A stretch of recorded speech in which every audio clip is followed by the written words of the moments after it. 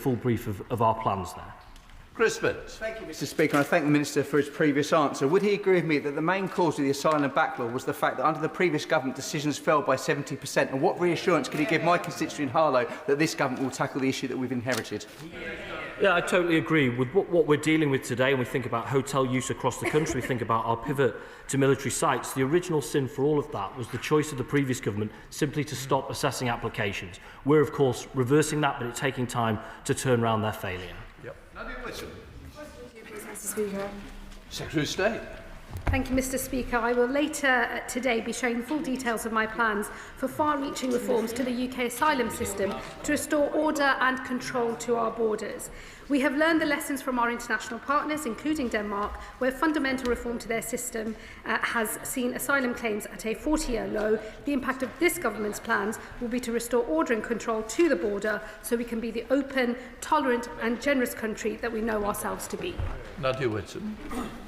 The Denmark-style policies briefed in the last couple of days are dystopian. It's shameful that a Labour government is ripping up the rights and protections of people who have endured unimaginable trauma. Is this how we'd want to be treated if we were fleeing for our lives? Of course not. So how can we be adopting such obviously cruel policies? Is the Home Secretary proud that the government has sunk to such depths that it's now being praised by Tommy Robinson? Well, Mr Speaker, look, I'm disappointed at the nature of the question from my honourable friend. I hope she will look at the detail of the reforms. And what I've said already on these matters is that we have a proper problem that it is our moral duty to fix. Our asylum system is broken. The breaking of that asylum system is causing huge division across our whole country. It is a moral mission for me to resolve that division across our country. I know that the reforms I will be setting out later on today can fix this system, and in doing so can unite what is today a divided country. The Home Secretary likes to talk tough whilst the numbers continue to rise. So as part of that statement that she's going to bring to the House, can she confirm that detailed modelling will be published and whether she has shared that modelling with Number 10? Well, the honourable gentleman's question would have had a bit more force if he had apologised for being part of a government that fundamentally broke our migration system and presided over the crisis inherited by this government. Of course we will model the impact of our policies. This is a sweeping set of reforms, the most significant in modern times. They will bring down the number of arrivals, increase the number of removals of those who have no right to be in this country. We will build on our track record in government that has seen removals be increased, and the totality of these reforms, I believe, will unlock the generosity of this country in creating new safe and legal routes which will grow more generous over time. Chris Phillips, Shadow Home Secretary. Well, it's good to see the Home Secretary here taking some time off from her leadership campaign. She is quite clearly preparing. She's quite clearly preparing a one-in, one-out policy for Number 10 Downing Street. Now, the Home Secretary has announced she wants to replace the government's entire immigration policy with Denmark's. Is that because the government has failed so badly in the year and a half since the election? Because since the election, illegal channel crossings have surged 55%, up to 62,000. New asylum claims have reached a record ever. And the numbers in asylum hotels have actually gone up under this government. And in just the 75 days since she became Home Secretary, 10,000 illegal immigrants have crossed the English Channel. But the Home Secretary... Oh, sorry. You've got to at least try and get to a question in relative time. Don't forget we're having a big debate shortly on it, Chris. OK, I'll ask a question. Will she agree with us? That to control our borders, we must come out of the ECHR, enabling us to deport all illegal immigrants within a week of arrival? Well, Mr Speaker, I think we can all agree that the honourable gentleman's leadership campaign is going absolutely nowhere. Let me tell him once again, his party reverts to an unworkable solution, a total gimmick, just like their failed Rwanda plan, £700 million spent and a total of 4 volunteers returned. Always from the party opposite, gimmicks and solutions that would never ever work. What you get from this government is a track record of an increase in removals based on what we inherited from that government and a proper plan that will fix this broken system. Chris Phil. Well, unlike her leader our leader is not going anywhere. Our leader's not going anywhere, but hers most certainly is. She talks about out of number 10. She talks about the Rwanda scheme. That Rwanda scheme never even started. It worked in Australia. It would have worked here. And after they cancelled it with no replacement, numbers have surged. The truth is that under this government, illegal immigration has gone up. There is a crime wave, including rape and murder, going with it. Her ideas are not radical enough. She wants to give illegal immigrants a 20-year path to citizenship. Order, please.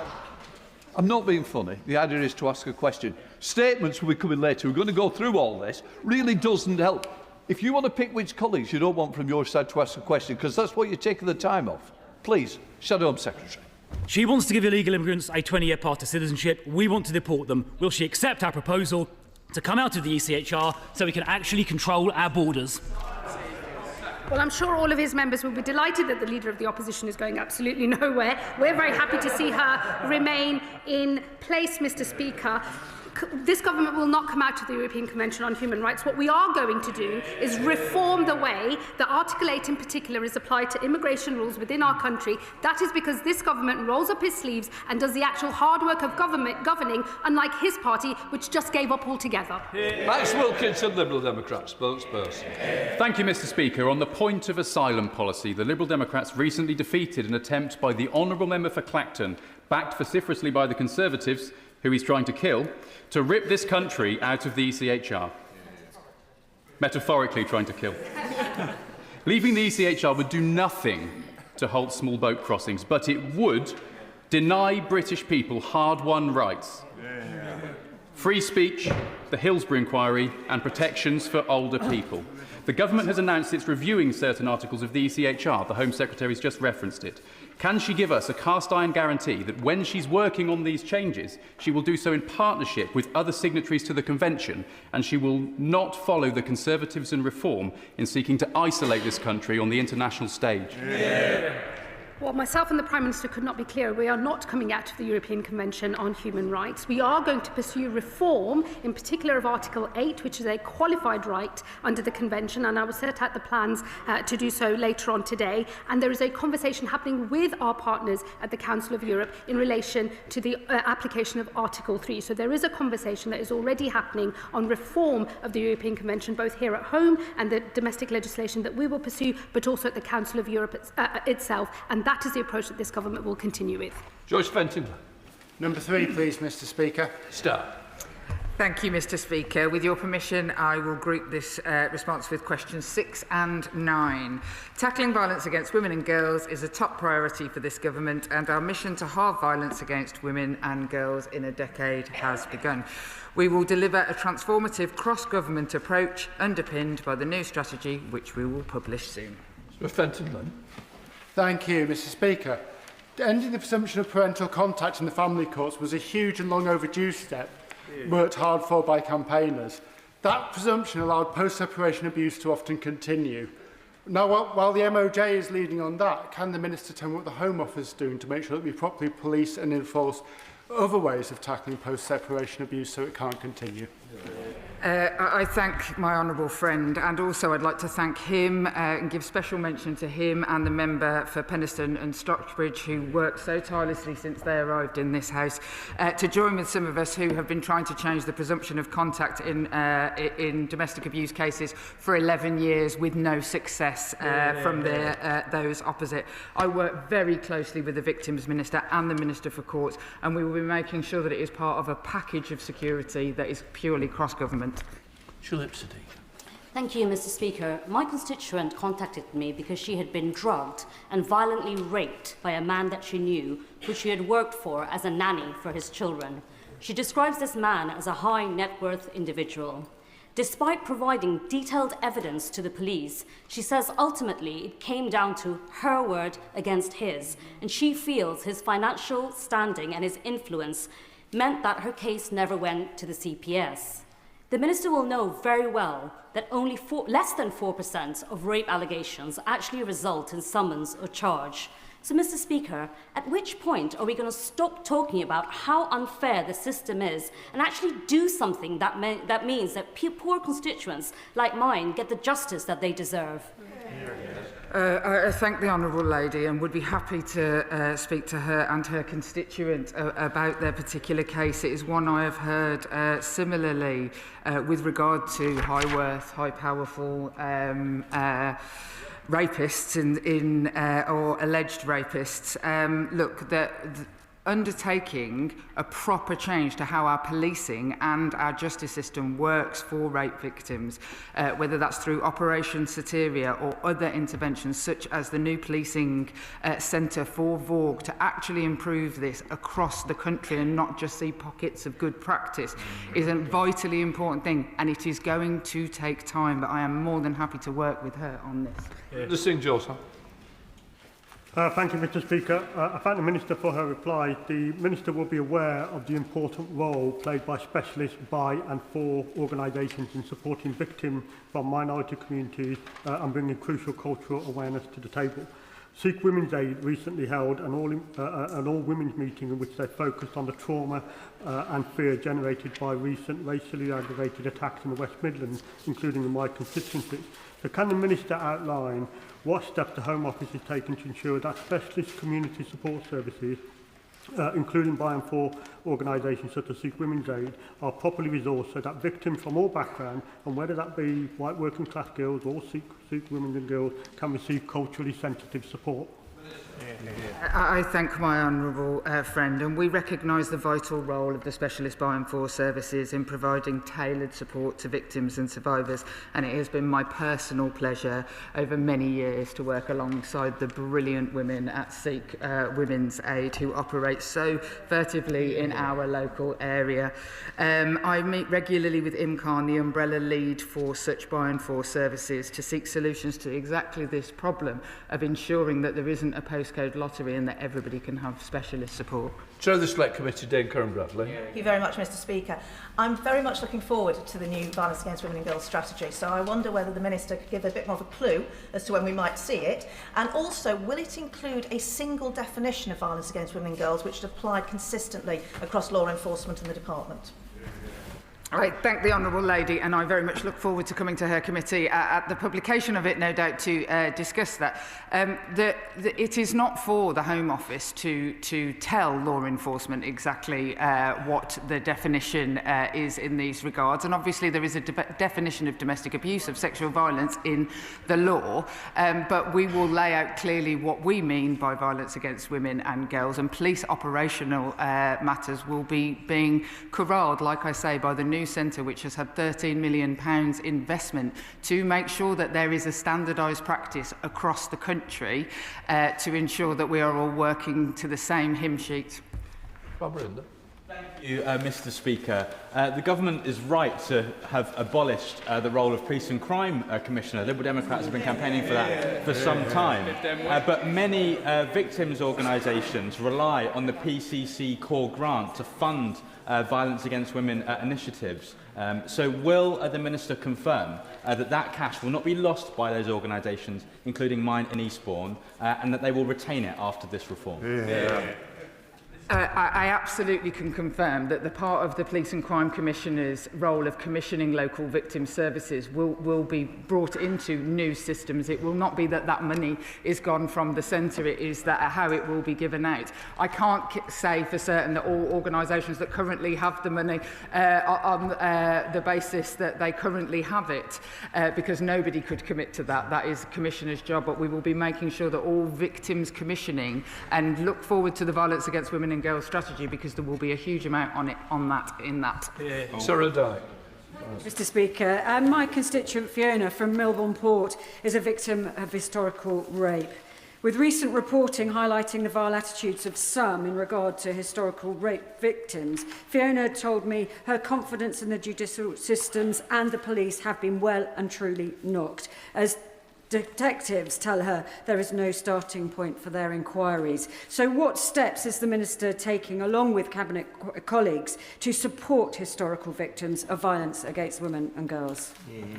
I thank the Honourable Lady, and there is absolutely no reason why historical cases shouldn't be brought forward and reviewed. And as part of the work following on from the Casey review, certainly in cases of historical child sexual abuse, the opening of no further action cases has absolutely been working at pace through Operation Beaconport. But more broadly, there are review systems, and I will send the information about the organisations that the Home Office works with, who work alongside the police to look into the very review systems that might be needed for people whose cases, like yours and like the one earlier, where they haven't been picked up.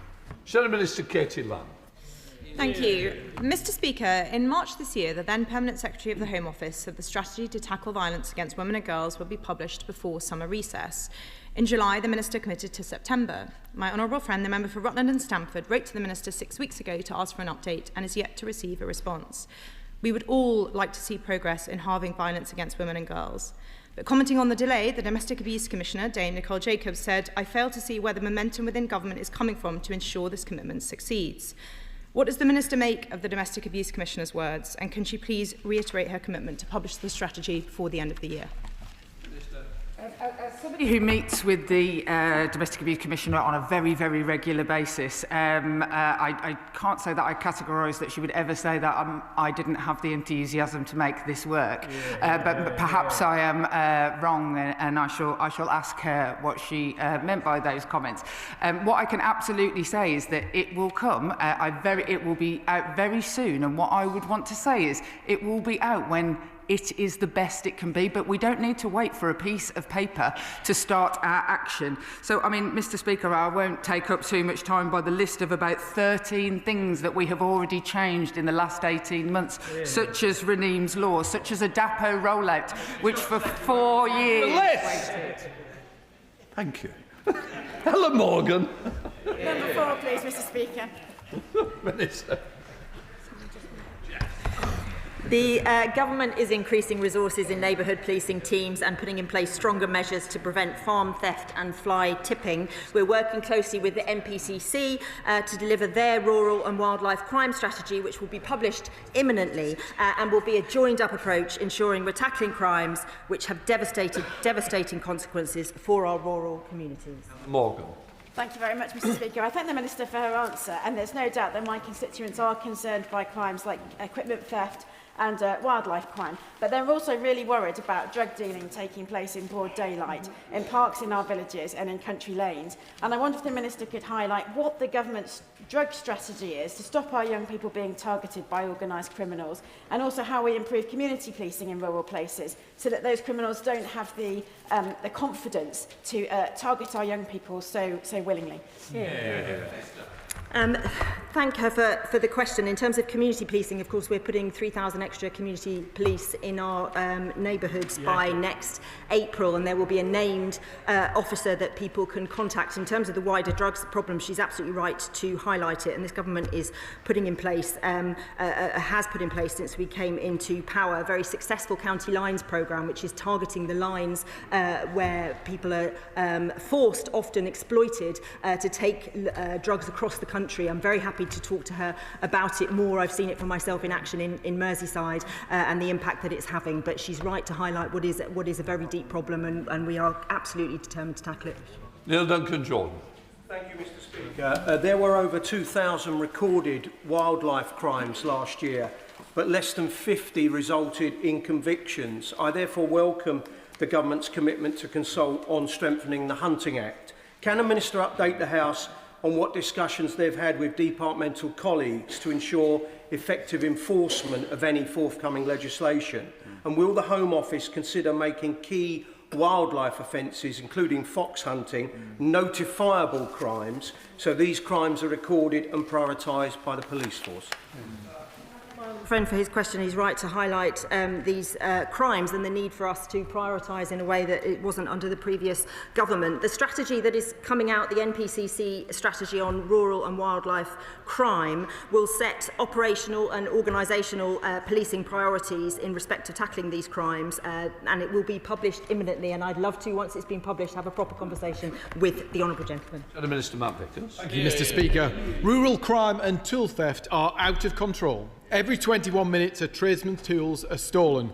And when a farmer or tradesman has their equipment stolen, it causes complete misery and costs them severely. Then all too often, their means of work are sold in broad daylight at car boot sales. Will the government adopt our rural crime and tool theft plan to crack down on the sale of stolen goods and the misery being caused to so many farmers and tradesmen?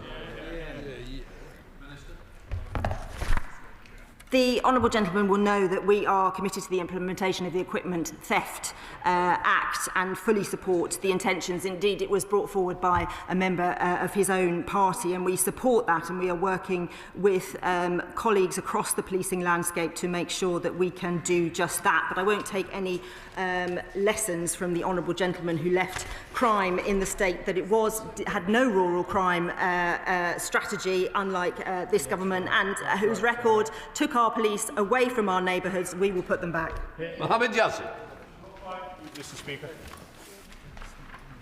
Minister. Mr. Speaker, with your permission, I'll group this question with question 20. As part of the Neighbourhood Policing Guarantee, we have made £200 million available to police forces this financial year to kickstart the journey towards delivering 13,000 additional neighbourhood policing personnel. By April 2026, there will be 3,000 more neighbourhood police across England and Wales, strengthening police visibility and neighbourhood policing to help to deter, prevent and respond to crime. Mr. Speaker, I welcome the government decision to phase out police and crime commissioners with the savings reinvested into frontline policing. I also warmly welcome the recent grant for additional wardens to tackle antisocial behaviour hotspots. A partnership between the council, community groups and the police has reduced antisocial behaviour in Bedford Town Centre by nearly 15%. But much more still needs to be done. So what further reforms will the forthcoming white paper include to help Bedfordshire Police get more bobbies on the beat? Can I thank my honourable friend for his question, and really pleased to see the progress that has been made, and I'd love to come and visit again, as I did with the Prime Minister in opposition, to see that progress in action. There are two aspects where we'll be making significant changes. One is through the Police and Crime Bill, where there are new powers for us to tackle antisocial behaviour in our town centres, respect orders being one example of that, and our wider police reform, which will look at the entire policing landscape in a way that the opposition completely failed to do, make it more efficient, more effective, and make sure our police are targeted where the public want them in our communities. Thank you very much, Mr. Speaker. Recently, I visited Marcross with local councillors and members of Litterbusters, a local voluntary group who do excellent work to clean up their area. But they really shouldn't have to. There is a real challenge with fly tipping in this area and other parts of Norwich. I welcome the pledge to increase neighbourhood police officers. Can the Minister assure me that they will have the powers and presence to be able to tackle fly tipping and advise on any other measures that could be taken to crack down on this, which blights so many neighbourhoods? My honourable friend is absolutely right to raise this issue. It's an issue in my constituency, and I suspect in many across the country, and the scourge of fly tipping must be tackled. Through the Police and Crime Bill, we are putting in place new statutory enforcement guidance for local authorities in terms of what is to be expected by them in tackling antisocial behaviour. And I know that in DEFRA there is an ongoing piece of work, a review of the powers that local authorities and the police have to seize vehicles and crush them, indeed, when we have prolific offenders of this awful crime. Louis French. Thank you, Mr. Speaker. Over 5,000 people in Bexley have signed my petition to stop Mayor Khan closing the overnight counter at Bexley Heath Police Station. So can the Minister tell us, who is to blame for the £260 million of funding cuts now facing the Met Police? Is it the Labour government or the Labour Mayor of London? Again, I'm not going to take any lessons from the honourable member in terms of their record on crime, where we saw shoplifting in the last 2 years of the Conservative government soar by 70% and street theft soar by 60% just in those last 2 years. The Mayor of London, of course, had a consultation, and that consultation has now concluded, and there are 7 fewer shop fronts that will be police officer counters that will be closing. He will save £7 million through that work. But I think it's important that we recognise the work of Sadiq Khan as the Mayor of London. The number of murders we heard recently is the lowest since records began. Harriet Baldwin. Thank you very much, Mr. Speaker. And one of the things that neighbourhood policing can tackle very effectively is the way in which TikTok is being used to distribute vapes, spice-flavoured vapes to our young people. And I wondered if she could comment on that. I'm very happy to have a conversation with the Honourable Lady about what her experience of that is. Of course, the use of illegal vapes and the sale of vapes to under 18-year-olds is prolific and is being used as a main source of income from serious organised criminals. I know the Met Police particularly have done a huge operation recently to try and target not just the people who are buying the goods, but the people who are responsible for the serious organised crimes that are driving it. But very happy to talk to her further. Shadow Minister Matt Vickers. Thank you, Mr. Speaker. Labour's very own Police and Crime Commissioner for Durham, Joy Allen, has said that this government has consistently demonstrated its complete lack of understanding for policing and community safety. Does the Minister think that she said that because they've cut police numbers by 1,316 since they came to power, or because crime is surging, or because senior police officers are warning that this government is creating a funding crisis? I would like to pay tribute to Joy Allen, who I know very well, who is a very good Police and Crime Commissioner, and I thank her for all the work that she has done. And I know that our announcement last week was a difficult one for Police and Crime Commissioners to hear, but we thank them for all the work that they do, and they will continue to do for the next 2 years. What do the public want? The public want police in our neighbourhoods fighting crime. Did the Conservatives deliver that? No, they did not. Neighbourhood policing was slashed. PCSOs were halved. And what the Conservatives failed to do is tackle the fundamental problems that are needed to reform our policing. It is the most unreformed part of our public services. We will make, and the Home Secretary will make, the tough decisions in the coming weeks that will put policing on the right footing for the future. James Murdoch. Thank you, Mr. Speaker. The last government lost control of our borders, and the result was a ruinously expensive asylum system, using more than 400 hotels at a cost of nearly £9 million a day. We have acted to cut those costs, and now fewer than 200 hotels are in use. Our historic agreement with France is seeing small boat departures prevented, arrivals detained, and those with no right to be in the UK returned. And as the House knows, I will very shortly be making a longer statement setting out the additional steps to go further and faster in our asylum, in the reform of our asylum system. James Murdoch. Thank you, Mr. Speaker. Mr. Speaker, according to a recent National Audit Office report, £15.3 billion will be spent over the next 10 years on asylum accommodation alone. That money will be spent on people, in some instances, who will commit violent and sexual crimes against the British popular people that will make our skin crawl. What do we say to our residents and our voters and our taxpayers who feel like we're spending money on people who want nothing for us but harm? I would say to the honourable gentleman he should wait for the statement later on today, because the assumptions made by the National Audit Office in their projections are based on the current policy environment, and the current policy environment is about to very significantly change. Peter Lamb. Number 8, Mr. Speaker. Minister, welcome. Thank you, Mr. Speaker. The UK Visas and Immigration make millions of decisions every year about who has permission to visit or stay in the UK, protecting our borders and delivering excellent customer service across the globe. Where customers require a refund, Mr. Speaker, officials in UK VI ensure they are made as swiftly as possible. Peter Lamb. Thank you, Mr. Speaker. And can I thank the Minister for his response? I have several residents who've been waiting almost a year for a refund from the Home Office. Given the dramatic improvements that we've seen in asylum application processing in the last year, can I trust the Minister to put that same zeal into ensuring that other Home Office processes work just as efficiently? Thank the honourable member for his question. I'm aware of the, I think, 3 specific issues, and I reassure the member that we are looking at those and happy to talk offline in more detail. Jim Shun. Thank you, Mr. Speaker. I thank the Minister for his answer. Minister, the costs for those who apply are significant and sometimes push them to the wall. Whenever it comes to government getting monies back from somebody who owes them, they're very zealous, as they should be. Can I just suggest that maybe for those they owe money to, let government be just as zealous on behalf of those people? Thank you. Thank the honourable member for his question, and of course we will be just as zealous with all receiving their refunds. Thank you, Mr. Speaker. Question number 10. Minister.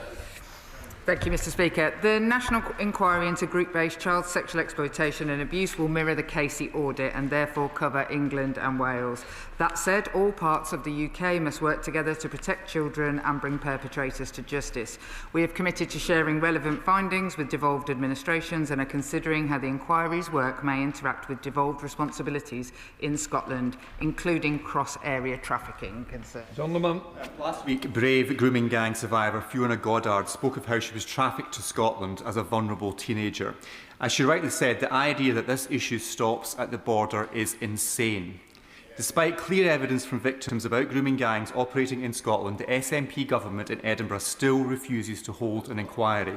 So please, will the Minister listen to victims and campaigners and extend the national inquiry to Scotland so that we ensure that young girls and teenagers are not treated in this way again?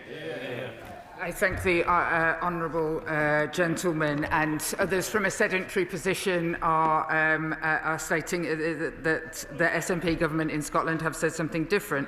However, what I would say is that any information about people can be given into the inquiry if they have been, so in the example that he gave, that evidence can be given into the inquiry where people are trafficked out of the UK into Scotland.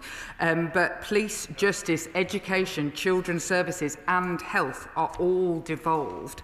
And that is different to the system in England and Wales, where it's just policing and justice. So we have to make sure that we are working within frameworks where the recommendations can be fully taken, but we will work with all nations to make sure that the findings make things better in the future. Mr. Speaker. Minister. We are committed, Mr. Speaker, to delivering a stronger neighbourhood policing presence in communities across England and Wales. Every neighbourhood, including those in Redditch, now has named contactable officers dedicated to addressing issues facing their communities. West Mercia Police is using its share, the £200 million made available this financial year, to grow its neighbourhood team by 51 full-time equivalent neighbourhood officers. Thank you, Mr. Speaker, and I thank the Minister for that answer and the extra £39 million given to West Mercia Police. But residents in Redditch have told me clearly that they want to be able to walk into their local police station and speak to an officer face to face. Does the Minister agree with me and the many hundreds of constituents who have already signed my petition that the new police station in Redditch should reinstate a public-facing front desk? As my honourable friend will know, it's a matter for the Chief Constable as to how these resources are spent, but we're clear that visible policing is essential to restoring public confidence in police, and we have invested £30 million since we came to power in new IT systems to make it easier for the public also to report crime, and that's why we're ensuring everyone has a named contactable neighbourhood officer that they can call on. Mike Ward. Number 12, Mr. Speaker. Minister. Thank you, Mr. Speaker. An arbitrary limit on legal migration would serve no one. As we've seen in the past, attempts to implement such caps have been unsuccessful. I remind the honourable member of 1 million in 1 year under the previous government, undercutting British workers. Instead, this government has set out a plan to reduce net migration by restoring control to the immigration system, reducing our reliance on overseas labour and investing in domestic skills. Thank you, Mr. Speaker. Does the Minister not recognise that an important step towards significantly reducing net migration would be to make it clear to all working in his department or handling migration that there is a number that everyone is working towards? And if that's the case, surely members of this House should be able to vote on that binding cap, as happens successfully in other countries like Australia? Yeah, well, thank you, Mr. Speaker. It's always amusing to be lectured about immigration by the opposite party. There are more sophisticated ways to address the issue of high net migration. This government is doing that by tackling the underlying causes of over-reliance on migrant labour by employers, alongside raising the bar on who can come to the UK and targeted visa restrictions. Alison Griffith. Number 13, please, Mr. Speaker. Mr. Speaker, as set out on multiple occasions in this House, no ministers, no special advisers played any role in the provision of evidence. The DPP has confirmed this publicly. Alison Griffiths. Thank you, Mr. Speaker. Our judicial system is rightly rigorous and independent, and that's why the government's handling of intelligence central to national security and passing it to prosecutors matters so much. So as the Minister responsible for our state threats framework and domestic security, can the Home Secretary tell us when she was first alerted to concerns that crucial evidence hadn't been passed to the CPS? And does she agree that the public deserves a full and frank account of how 2 alleged Chinese spies were able to walk free? Well, Mr. Speaker, what I can say to the Honourable Lady is that this was an independent decision by the CPS. We have repeatedly made clear that there was absolutely no political interference in the evidence provided. This government is extremely disappointed with the outcome in this case and remain concerned about the espionage threat posed to the UK, and we're working relentlessly to counter it. Number 14, Mr. Speaker. Minister. Thank you, Mr. Speaker. The government remains steadfast in its support for Hong Kongers in the UK and remains fully committed to the BNO route.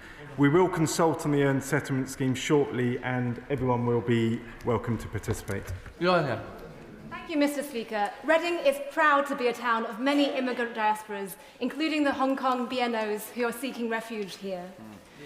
Many of my immigrant constituents have lived in our community for years and work incredibly hard so that they can put down roots, much as my parents did when I was a child. So will the Minister acknowledge the contributions of immigrant families who enrich towns like mine when making policy about settlement periods? Thank you, Mr. Speaker. Absolutely, across the board, we recognise the contribution from migrant communities, and specifically the Hong Kong community. We are listening to their views about the route to settlement, and of course will continue to do so. Good evening, Moss. Mr. Speaker, the case for legal migration, the case for those genuinely seeking asylum is undermined by evidence that in Station Road in my constituency, businesses are exploiting migrants to carry out illegal trading, and businesses locally are shocked and frustrated that when police are raiding those premises, they remain open and continue trading. Will the government consider bringing forward legislation to provide for immediate closure of illegally trading shops? The honourable member for his question. Mr. Speaker, this is something we take extremely seriously in the Home Office. It's something that's out of control after the previous government left us with a broken system. That's why in just over a year and a half we've increased arrests by 50% and visits by 63%. That's the highest in British history, and will continue on that route. Murray.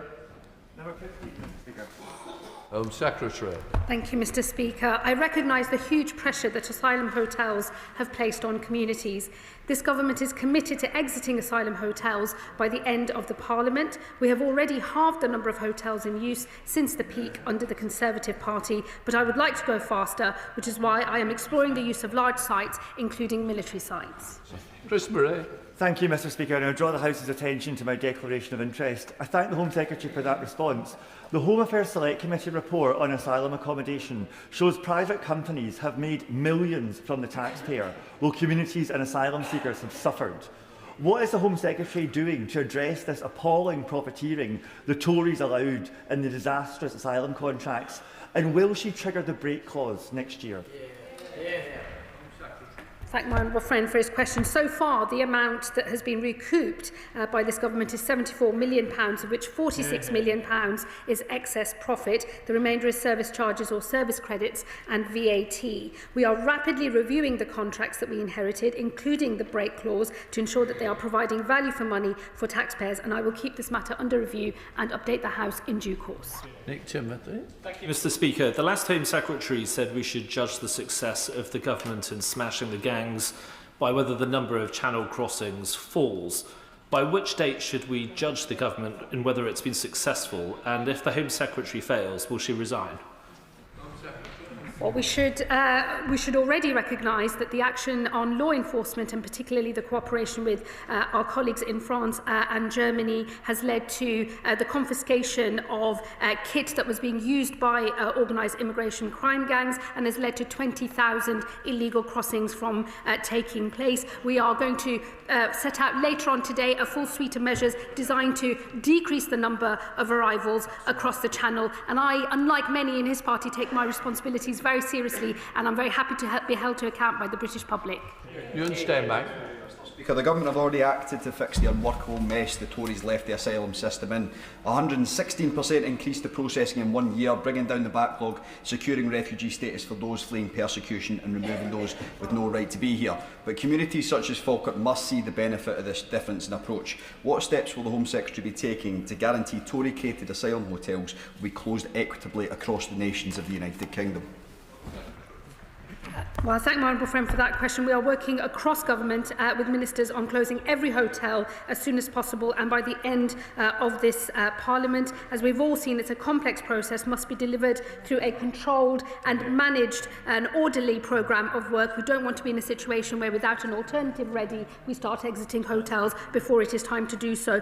But I can assure him we will take a balanced and evidence-based approach towards the decision-making that we will make here on the locations that we will use and how we will exit hotels, and I look forward to talking to him in more detail about these plans in due course. Pete Wishaw. Thank you, Mr. Speaker. The government is currently spending some £2.1 billion on hotels, and it isn't working, and it doesn't have to be this way. PCS, and together with refugees, have shown that a humane asylum system that expedites asylum hearings and supports employment could reduce asylum costs by 40%. Will she at least look at the evidence and concede that she doesn't always have to try and outdo the Honourable Member for Clacton?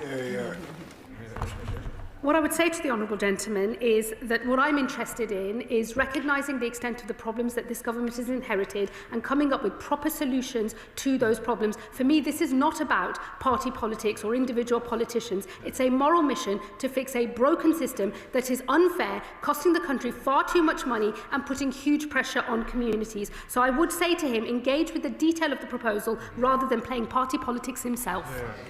We come to topical Seamus Logan. Mr. Speaker. Take care, Mike. Mr. Speaker, I am pleased to start with some very good news indeed. One of the heroes of the Huntingdon attack, Samir Zitouni, the member of the train's crew who risked his own life to save others, has been discharged from hospital. There is a long road ahead of him now, and his family have asked for privacy. But I'm sure the whole House joins me in wishing him the swiftest and fullest recovery possible. Since the last Home Office oral questions, I have made a number of significant announcements. A review of police protest powers was launched last weekend, and I'm pleased to say that the former Director of Public Prosecutions, Lord Ken MacDonald, will lead it. Last week, we announced that police and crime commissioners will be abolished. The introduction of police and crime commissioners by the last government was a failed experiment. I will introduce new reforms so police are accountable to their mayoralties or local councils. The savings from this will fund more neighbourhood policing on the beat across the country, fighting crime and protecting our communities. I would like to recognise the efforts of all current and former police and crime commissioners and thank them because they serve their communities with honour and will continue to do so until they have completed their current terms. It's far too long an introduction because I'm still going to get people in. Please, we've got to shorten it down. Seamus Logan. Thank you, Mr. Speaker. The Muscatelli report commissioned by the Labour Party in Scotland recommended that the Scottish Government push for a bespoke immigration approach that tackles the unique issues faced in Scotland and its economy. And while the leader of the Labour Party in Scotland, Anna Sauer, may be a bit confused about what is devolved and reserved, I'm sure the Secretary of State is not. Will the Secretary of State meet with me to discuss this report further, to deliver a win for the Scottish economy and fulfil one of the manifesto commitments of the Labour Party in Scotland? Not, because immigration is a reserved matter, and to try to devolve this matter would create perverse pull factors all across the United Kingdom, which would be deeply inappropriate. Thank you, Mr. Speaker. The data centre in Camas in my constituency, £10 billion investment, together with other subsea interconnectors, for example. It looks as if my constituency is being a plug-in centre for critical national infrastructure.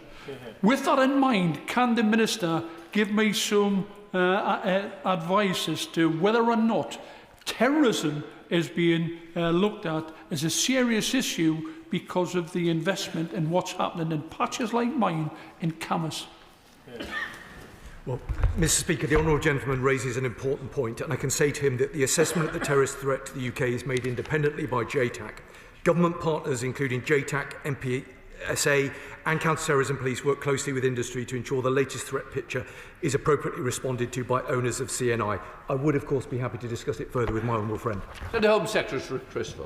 Thank you, Mr. Speaker. Last October, a Sudanese small boat illegal immigrant murdered 27-year-old Rhiannon White by stabbing her 23 times with a screwdriver. In September, an illegal immigrant from Egypt was jailed for brutally raping a young woman in Hyde Park. And just last week, an Iranian and 2 Egyptian small boat illegal immigrants were committed for trial for the rape of a 33-year-old woman on Brighton Beach. How many more murders and rapes must there be before the Home Secretary agrees to the immediate deportation of all illegal immigrants within a week of arrival? The last case is sub judice, so please be careful on the answer. Thank you. Minister. Grateful for that clarification, Mr. Speaker.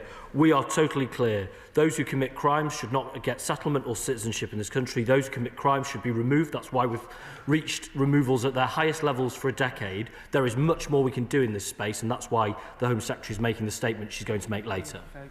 Colin.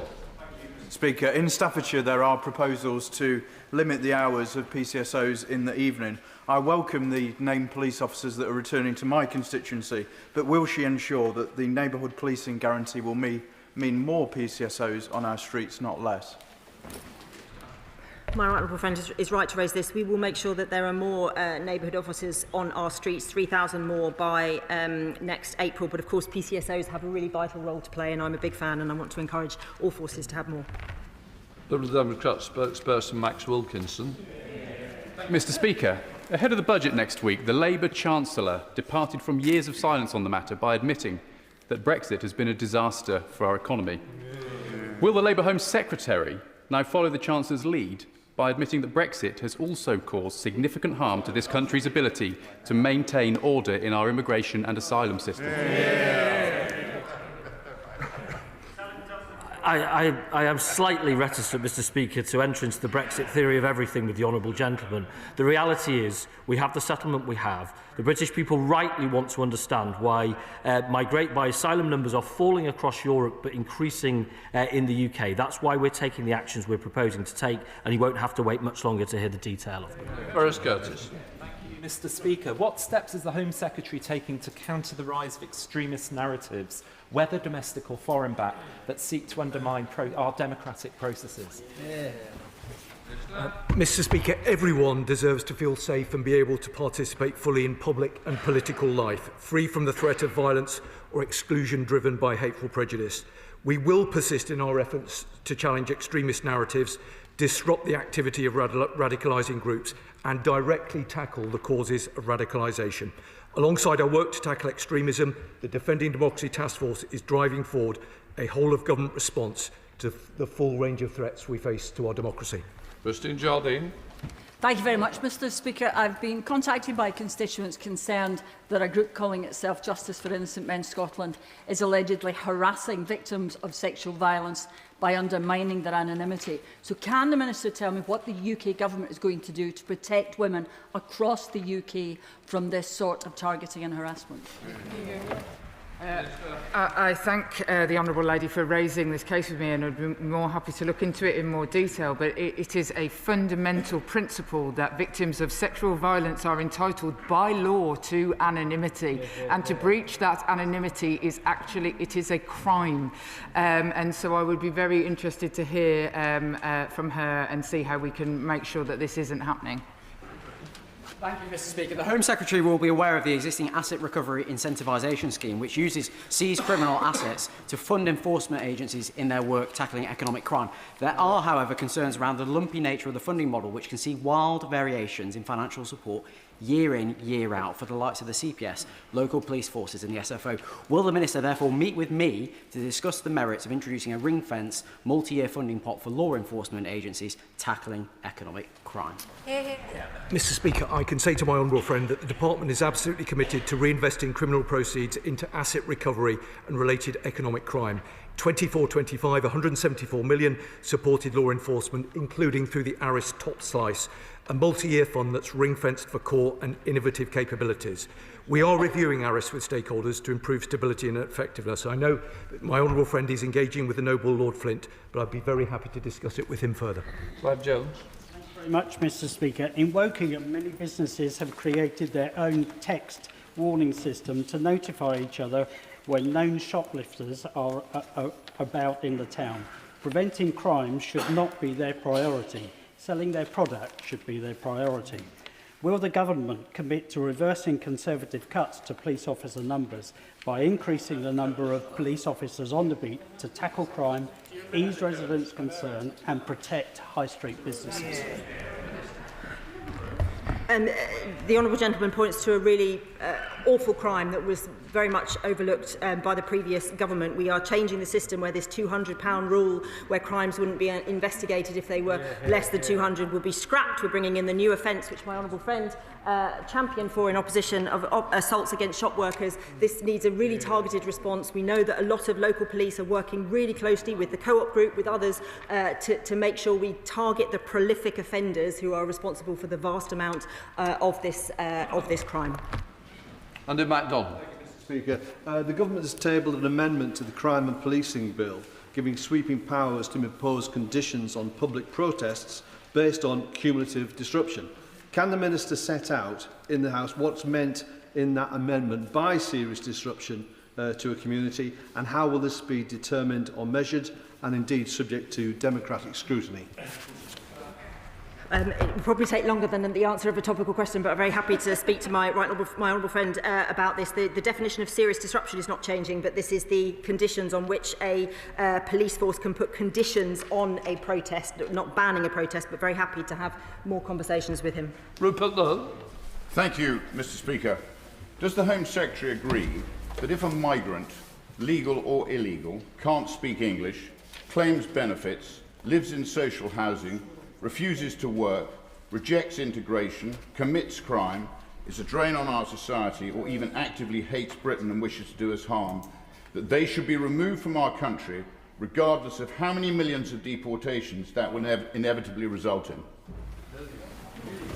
I'm sad that the honourable gentleman has a different characterisation to the one I have from my own community about those who seek refuge in this country, because that isn't my experience. We are clear that if individuals commit crime, there must of course be consequences for that, including their removal from this country. But as I say, the honourable gentleman won't have to wait much longer to hear what the Home Secretary has to say, but I can't recognise his characterisation. Morris. Thank you, Mr. Speaker. As a lifelong political activist and trades unionist, I valued free speech and the right to protest. Now, having lived through the miners' strike, I know what it means when the state turns against working people and disregards their rights. So I'm deeply concerned that the proposed amendments to the Crime and Policing Bill will allow police to prohibit marches, demonstrations and even picket lines simply because another is taking place in the same area. Can the Minister guarantee that this House will have sufficient time to debate and vote on these amendments? Can I thank my honourable friend? Just to be really clear, this isn't about stopping marches, it's about conditions, so the length of time, the geography of them, and of course the right to protest is one that we on this side of the House will always champion. Bradley Thomas. Thank you, Mr. Speaker. With the government looking to impose visa sanctions to tackle illegal migration, why did they vote against such measures as part of the Border Security Bill? And if Labour MPs won't swallow these plans, what will she do as a backup?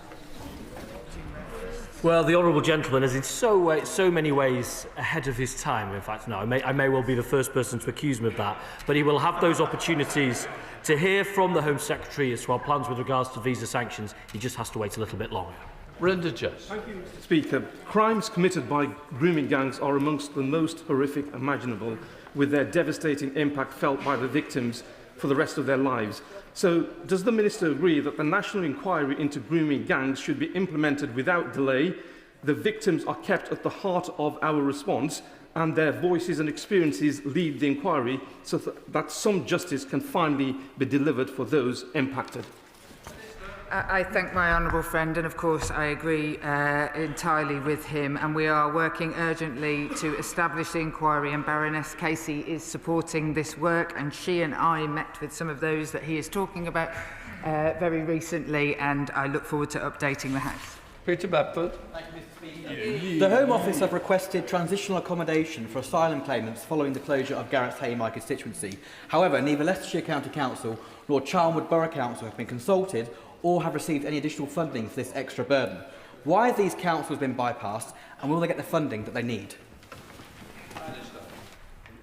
All local authorities get an extra payment of £1,200 when someone in the supported estate ends up in their local authority. So I can't quite understand the characterisation there. If I'm wrong on that point, I would be keen to meet with the honourable gentleman to understand it, because we appreciate that there is an impact on local communities. We want to make sure that people can live there as smoothly as possible, and we want to get that right. Jonathan Brash. Thank you, Mr. Speaker. Hartlepool Police do a magnificent job, but like the rest of the Cleveland Force area, they are hamstrung by a funding formula that is broken. The Victims Core Grant sees £7 per crime in my constituency, and down the road in North Yorkshire, £19 per crime. This is unfair and unjust. Can the Minister please commit to fixing this fundamental unfairness? My honourable friend's right that for many years the opposition wanted to look at police funding formula and never did. The Home Secretary will be bringing forward our police reform white paper, which will set the context within which we will look at future funding, but the allocations for this year are being looked at as we speak, and I hear the honourable gentleman. Mira Wilson. Very much, Mr. Speaker. The Secretary of State will be aware that the Met Police have recently proposed to close or scale back the hours of operation of a number of police front counters across London. Some of these plans were recently scaled back, apparently in response to public feedback, but the Twickenham police front counter is still earmarked for closure, with only 15 people invited to an online meeting for that feedback. Does the Secretary of State agree with me that the Mayor of London and the Met Police have a duty to do a full public consultation on these plans? The Honourable Lady is right, there was a consultation. There are 7 fewer station front counters that are now going to be closed than were, but she is right that Twickenham is not one of those. I think we need to judge the police in London on their outcomes and the work that Sadiq Khan has done, with the lowest number of murders since Record Brigand. Fraser Nelson, that well-known socialist, writing just this week, look past the headlines, London is not a bad place to be, the city's winning the battle over violent crime. David. Thank you, Mr. Speaker. Mr. Speaker, last month across my constituency there was an increase in knife crime, and this wasn't necessarily carried out by younger people but by older people, and I know this is an area where the government is determined to crack down on knife crime. Can the government therefore say what more they are doing in this area to tackle knife crime?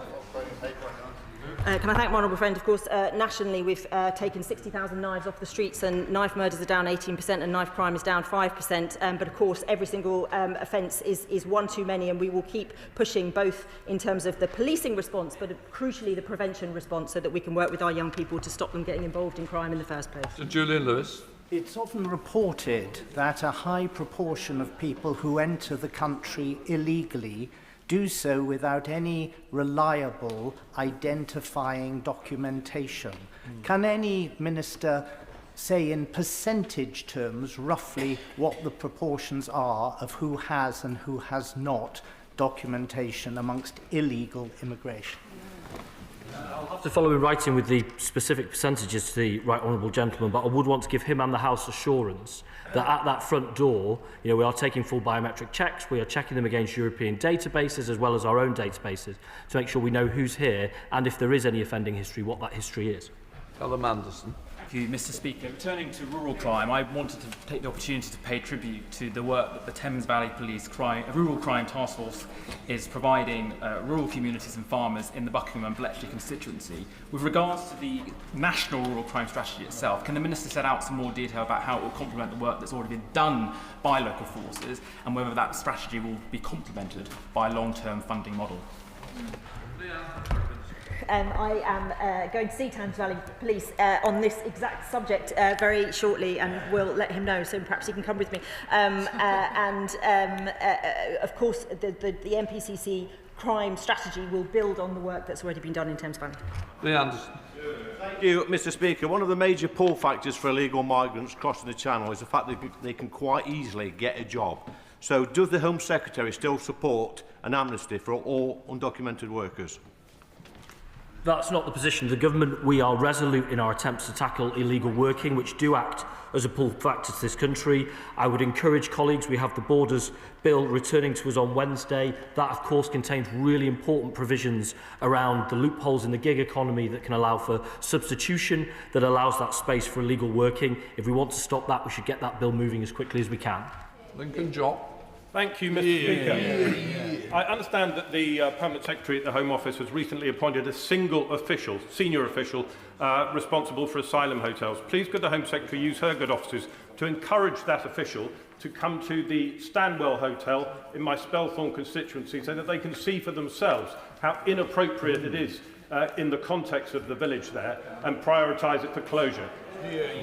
Well, the honourable gentleman and I have had this conversation about Stanwell before, and he presses it with his characteristic vigour. I will say to him and his community, we have committed to closing these hotels in this Parliament. They won't be open a day longer than they have to be. When we are closing hotels, there will be a clear criteria as to why they were chosen, and he makes a lot of very good suggestions as to what grounds might be used. Shocker Adam. Okay, in recent years, there's been a real increase in racist attacks in this country, including on our NHS staff, who have seen a rise of 55%. Also, very recently, 2 Sikh women were just not racially abused, they were also sexually abused. Does the Secretary of State fear that implementing asylum policies like those in Denmark will further exacerbate the situation and embolden those that will create hate amongst our streets?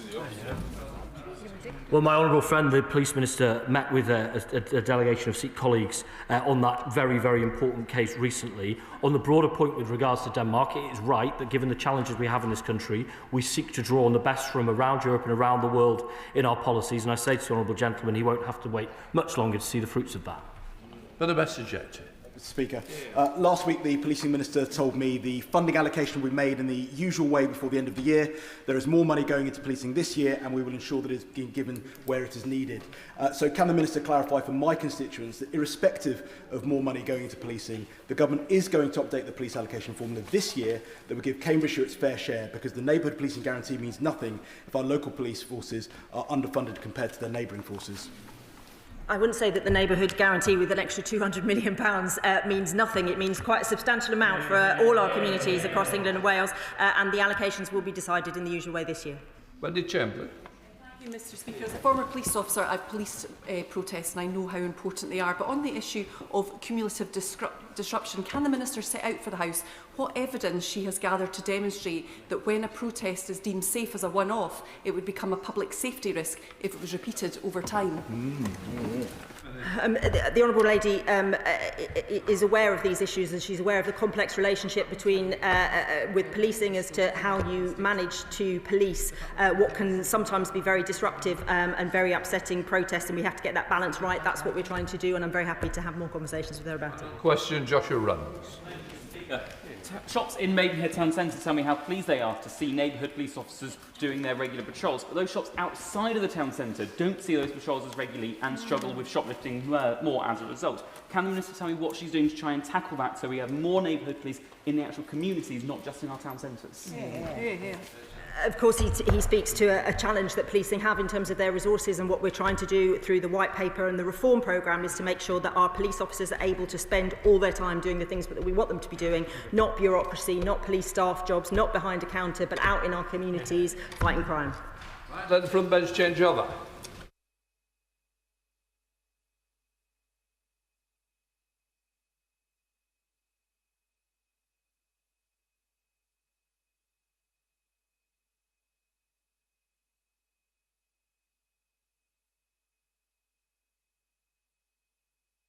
Right, we now come to the urgent question. Shadow Chancellor Sir Mel Stride.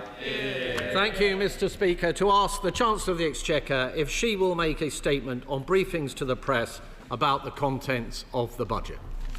Minister. Mr. Speaker, every minister in this government takes their obligations to this House very seriously.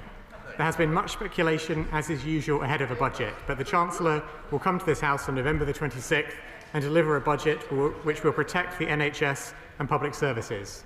It will support growth, enabling businesses to create jobs and to innovate.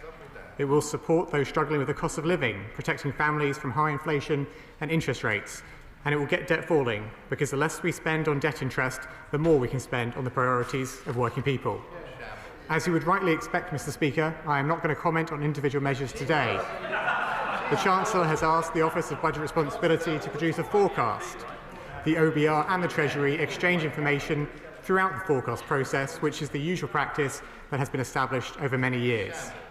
The Chancellor will take decisions based on that forecast, and we will set out our fiscal plans at the budget next week in the usual way. The OBR is making an assessment of the productivity performance of the previous government. We will not allow the mistakes of the previous government to determine our country's future. That is why the budget next week will be guided by this government's values of fairness and opportunity, and focused entirely on the priorities of the British people. Stability remains at the heart of our approach. By building more resilient public finances with the headroom to withstand global turbulence, we will give businesses the confidence to invest and leave government freer to act when the situation calls for it. We will continue to meet our ironclad fiscal rules, which allow the government to invest in homes, transport, energy security and infrastructure. Mr. Speaker, taking this action means we can continue to build a strong foundation for our economy, because that is the route to securing Britain's future. Sir Mel Stride. Thank you, Mr. Speaker. I think, given that response, the right honourable gentleman might try a bit of stand-up, actually, in his spare time. Mr. Speaker, the process around the budget is meant to be the most closely guarded secret in government. But in recent weeks, we have barely been able to pick up a newspaper without a fresh report of the latest policy movements. On the 6th of November, Mr. Speaker, the Times reported that the Chancellor had included increases in income tax rates in the measures sent to the OBR for scoring. Then last Thursday, the Financial Times revealed that those proposals had now been removed from the budget package.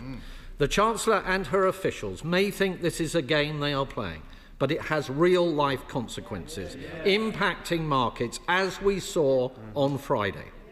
And more than that, Mr. Speaker, it shows an utter contempt for this House. In this place, questions about the budget are always met with the same answer. Decisions on tax will be announced at the budget. That is right and proper. But it becomes hollow and absurd when those same matters are being openly reported in the national media on a daily basis. The Chancellor even delivered a pre-budget address to the country, not in this House, Mr. Speaker, but in the Downing Street press room. So given the Chancellor has chosen not to come to the House today, can I ask the Minister, has the Chancellor or any Treasury Minister sanctioned any briefings to journalists of potential budget tax measures or the contents of the OBR's forecasts? Have any Treasury officials or special advisers conducted such briefings? Has the Chancellor or the Permanent Secretary launched an investigation into the source of the leaks? And can the Minister explain why the Chancellor seems to have confirmed that the OBR have downgraded their productivity forecasts before the budget has even taken place?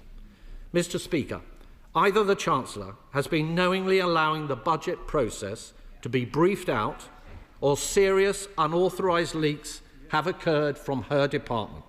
It has fuelled confusion and uncertainty, and it has disrespected this House. Minister, can I just say, it isn't normal for a budget to have been put in the press. It's the okey-cokey budget. 1 minute's in, next minute's out. I am very worried, like the previous government, which also had to be reprimanded for putting leaks out. It is not good policy. At one time, a minister would be resigning for anything that was released. So what I would say is this House should be sacrosanct in all decisions and should be heard here first. So please do pass on the message, Minister.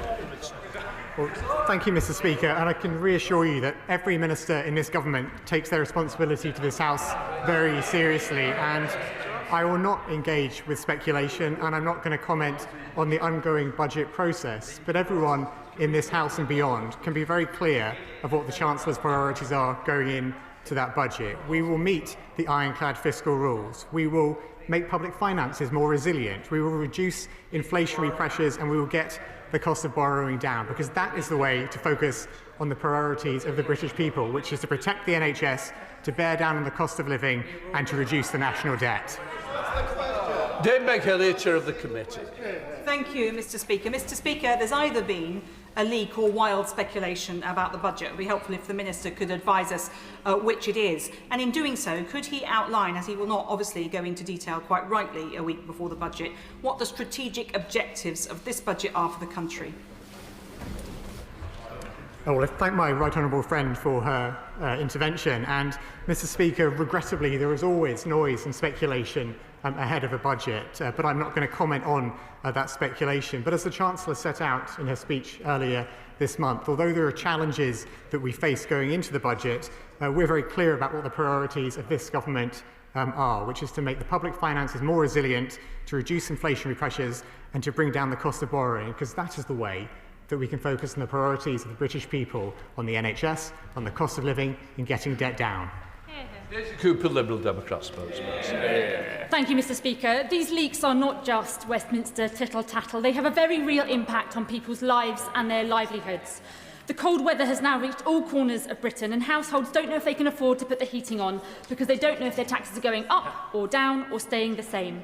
It's also just 5 weeks until Christmas, and our high streets are struggling with low consumer confidence. That's precisely why we Liberal Democrats have called for a windfall tax on the big banks to fund an emergency cut to people's energy bills and a VAT cut for hospitality, visitor accommodation and attractions. But these leaks are not just a symptom, Mr. Speaker. Sorry, they are a symptom, they are not the cause, because the real problem runs much deeper. The Labour government has no vision for the country, no vision for the economy, and whatever their destination is, they are not taking the country with them. When people and the markets... I've had pink and perky, chipping all day. Well, this is the last one. Thank you, Mr. Speaker. When people and markets don't know what the government is trying to achieve, then rumours can and do run rife. It is clear that this budget is more leaky than our crumbling hospitals.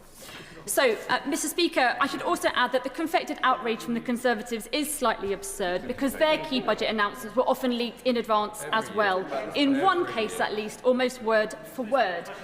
Perhaps this House, Mr. Speaker, needs to move to the Swedish system, where the Swedish Parliament gets to debate the government's budget and propose alternatives and amendments before it is finalised, and gets a proper period of scrutiny and accountability in the months that follow.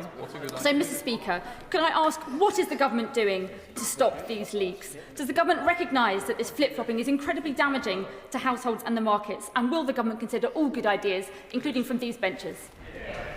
Remind, it's 1 minute, not 1 minute. Thank you, 50. Mr. Speaker. Like the honourable member, I regret the fact that there is always noise and speculation ahead of a budget, but I'm not going to add to that speculation here in the chamber today. And our focus as a government is to build the strong foundations that we need for our economy, because that is the way to secure Britain's future. John Fenton. Thank you, Mr. Speaker. I'm often put in mind that scene in Casablanca where the official expresses surprise at gambling taking place in the casino, when I hear members opposite hearing the briefing might have taken place. Perhaps in 2017, when the key measure of that budget was leaked. Perhaps in 2017, when the stamp duty in that budget came out, The member opposite was equally surprised as he was Financial Secretary to the Treasury. While there's always briefing, I'm sure the Minister agrees with me that actually the job of the Chancellor is to get the best deal for this country. That's a toughie, that one. I think we know the answer. Stephen Bark. Thank you. As the Minister... That's the worst Patsy question. Regarding market-sensitive data, obviously carry a much higher premium than other leaks that may occur within government. So could he again address the front bench's question as to why the Cabinet Secretary and the Permanent Secretary haven't been asked to launch any inquiry into these leaks? Well, Mr. Speaker, as I said, I'm not going to comment on the ongoing budget process, but what the markets know is that the Chancellor's commitment to her fiscal rules is absolutely ironclad. They have been met at every fiscal event since this Parliament began, and they will be met next Wednesday. Justin, sorry, Tim Madders. Mr. Speaker, I think the problem we've got is we've got an insatiable 24/7 media that wants stories, and sometimes they will generate their own. All this speculation has created uncertainty, which has hampered investment, which I know is not what the Treasury want to see. So can the Minister be clear from the dispatch box that any more speculation that we read about won't have been authorised by anyone in government? Mr. Speaker, as I made clear, every minister in this government takes their responsibility to this House very seriously, and I'm not going to engage in further speculation today. But what we are seeking to achieve in the budget next week is to make sure that in meeting her ironclad fiscal rules, which the Chancellor has committed to do, we provide that extra headroom to give more resilience to the public finances, reduce inflationary pressures, and get down the cost of borrowing. John Glenn. Thank you, Mr. Speaker. 2 weeks ago, the Chancellor had a press conference where everyone afterwards inferred that income tax was going to go up. On Friday, every newspaper said that income tax wasn't going to go up. It's plainly obvious to the general public and anyone who reads any of the papers that everything is being briefed from the Treasury or number 11. Surely the Minister needs to come to terms with that and face up to the fact this has a horrendous effect on business confidence and consumer confidence, doing the economy a lot of damage. Minister. Well, Mr. Speaker, as I said earlier, regrettably, there is always noise and speculation ahead of a budget. But in reference to the Chancellor's speech earlier this month, the reason why the Chancellor set out the challenges that we're facing in a country was to be straightforward with the British people about the challenges that we face and to be clear about her priorities, which are to protect the NHS, to bear down the cost of living and to get national debt down. John Slinger. Thank you, Mr. Speaker. Does the Chief Secretary agree that the Tories are still as irresponsible as they were under Liz Truss? Blindly promising 47 billion of cuts to justify their wacky fiscal policies.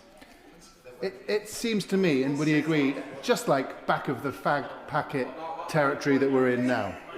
And does he agree that the Chancellor is going to deliver an excellent budget next week?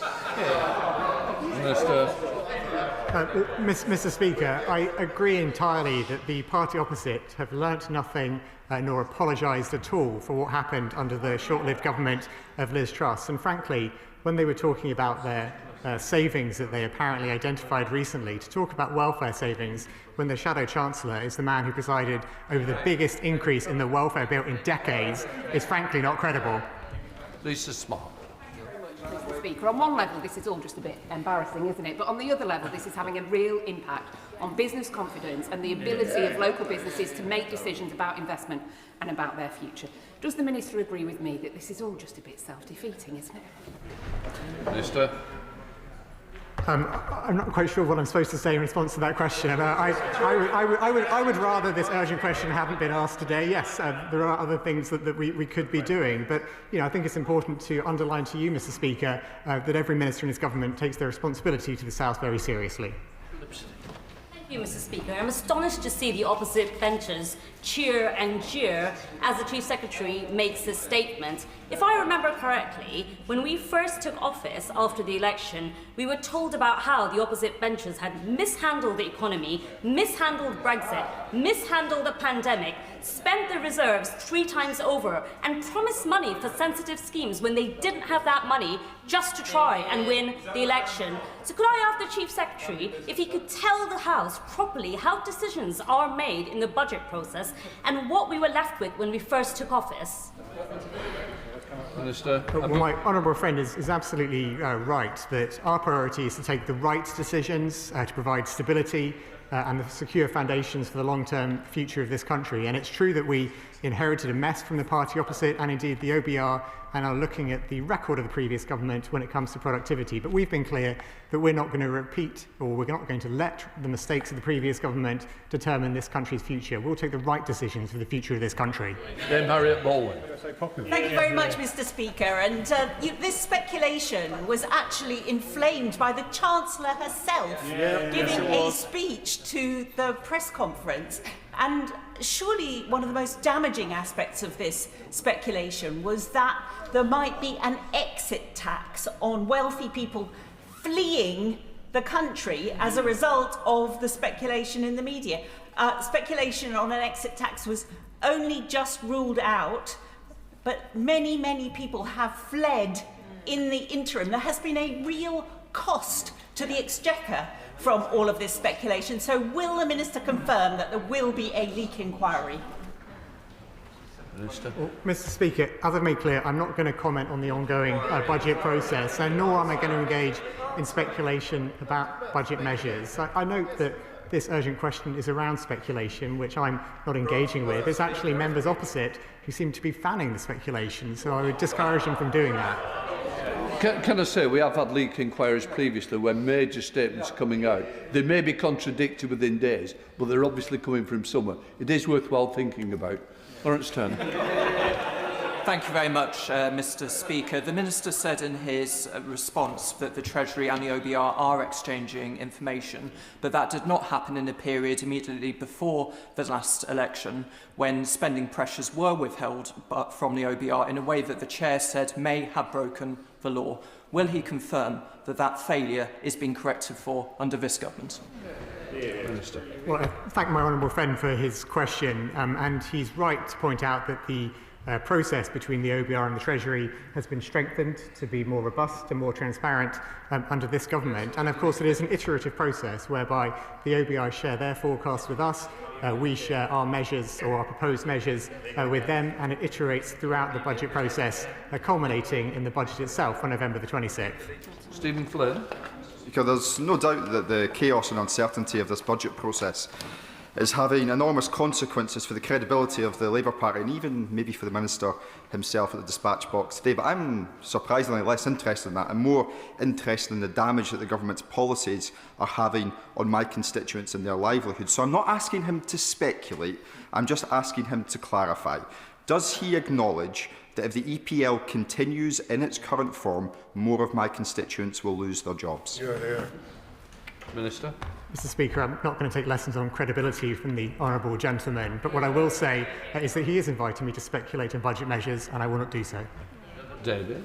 Thank you, Mr. Speaker. Can the Chief Secretary confirm that this will be a budget that prioritises economic growth? I can absolutely confirm that, Mr. Speaker. Bernard Jenkins. Thank you, Mr. Speaker. Can I ask the Minister if I've got this right? The Chancellor made a speech to try and reassure the markets that she was going to plug the enormous black hole in the government's finances.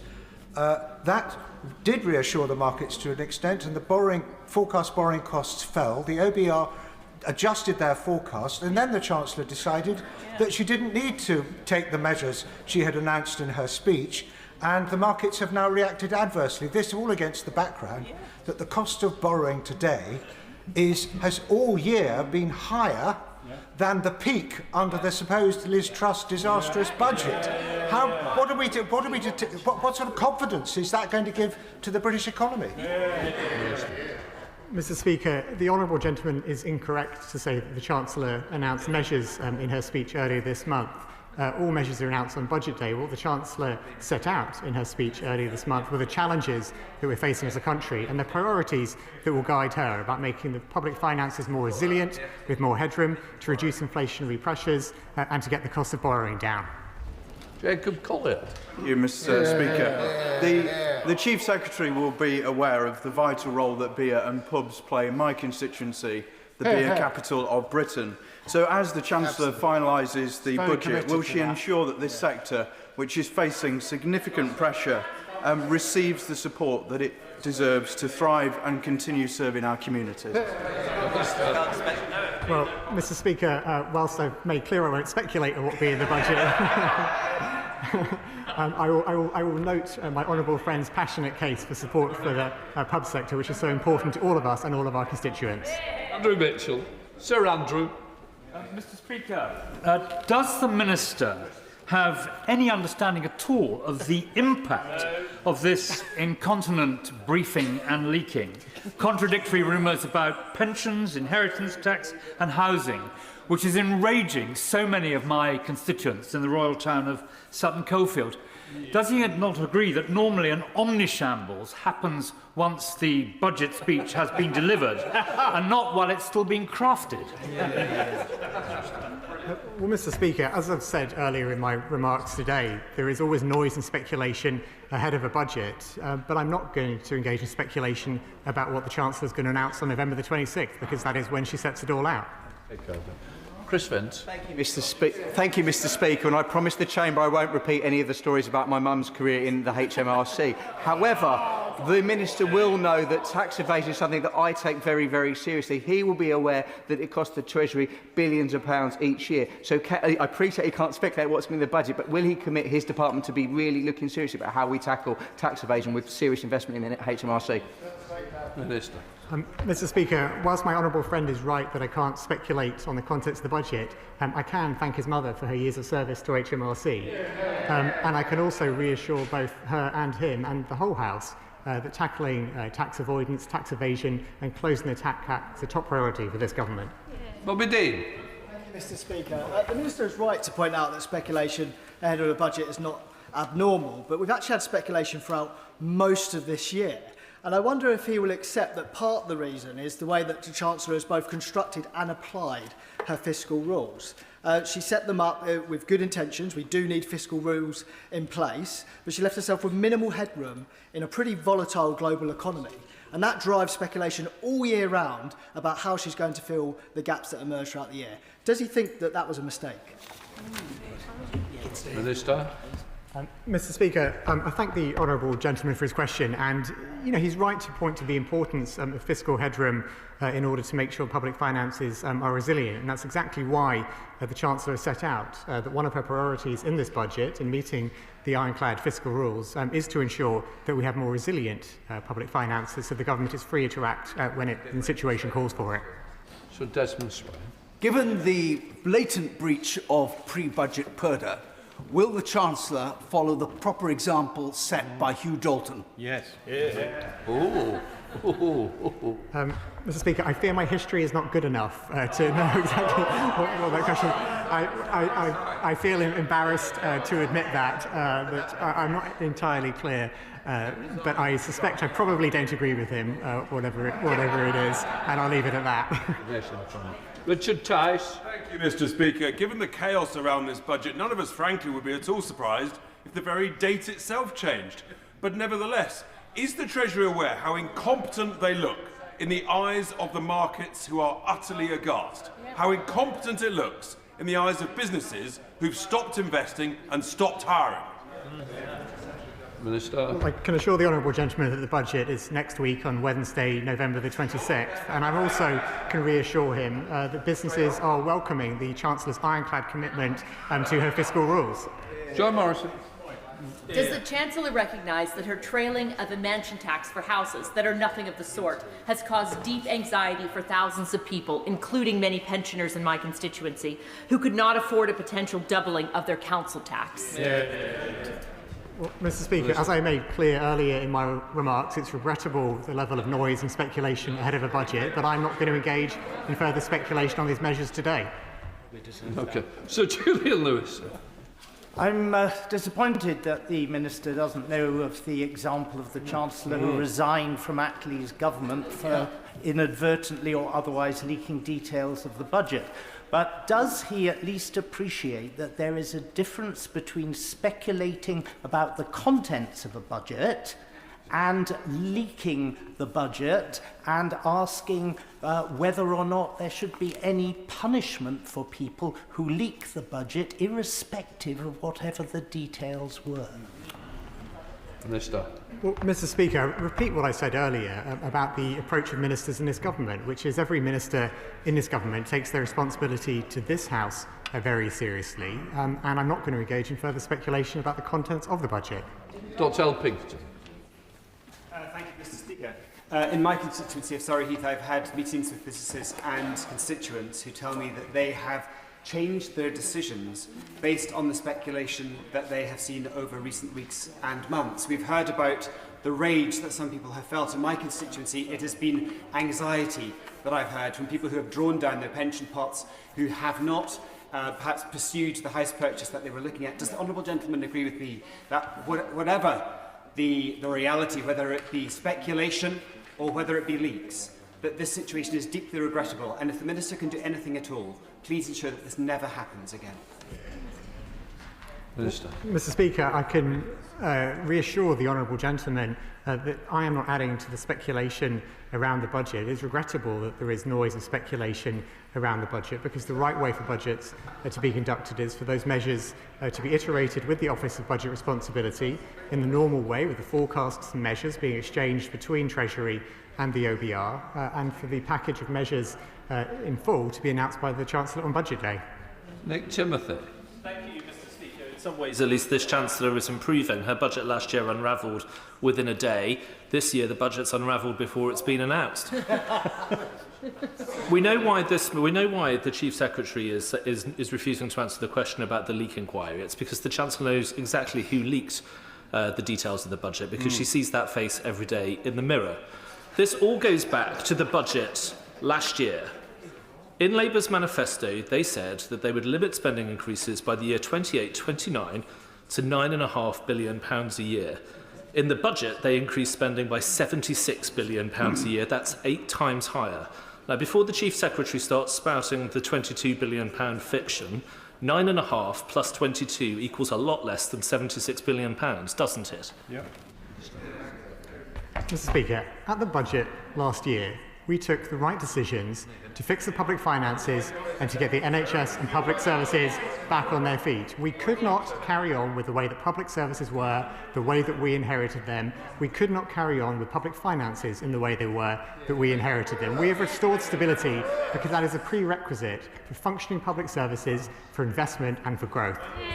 Morton. Leaks, unauthorised briefing, speculation or maybe not speculation. It's creating instability, it's creating chaos, it's creating volatility even, and uncertainty for the markets, for businesses and for households in my constituency. So why will the Minister not answer the Shadow Chancellor's question about having an inquiry into what has actually happened? Let's get to the bottom of this. Well, Mr. Speaker, as I said, I'm not going to comment on the ongoing budget process, but in terms of stability that the Honourable Lady mentioned, stability is at the heart of our approach, which is why building more resilient public finances with the headroom to withstand global turbulence is so important in giving businesses that confidence to invest. Dr. Caroline Johnson. Thank you, Speaker. Mr. Speaker, there appears to have been a lot of speculation about this budget, and it seems to have been the same measures that have been speculated on by a number of different news sources, which is somewhat suspicious of a leak. The Honourable Gentleman, the Minister, must surely recognise there is a possibility of a leak, in which case either he knows who the leak was and that's why he doesn't want to investigate, or he doesn't know the leaks was, in which case he should want to investigate. So I'm not asking Mr. Speaker to speculate on the contents of the budget, so please don't give me that answer again. Why won't you institute a leak inquiry? Mr. Speaker, a number of the Honourable Lady's colleagues have asked the same question today, and my answer has been consistent throughout, which is that I'm not going to comment on the ongoing budget process. Seamus Logan. Mr. Speaker, the chaos and the confusion at the heart of this government is deeply damaging to Scotland, to its economy and to its public services. Constant leaks, briefings, U-turns flowing from the Treasury make the Scottish Government's task all the more difficult, worsened by the Chancellor's refusal to date to meet with the Scottish Secretary of Finance. So can I ask the Minister, can he succeed in persuading the Chancellor to have this meeting, please? Minister. Well, Mr. Speaker, in my role as Chief Secretary of the Treasury, I've met members of the Scottish Government to discuss the fiscal situation. We have a fiscal forum, which is every quarter, with the representatives from the Scottish Government as well as Wales and Northern Ireland, and those are the right ways in which we can have a routine discussion about matters of shared interest. Rick Cross.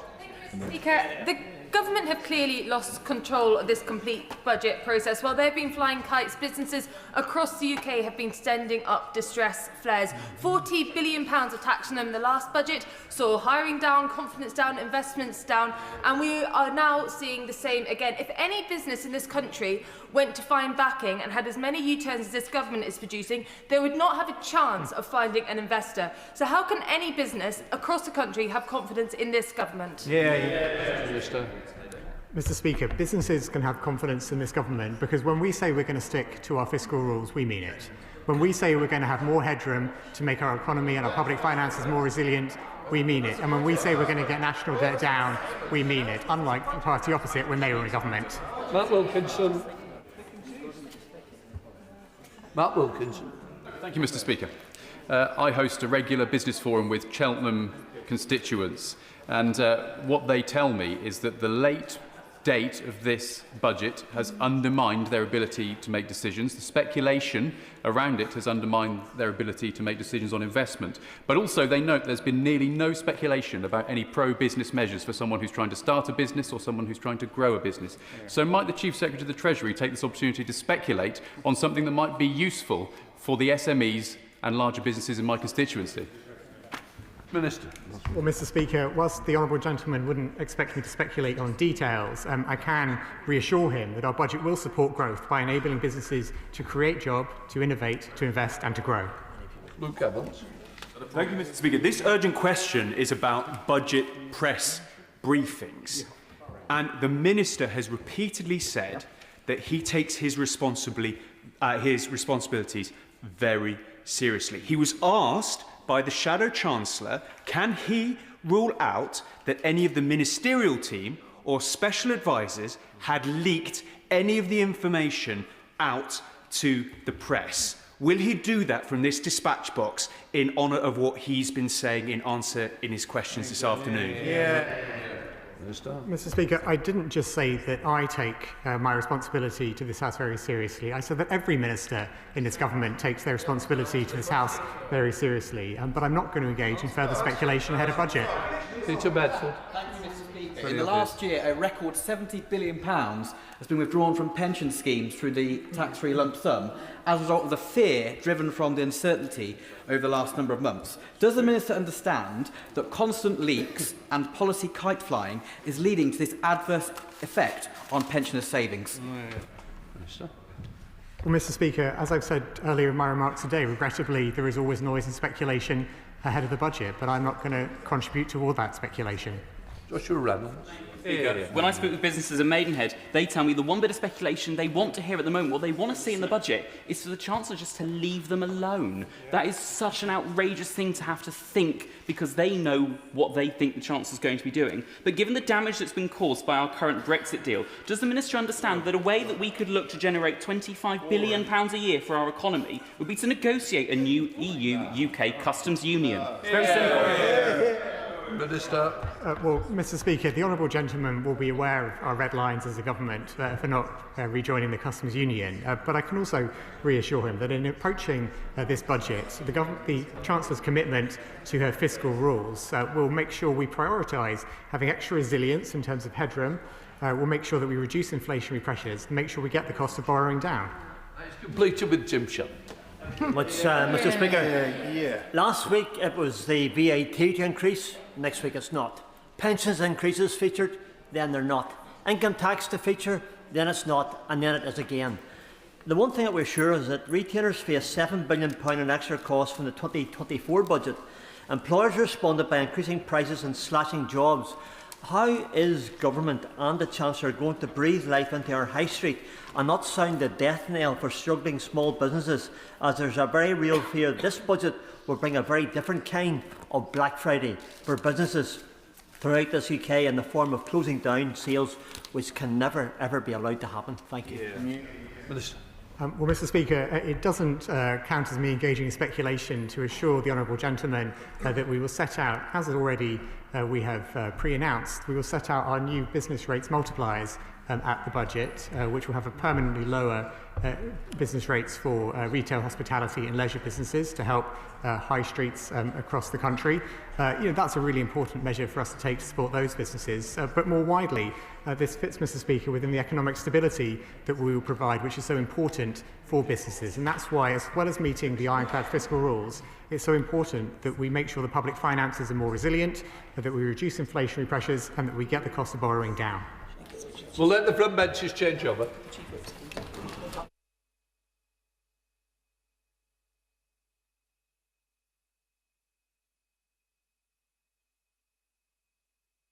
Right.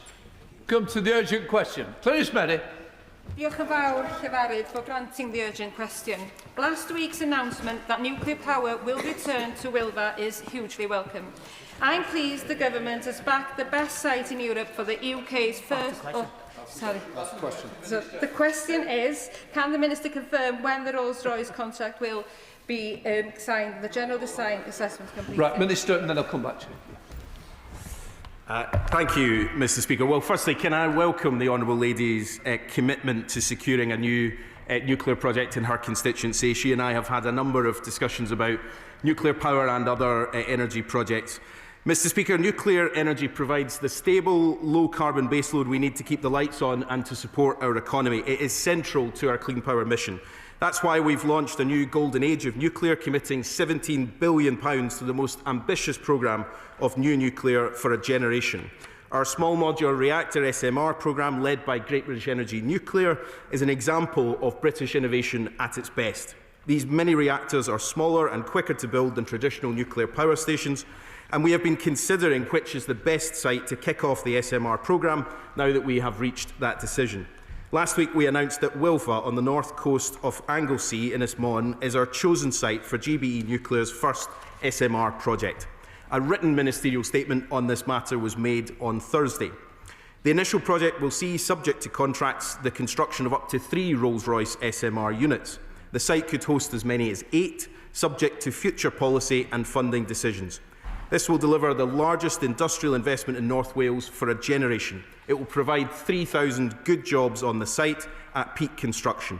GBE Nuclear is already looking forward to working with Welsh communities on the project, with work due to start on the site as early as next year. We will be progressing the SMR project across this Parliament, working towards final investment decision. Meanwhile, large-scale nuclear power stations will also continue to make a vital contribution in our homegrown clean energy mix, complementing these SMRs. And we will continue to act decisively, invest ambitiously, and work with communities, investors and our allies to deliver this golden age for new nuclear. Glynis Smith. And thank you for that, and I will get my next urgent question over properly. I am pleased that the government has backed the site in Wilfa, and as I have mentioned Wilfa several times in this chamber, Wilfa is recognised as the best site in Europe. Can I firstly pay tribute to the teamwork over decades from elected members from all parties, campaigners, businesses and the local community who have fought long for new nuclear at Wilfa. Ynysmon has known nuclear for 65 years, with a strong local college and university ready to train a skilled workforce of the future. To maximise the success of this project, the government must work with the local authority on behalf of our community to deliver tangible economic and social benefits. This includes maximising opportunities in the local supply chain. The potential is clear, but the challenge is turning it into reality. After many false dawns and broken promises, my optimism is cautious. We know the cost of failure on Ynysmon. When the Wilfa Newydd project collapsed, it robbed a generation of the opportunity to live and thrive in their community. Recent data from the NIA now shows that nuclear jobs on Ynys Môn are at a record low. We cannot afford further setbacks. Clear timelines and transparent decisions are therefore essential. Can the Minister confirm when the Rolls-Royce contract will be signed, the general design assessments completed and the final investment decision made? The SMR project, as it stands, is already 4 years behind the previous Horizon project at Wilbur. The project had a planning application and was approaching a final decision before collapsing. Funding the SMR project at Wilbur remains critical. While the government's £2.5 billion for the SMR programme is welcomed, most of the cost at Wilbur will currently be funded privately. Given the problems of the past, and that Wilbur will host a fleet of SMRs, a first-of-their-kind reactors, is the government prepared to demonstrate its full commitment? We cannot let this historic opportunity to slip through our fingers yet again. This is a unique opportunity to create a project which will deliver for our language, our culture and our young people. I urge the government to work with myself and key stakeholders and developers to provide the best project ever to deliver prosperity and energy security. Minister. Thank you, Mr. Speaker. Well, can I thank the Honourable Lady for that contribution. She's right that, of course, the community in Ynys Môn have faced a number of false starts under the previous government. This is a historic opportunity, a huge moment with this project moving forward with tangible timelines in place now and the £2.5 billion that she references, and of course Rolls-Royce taking forward this initial 3 SMRs but with the potential for more in the future. People will start to see jobs very soon. We expect there'll be work on the site as early as next year, and as I say, there'll be 3,000 jobs on site in the construction phase at its peak. I do want to join her in paying tribute to all those who have worked on this project over a great many years. There have been a lot of false starts, a lot of disappointment, but I think last week was a huge moment to recognise the potential for the site being realised with this next generation of nuclear. But I actually think also, Mr. Speaker, for the UK to see SMRs move forward after years of them being talked about to the actually moving forward, and with that the huge investment that comes into the social and economic fabric of communities like the Honourable Ladies. The Prime Minister spoke last week about the investment in colleges, for example, to make sure we have the skilled workforce in the local area. And nuclear prides itself on creating many well-paid, sustainable jobs. And her community, of course, in previous generations of nuclear has benefited from that. We're determined to make sure those economic and social benefits are felt for her constituents, but also right across the UK. Lizzie Collins.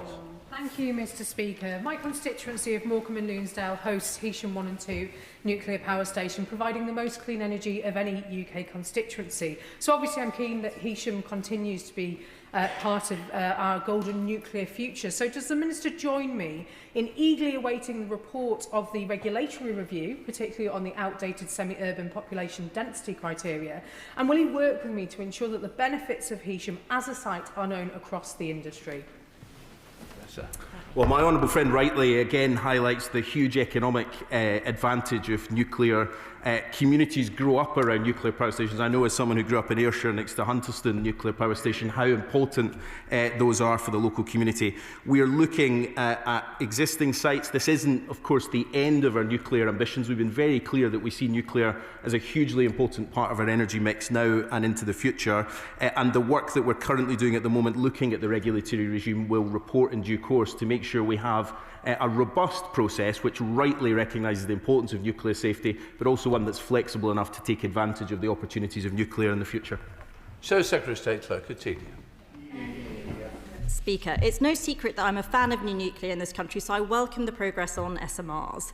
If we are going to have a strong economy and a good standard of life, then we need abundant, reliable, cheap energy. Nuclear works in the winter, it runs 24/7 for AI, and it's 100% clean to boot. It uses 3,000 times less land than wind and solar, and the latest prices around the world shows it can be much cheaper too. So the Conservative position is that we need a lot more nuclear.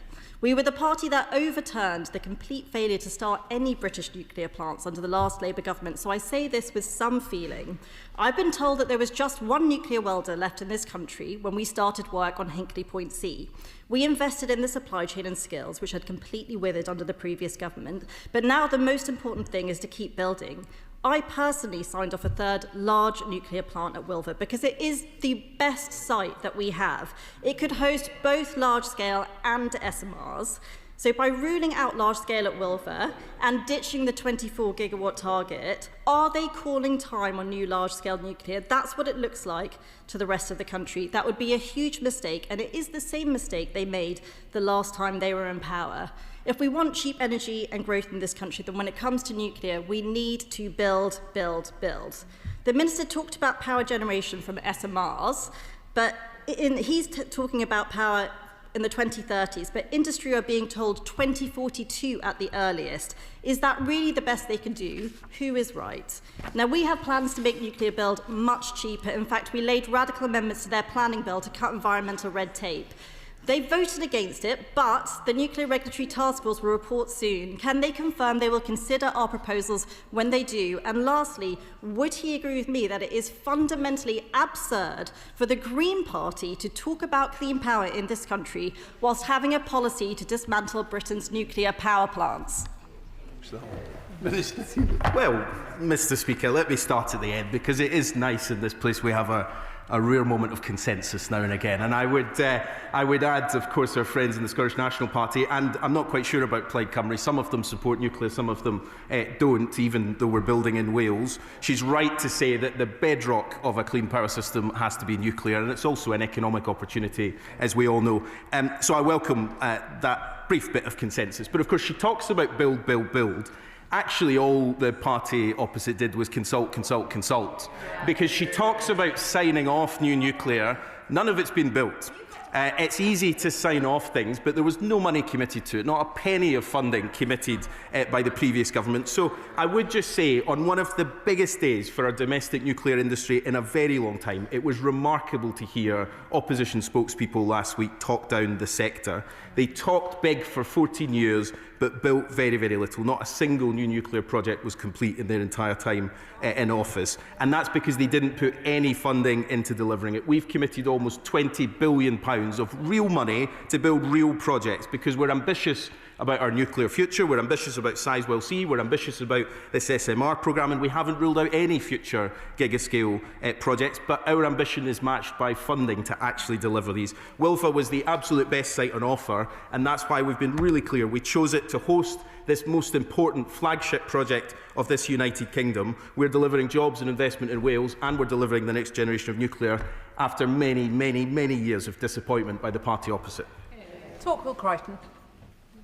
Thank you, Madam Deputy Speaker. I am grateful. Madam Deputy Speaker, Scotland's Deputy First Minister Kate Forbes told the SNP conference that her government would not allow Labour to turn Scotland into a nuclear playground. I guess she knew her audience, though, given her reputation as the common sense member of that government, she should have known better, because that kind of playground politics is an insult to Scotland's nuclear workers, thousands of whom leave Scotland each work to highly unionised, safe, skilled jobs in England and now Wales to build the next generation of nuclear power stations.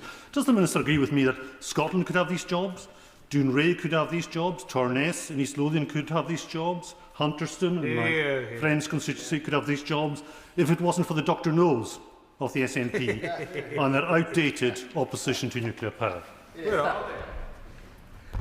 Well, I can't help but notice that none of the SNP MPs are in the House for this statement on nuclear, so they're not defending that ideological objection that they seem to have. But my honourable friend, not surprisingly, is absolutely right to highlight the playground politics of Scotland's government at the moment, which is holding back investment right across the country, but also the energy security that's necessary. And what we know from nuclear power stations across Scotland is that they have delivered generations of well-paid, skilled jobs, sustainable jobs. I met in Torness just recently people who have started out as an apprentice and are there 20, 30 years later working in the nuclear industry. There will be jobs in Scotland Scotland in the supply chain from the SMR programme and from Sizewell C, but it is a great shame that the Scottish National Party is holding back the full potential of Scotland to be part of this nuclear story, and I hope that the people of Scotland will vote for a different government in May so that we can get on with delivering the jobs and investment in communities right across Scotland. Liberal Democrat spokesperson Charlie Maynard. Thank you, Madam Deputy Speaker. New small modular reactors do have real potential to help reduce our reliance on foreign gas and bring down energy bills, as well as bring a welcome boost to jobs and investment in Anglesey. SMRs should be where the focus is when it comes to nuclear, not so much on big, expensive nuclear power stations that cost multiples more and take far longer to build. So while we're pleased to see these SMRs coming forward as a part of a mix of cost-effective and safe decarbonised power generation, will the government please confirm they will also maintain focus on boosting wind and solar power generation in order to bring down everyone's energy bills? And will my honourable friend for Thornbury and Yate has also been working closely with constituents who will now be disappointed with the alternative site of Oldbury has not gone forward. So can the Minister also clarify what the future now is for that site?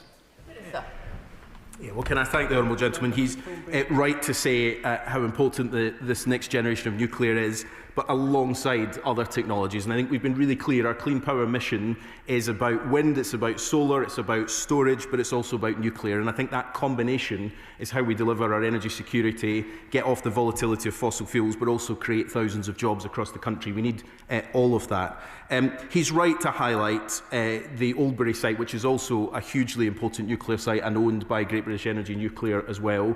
We continue to look at the future potential for Oldbury, but also for other sites. This isn't the limit of our ambition as a government on nuclear, it's the next stage of that. Wilva was judged as the best possible site for the SMR programme. It's our flagship programme, and right that we put that on the best possible site, but we are ambitious about the future of nuclear as well, and Great British Energy Nuclear is looking at a range of sites across the UK, including Oldbury, and also including sites in Scotland for the future of what nuclear projects might be. Charlotte Nichols. Thank you, Madam Deputy Speaker. While this announcement is a welcome step forward for the SMR programme and for the community on Anglesey after suffering many broken promises and false starts, it is abundantly clear that the UK will not meet our future clean energy needs without further gigawatt-scale plants alongside SMRs and AMRs. To that end, with Wilfa having been widely considered one of, if not the best, sites in the UK for a full gigawatt-scale reactor, does the Minister grasp the urgency in setting out the roadmap the wider nuclear industry needs for future gigawatt sites beyond Sizewell C? Well, Madam Deputy Speaker, can I start by saying my honourable friend is a huge champion of the nuclear industry, and I've learned a huge amount from her in my time in this post, and I'm sure the whole nuclear industry is grateful for the work that she does on the APPG and in other activities throughout the House to make sure that these issues are always top of the agenda. Look, what I would say is Great British Energy Nuclear has been charged with driving forward our ambition for nuclear. The SMR programme is a key part of that. So too is Hinkley Point C and Sizewell C, but also looking at what future potential we need as well. What is clear is that our energy needs as a country are only going to increase in the coming years, and therefore we will be looking at what the future of that energy mix looks like, that mix of renewables with nuclear. And so the Secretary of State has charged Great British Energy Nuclear to look at what more projects there'll be. I take her point around a route map to give some certainty to what that looks like, and I'm sure the Nuclear Minister, my noble friend Lord Valence, will have heard that comment, and also Great British Energy Nuclear, and I'm sure they will work with her on that. Graham Stewart. Madam Deputy Speaker, like the Shadow Secretary of State, I welcome the announcement of moving forward on SMRs, but like his extremely knowledgeable honourable friend, I'm concerned about gigawatt scale. Wilfa is truly the best site for a gigawatt scale nuclear development. It's also, when you build in that way, you create a lot of jobs in North Wales, whereas bringing in a modular, pre-made SMR will do less so. Why was the decision made to put SMRs and Wilfa, when Wilfa is practically unique in its attributes for large-scale giga nuclear production, and there are many sites that could host SMRs? Please could you explain that to the House, because I'm genuinely don't know the answer. I'm grateful for a genuine question in the House of Commons. Always appreciated. Look, as I've said earlier on, the decision was made that Wilva was the best possible site for SMRs. This is a hugely important project for us, starting with 3 SMR units, but with the potential at Wilva to increase that, which is a huge opportunity that the Wilva site has. He's right to say it would also have hosted gigascale, but the challenge for us was, after a great many years of Wilva being promised lots of things, actually the option on the table was a project with funding right now and with a clear pathway to delivery on a really important site that will deliver the outcomes we need as a country, or potentially future wait for another spending review where we might make a decision about future nuclear. We are ambitious about what the future of gigascale nuclear would look like, but right now funding has been confirmed for SMRs, and it was right that Wilva, with its significantly important as a site, but also with a skilled workforce, takes advantage of that after what has been a significant amount of time of being promised things, but not delivered. As I've said, we haven't said that this is a limit of our nuclear ambitions, but we'll say more in due course about what future sites might look like, and Great British Energy Nuclear is looking at those now. Steve Rice. Madam Deputy Speaker, can I welcome the announcement of the new SMRs at Wilfa? This is British innovation we can be proud of, leading to decarbonisation of our electricity grid and helping to combat climate change. This is exactly the sort of policy that my constituents in Exeter want to see from this government.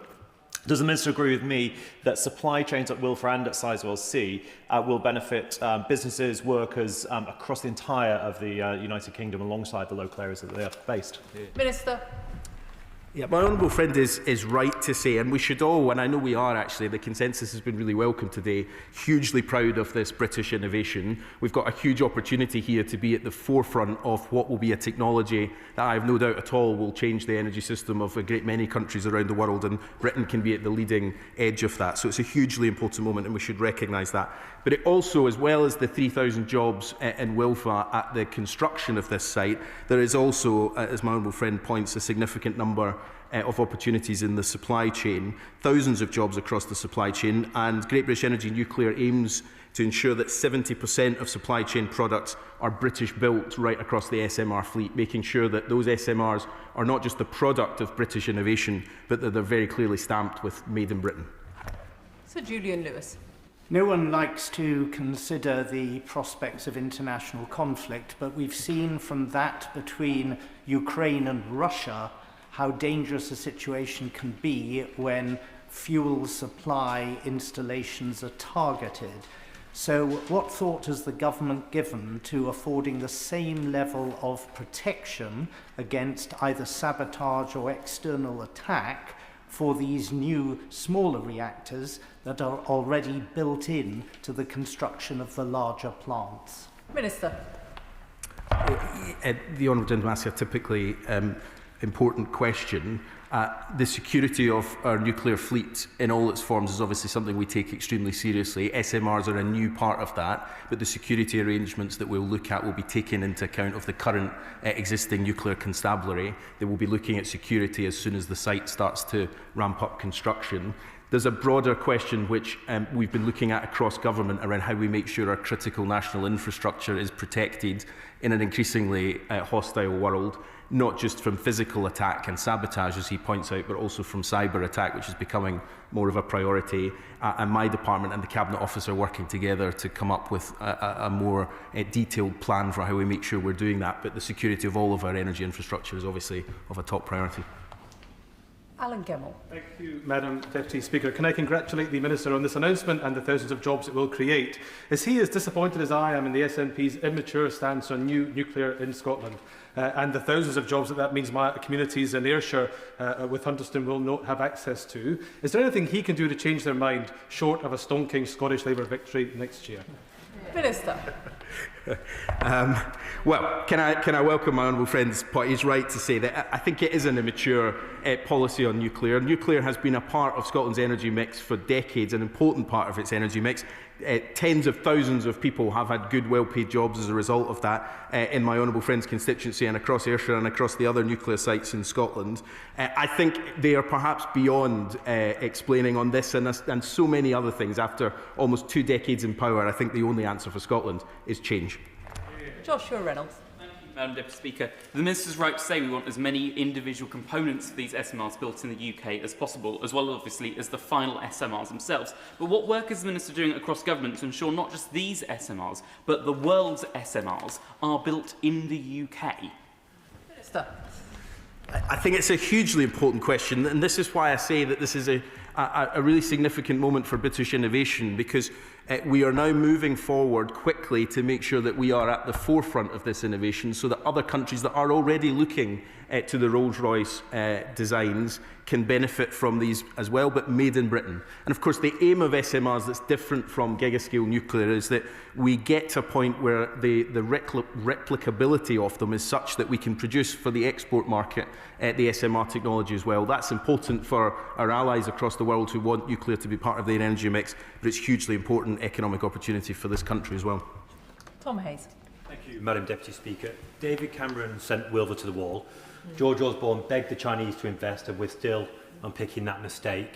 And then you have the situation where Theresa May nearly kills off Hinkley Point C, and with it Sizewell C, and that's the first 9 years of the 14 years of Conservative government. It actually gets worse. So with Labour, you have plants getting off the ground to end our reliance on dictators like Putin, and it is to be commended.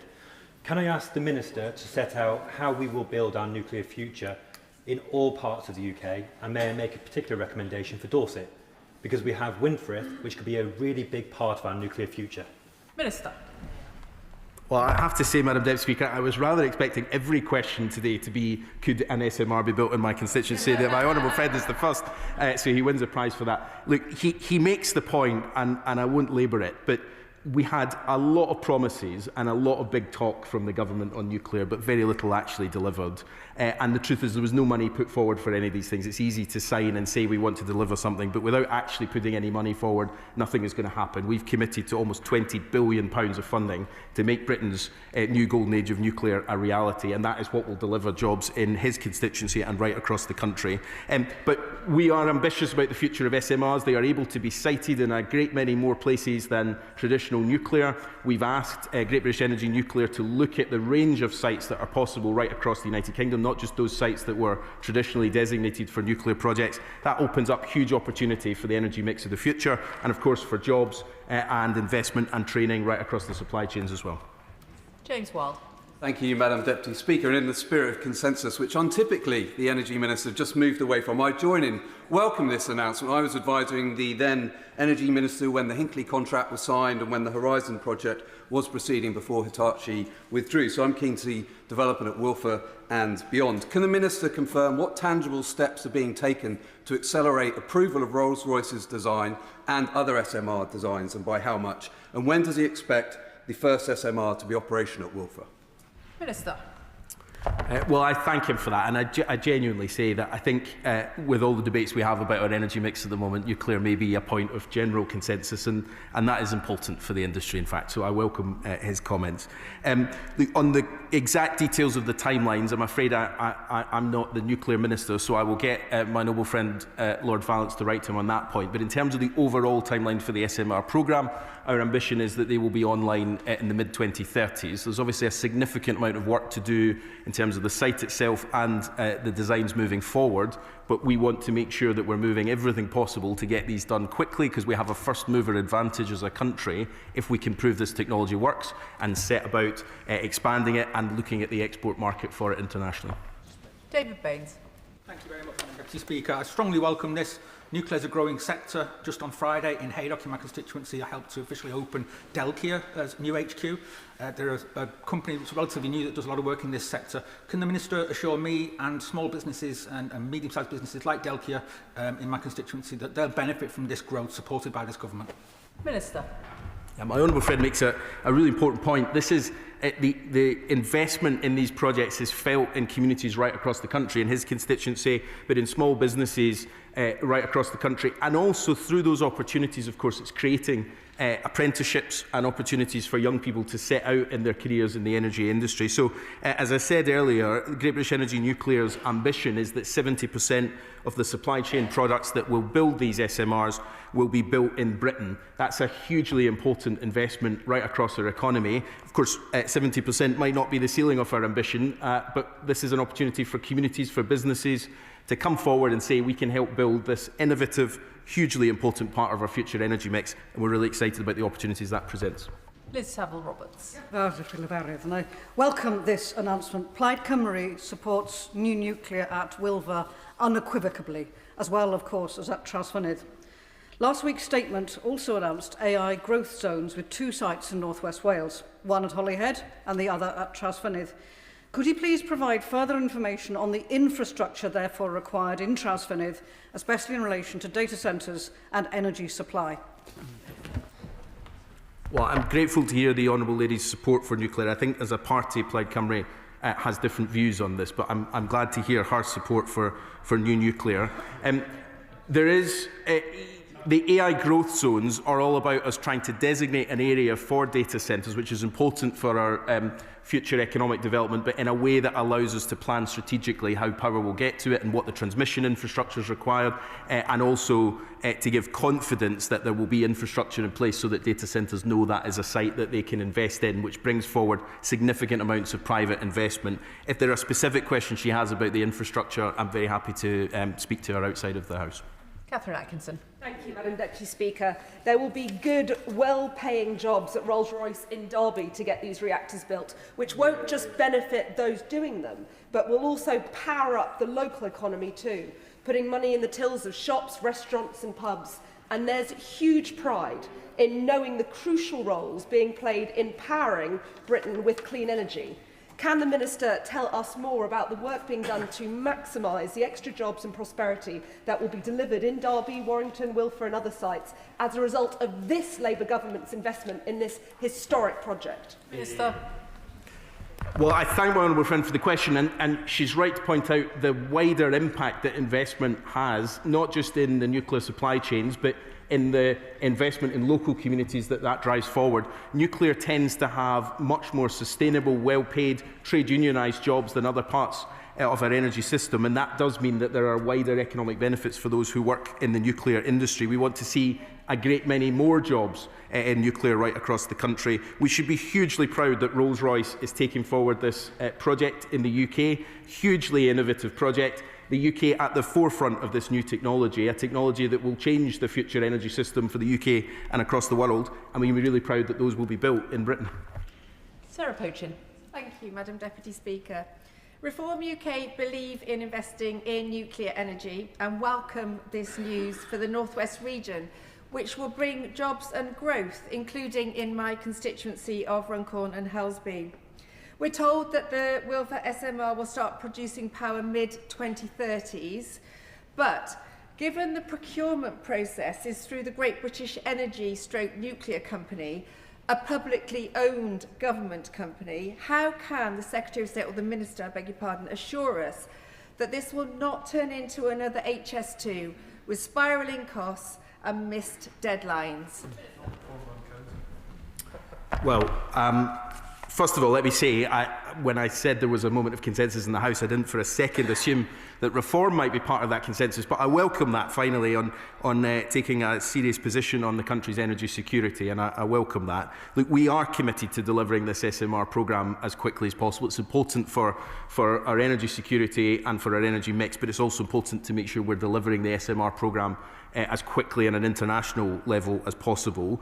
Great British Energy Nuclear is an expert company that was set up, in fact, by the previous government to make sure that we're steering through these projects with expertise right at the heart of it, with a board that are nuclear experts. That remains an important part at the heart of this. It's in their interest and in all of our interests for these projects to move forward as quickly as possible. Alex Barros-Curtis. Thank you very much, Madam Deputy Speaker. Can I welcome this brilliant announcement for Wilver, delivering after 14 years of failure by the previous Conservative government for the people of North Wales. And I join the commendation of the stakeholders who've helped deliver this, including the Honourable Member for Ynys Môn, the Welsh Office, my colleagues in the Welsh Office, and the brilliant North Wales Welsh Labour MPs that we have who've been arguing vociferously for this. This will be central to cutting energy costs and honouring our green energy commitments. So will the Minister assure me that this is just the sign of more great things to come for Wales from this UK Labour government? Minister. Well, I thank my honourable friend, and can I repeat my thanks to all those across the House, in fact, who have been involved in these projects over many years, but in particular in recent months to colleagues in the Welsh Government and to Labour MPs from Wales who have been campaigning on this, and indeed to the Honourable Lady for Ynys Môn who has campaigned on this issue as well. It's right to say that there are jobs coming from this project in Ynys Môn, but that there are wider jobs coming from the energy transition right across Wales, from an investment in the transmission infrastructure, to our investment in renewables projects, to the Celtic Sea and all the jobs that go with it, delivered by this government's commitment to clean power, not just to delivering the energy system of the future, but the jobs that go with it, an industrial strategy that creates jobs in Wales after 14 years of a lack of industrial policy leading to job losses across the country. This is the beginning of great things for Wales, leading the way in this, and I know with their expertise, with their skill, with their commitment to this, they'll do a fantastic job and make this country proud. Jim Shannon. Madam Deputy Speaker, can I thank the Honourable Lady for Ynys Môn for the UQ today and for giving us the opportunity to participate. The Minister will know right away that I absolutely welcome the UK's first modular reactor nuclear power station, recognising the strong heritage, nuclear heritage and expertise of that in Wales. It is imperative, of course, that we all share that, that we have the same capacity in Northern Ireland without reliance on an all-island network. Will government commit to working with the Legislative Assembly to create a similar project in Northern Ireland and provide power to homes and businesses throughout the area that I represent and indeed right across Northern Ireland? Thank you very much. Well, Madam Deputy Speaker, I should have come prepared with a line on whether an SMR could be sited in Strangford, and I'm sorry, because I should have known that that was coming. But can I say to him, as always, I welcome our discussions on energy policy. Of course, as I always say, I take the relationships with the Northern Ireland Executive very seriously, but energy policy is transferred in Northern Ireland, so I don't have any direct responsibility for that. But we have been working with the Northern Ireland Government on their push to clean power, and of course nuclear power as part of our baseload here in the UK is also important for Ireland in terms of the interconnectors across and making sure that our energy security is a priority for both governments. But I'm happy to look at Strangford as a future candidate. Jonathan Hinder. Madam Deputy Speaker, I'm delighted to see this Labour government cracking on with new nuclear in the form of small modular reactors.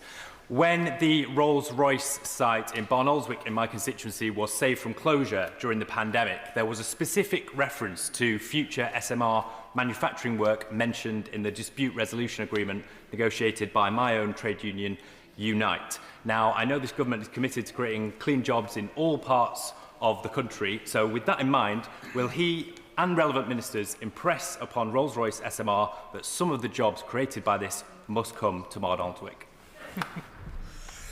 Well, Madam Deputy Speaker, it would be wrong for me to say that I'm fully briefed on the particular issues of that settlement, but I'm happy to take away the issue and to write to him. But I would say that Rolls-Royce winning this contract is a hugely important moment for British innovation. There will be thousands of jobs in the supply chains from this project felt in constituencies up and down this country. Jonathan Brash. Thank you, Madam Deputy Speaker. Of course, I welcome this announcement about small modular reactors. But thanks to the landmark deal done back in September, Hartlepool is now going to lead the world in advanced modular reactors. £12 billion of economic input, 2,500 jobs, powering 1.5 million homes. Critical now is the pace of getting that project started. So can the Minister tell me what this government can do to ensure that the regulatory alignment is in place to make sure we can get spades in the ground as soon as humanly possible? Well, I thank my honourable friend for raising this issue. September seems like a long time ago, but during the state visit we announced the UK and US partnership, the Atlantic Partnership on advanced nuclear energy, a commitment from this government to work with like-minded governments where we have similar regulatory regimes to build nuclear, but also to bring in the private sector much more. And the agreement that he mentions of X-Energy and Centrica, the plan to build up to 12 advanced modular reactors in Hartlepool with thousands of good jobs to go with it, is a great example of where that private investment, unlocked by decisions that this government has taken, will deliver jobs across the country. I'm very happy to come back to him on the points around timeline, but what we have said throughout is that we want to move as quickly as possible to make sure the regulatory regime maintains the safety that rightly the British public would expect, but is also flexible enough to make sure we take advantage of these opportunities when they come, and that's what we're working on as quickly as possible. John Grady. Thank you, Madam Deputy Speaker. It's brilliant to listen to all this chat about thousands of new jobs and billions of pounds of investment, but we're not getting any of it in Glasgow because the SNP are against nuclear power. Nuclear power is a source of reliable baseload energy. It's essential for security of supply. In fact, we import nuclear energy to Scotland from time to time when the system is short. Against that background, would the Minister agree with me that the SNP's anti-nuclear stance absolutely defies logic? Well, of course I agree with my honourable friend. Like so much of SNP policy, it defies logic, but particularly this one. And I would just say, actually, his constituents in Glasgow and constituents across Scotland will benefit from supply chain jobs from the SMR project and from the work we're doing in Hinkley Point C and Sizewell C, but they're not benefiting anywhere near as much as they could be if we were building these projects in Scotland. It is an economically stupid idea to ideologically block new nuclear in Scotland, but it is also a real challenge to Scotland's energy security. For more than half of the last few weeks, nuclear has been providing the electricity in Scotland. Renewables is hugely important, of course it is, but it has to be balanced with storage and with nuclear. Only when we get that balance right do we deliver secure, clean, homegrown power. You need both parts of it, and the SNP is missing half of it and missing in action as usual. John Slinger. Thank you, Madam Deputy Speaker. Does my honourable friend agree that it's only thanks to this Labour government investing at scale in our domestic nuclear industry that we can overturn the disastrous legacy of the party opposite? And does he further agree that it shows that a government that invests in the long term, that works closely with our companies, can really deliver the jobs and the change to our energy system that constituencies across the country need? Well, it would surprise the House, Madam Deputy Speaker. I completely agree with my honourable friend, but he's right on two fronts. First of all, it's all fine and good to promise that you will do things and to talk big and to consult and consult and consult, but actually at some point money has to be put on the table to deliver it. The previous government failed to do that. Almost £20 billion of investment has now been brought forward by this government to make these projects a reality. That is how you deliver a new golden age of nuclear in the United Kingdom, not just publishing lots of documents and thinking that's the end of it. But the second point he makes, I think, is also right, that investment in the UK in the clean power transition is hugely important. More than £50 billion of private investment since we came to government last year. That is because of the certainty and the policy confidence that investors have in the UK. That's what would be put at risk by the policies of the party opposite, by Reform and by others, who I think talk about the future energy mix but miss out the detail and of course put that investment at risk, which is what will put at risk jobs and investment in the supply chains across the country as well. So we're delivering the energy policy of the future for energy security, for climate leadership and for good jobs. Can I thank the Minister for his responses this afternoon? Those who are leaving the chamber, can you do so quickly and quietly whilst we allow a few moments for the front benches to swap over?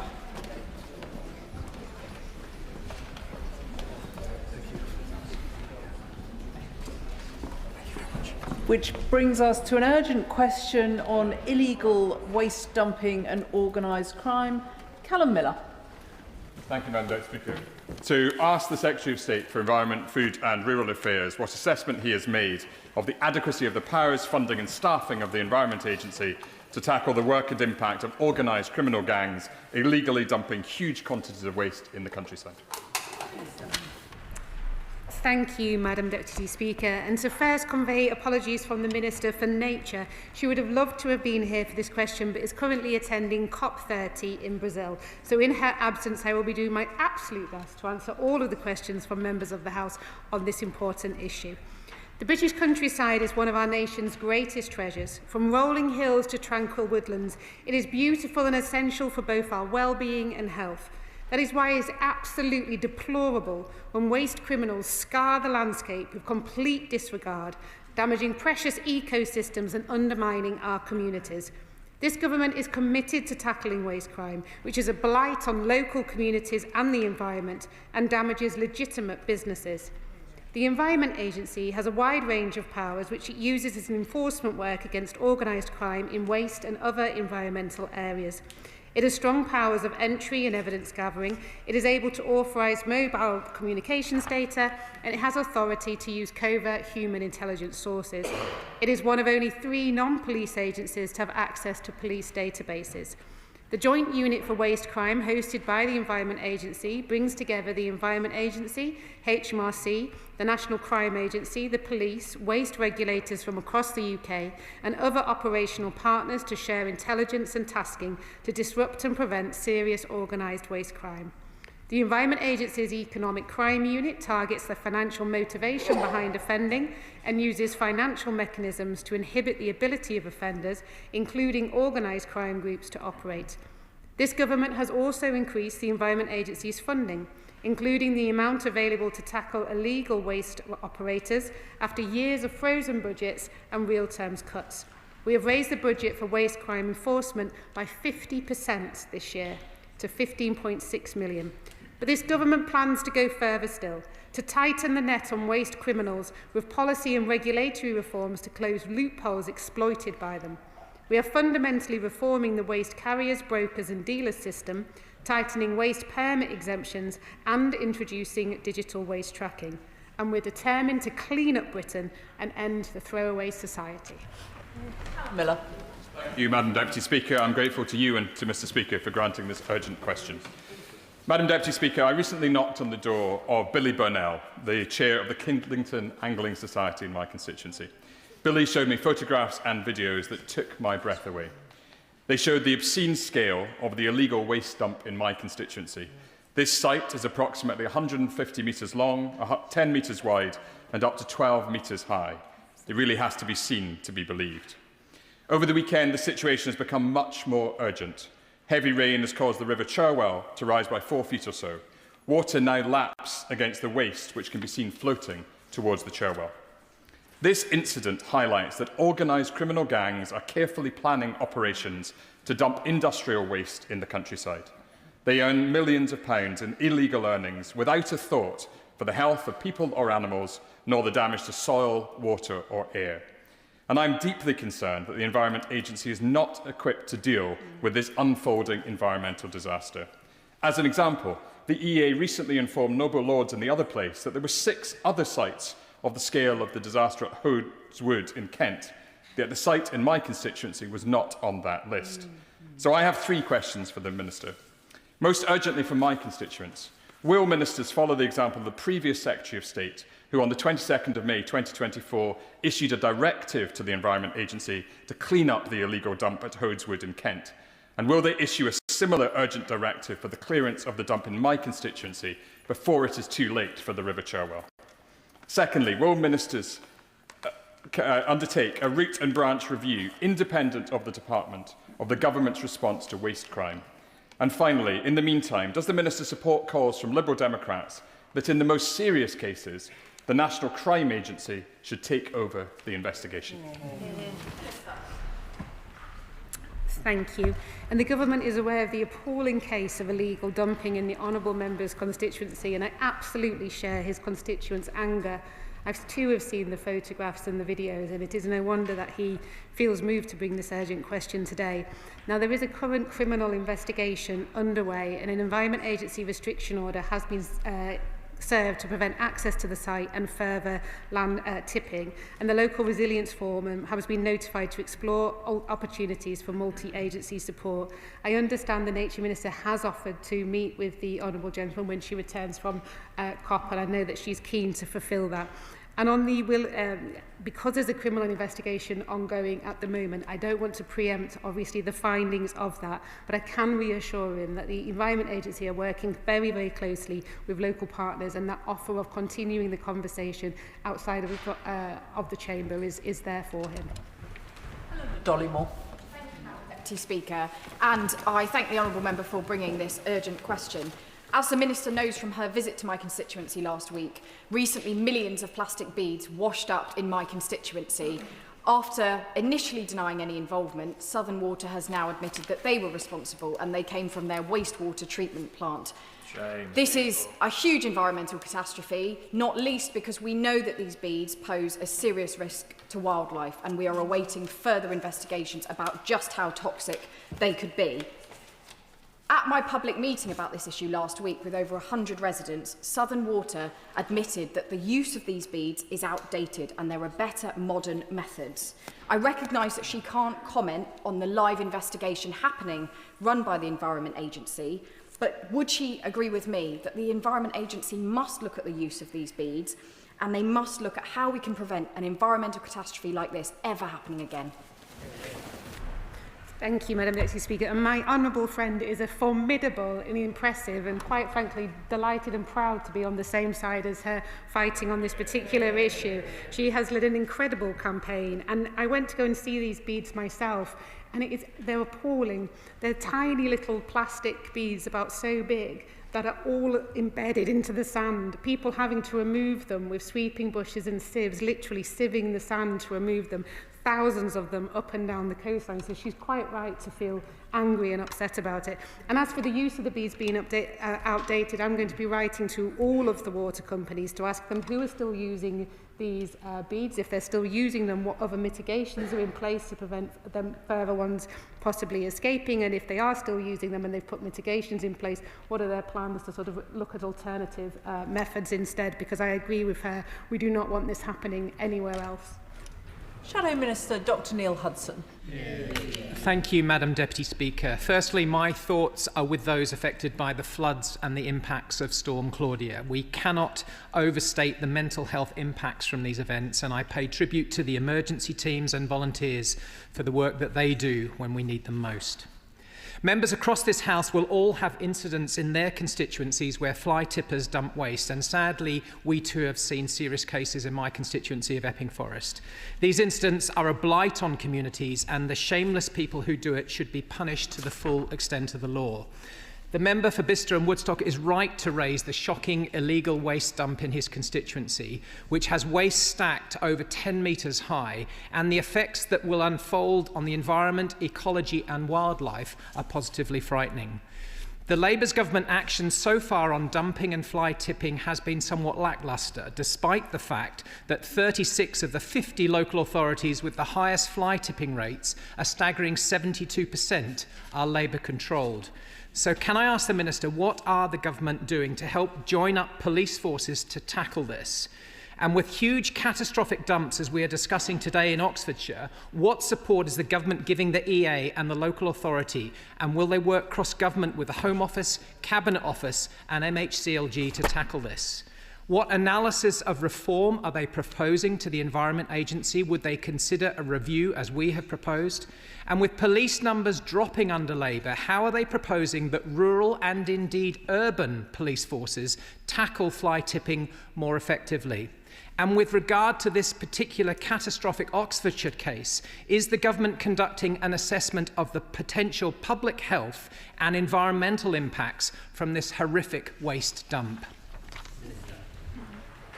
Thank you. I will point out to the honourable gentleman that it is this government that increased funding by 50% for waste enforcement by the Environment Agency after it had been frozen for years under the previous government. But not only are we increasing the funding to the Environment Agency, but they're also going much further. They're reforming the carrier broker deal regime, moving from the regulation of waste management and transport from light touch system into environmental permitting. We're doing waste permit exemption reforms to change those rules, digital waste tracking so we can actually see where the waste ends up, and packaging extender producer responsibility to look at reducing the amount of pollution, things that need to go into waste system as well, and simpler recycling reform. My honourable friend, the Nature Minister, has been working hard ever since being elected to deal with the legacy that she inherited of problems in the waste environment. Jessica Morden. Madam Deputy Speaker, Newport Council is really prioritising tackling waste crime and fly tipping, and we've seen a drop in incidents this year as we see more fixed penalty notices handed out. Much of the waste is, as others have said, dumped by rogue traders posing as legitimate businesses using false number plates often. Can the Minister remind the House some of the tools that the police and local authorities have already, and what more can Welsh and UK governments do working together to help Newport Council? I congratulate my honourable friend and her council for the work that they're doing on dealing with legal waste, and as well as all of those announcements I gave in response to the honourable gentleman opposite, we also announced further when it comes to fly tipping, crushing vehicles. We're carrying out currently a review of council powers to seize and crush vehicles of fly tippers, and we want to see the councils working with the police and use the latest technologies such as drones to help catch fly tippers and crush more vehicles, and providing guidance on what we can do further in the new year. Liberal Democrat spokesperson Sarah Dyke. Thank you, Madam Deputy Speaker. Waste crime on an industrial scale is blighting rural communities across the country, costing the UK economy £1 billion a year. And it's even been described as the new narcotics from the former CEO of the Environment Agency. The Environment Agency needs the resources to both investigate the criminal activity leading to the waste dumping and prevent environmental damage and toxic runoff, not just one or the other. Waste crime is significantly underreported, criminal activity is widespread, with little chance of being prosecuted. So will the Minister confirm today whether her government will back Liberal Democrat amendments in the other place to the Crime and Policing Bill that would designate serious and organised waste crime as a strategic policy threat by establishing a national action plan, collect and publish waste crime data on a quarterly basis, establish an independent review into serious and organised waste crime, and will she support the National Crime Agency to prevent and effectively prosecute serious and organised waste crime? Thank you. And again, I share the Honourable Lady's anger at what's happening in our beautiful countryside when we see this more and more evidence of illegal dumping. So as I've mentioned, their total budget for 2025, the Environment Agencies, and 26 has increased and includes £15.6 million for waste crime enforcement. And this is a 50% increase. And overall, the Environment Agency have been able to increase its frontline criminal enforcement resource in the Joint Unit for Waste Crime Area and environmental crime teams as well.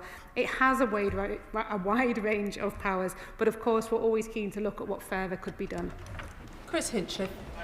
Deputy Speaker, alongside its people, our natural heritage is the most important part of our national identity. Yet every week, profiteering corporations and organised criminals treat it as a giant dumping ground for pollution and waste. It is these enemies of our countryside, not asylum seekers escaping hardship and persecution, who are the clear and present danger to our nation. And notwithstanding what the Minister has already said, the status quo is clearly failing. So how will the Minister ensure we finally start holding all those who trash our environment to account? And again, I share my honourable friend's upset and anger at the state that some of these waste criminals leave our countryside. There are many measures we're taking forward, but just one which I think will be particularly important, and I know the Nature Minister was keen for me to mention is the digital waste tracking system, and this will replace outdated methods for monitoring waste movements within and outside the UK. So this will be a really excellent way of actually tracking where does this waste end up and be able to see that in a digital way. And waste holders will record waste movements digitally at each transfer point, making it easier to share with regulators and improving timely compliance checks. This is just one of the many reforms that we'll be introducing. Wendy Morton.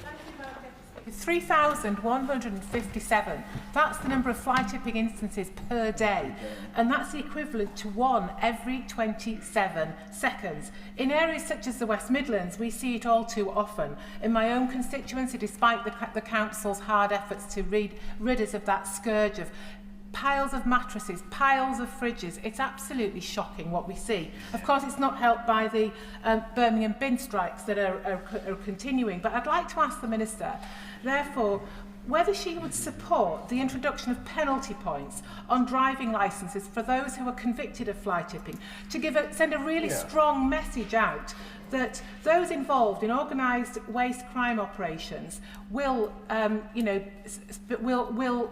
pay for the misery that they incur on our communities. Thank you, and agree that the appalling state that fly tippers leave our environment in. And of course, we're looking at the reviewing council powers to seize and crush vehicles of fly tippers. And we want to see the councils working more closely with the police and using latest technology. And we're providing more guidance on what they can do in the future. But I'll make sure the Nature Minister hears her other ideas as well. Josh Newbury. Thank you, Madam Deputy Speaker. Lying on the edge of the West Midlands conurbation and with plenty of country lanes and quiet beauty spots, communities in my Cannock Chase constituency, particularly my home village of Norton Keynes, know all too well the impact of fly tipping and organised waste crime. We on this side of the House have not forgotten the deep cuts made to the Environment Agency under the Conservatives and the Liberal Democrats. So can the Minister assure us that this government will make sure that the Environment Agency has the resources and powers it needs to go after those who make a living out of exploiting people and businesses and destroying our precious environment? My honourable friend is absolutely right, and that's why that we've introduced the 50% increase in the Environment Agency's total budget for waste crime enforcement to enable them to have the powers and the resources to do exactly that, go after those waste criminals who are ruining our countryside. Bradley Thomas. Thank you, Madam Deputy Speaker. Well, I think we're probably all agreed that illegal fly tipping is a scourge on so many of our constituencies. And whilst I'd really like to praise Bromsgrove District Council for the work that they do in clearing up illegal fly tips, I'm particularly concerned around the impact of cross-border crime. My constituency is adjacent to the West Midlands, a different police authority. What assurance can the Minister give to me and to my constituents, particularly those in villages on the northern fringe from Romsley across to Withell, that the government is doing every single thing it can to ensure that all authorities are empowered to ensure that we get to the bottom of this and put illegal fly tipping to an end once and for all? The honourable gentleman raises an important point, and one of the things we want to do in terms of sharing best practice is therefore chairing the National Fly Tipping Prevention Group, which includes a number of different councils, the Environment Agency and the National Crime Unit, to share those good practice, look at the practical tools on tackling fly tipping, and hopefully encourage everybody to learn from the best. Verinder Just. Thank you, Madam Deputy Speaker. Penn Cricket Club in my constituency of Wolverhampton West allegedly had contaminated soil illegally deposited on its grounds, causing not only an eyesore but preventing the club from playing cricket on its grounds. The EA then put a stop notice on the club in July 2022, and despite investigations continuing, there is no end to the investigations and no resolution in sight.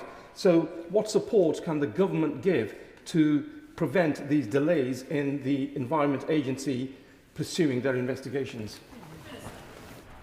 I thank my honourable friend for his question, and we certainly don't want to get in the way of a good game of cricket. I know the weather does that enough, but we certainly don't want our regulators to do that. I think probably in the best case in this particular incident is that if he writes to the Minister with more information, and I'll see that she's able to meet with him to discuss it. Vicky Slade. Mr. Speaker, I'm sure we were all shocked to see the images from my honourable friend's constituency of Bicester and Woodstock, but rural police offices are the worst funded in the country, with Dorset being rock bottom, made much worse by the amount of additional visitors that we welcome, but 25 million day visitors and many millions of staying holidaymakers. That makes it really hard for them to work on this sort of countryside crime. So what's her department doing to work with colleagues in the Home Office to look at how rurality is properly considered, and will she work with them to include organised waste crime as a strategic priority for the National Crime Agency? The Honourable Lady raises an important point, and of course it's important that we have all of the money that the Home Office needs, and so I hope she'll be supporting our budget next week. Sean Woodcock. Thank you, Madam Deputy Speaker, and I thank the Honourable Member for Bicester and Woodstock, my neighbour, for raising this urgent question. He'll know that the River Cherwell runs right through the heart of Banbury, and so this issue and the images from the weekend and footage has concerned a number of my residents as well. My question to the Minister would be whether she can provide them with reassurance that this government is supporting local authorities to the best that it can in order to fulfil their obligations in order to tackle environmental crime.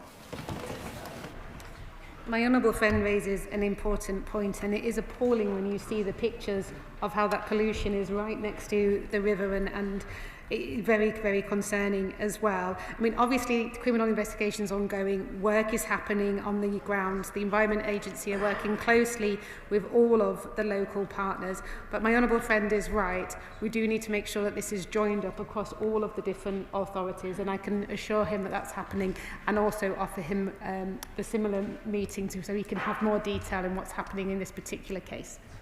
Dr. Andrew Murison. Thank you, Madam Deputy Speaker. On the dumping of waste across the countryside, what assessment has the Minister made of the ability and capacity of the Environment Agency to adequately control and regulate the dumping of toxic emissions by wholly unwanted and unnecessary waste incinerators that are being foisted on our communities, including in Westbury in my constituency? I thank the honourable gentleman for his question, and as I understand it, all waste incinerators are tightly permitted. If there are problems with the permitting, or he believes that those permits are being broken, then I encourage him to contact the local Environment Agency for it to be urgently investigated. Dr. Lauren Sullivan. Thank you very much, Madam Deputy Speaker. I welcome the Minister's clarification on organised crimes and fly tipping. From the fields to the streets, Gratian Borough Council works tirelessly to investigate, fine and take to court these criminals. But what they need is a better legislative framework to make more efficient to prosecute, as well as give the powers and resources to councils to investigate and keep our streets clean. But fundamentally, the taxpayer should not be paying for this organised crime. They should be punished. Does the Minister agree? I absolutely agree that waste criminals should face the full force of the law and be punished and fined for their activities. Rachel Gilmore. Thank you, Madam Deputy Speaker. It's not just my opinion that Tiverton and Minehead is the most beautiful constituency in the country. It contains Exmoor National Park, the Brenton Hills, the Blackdown Hills and the Quantock Hills, all of which are areas of outstanding natural beauty. Can I ask the Minister, please, these are criminals who effectively run corporations decimating our countryside.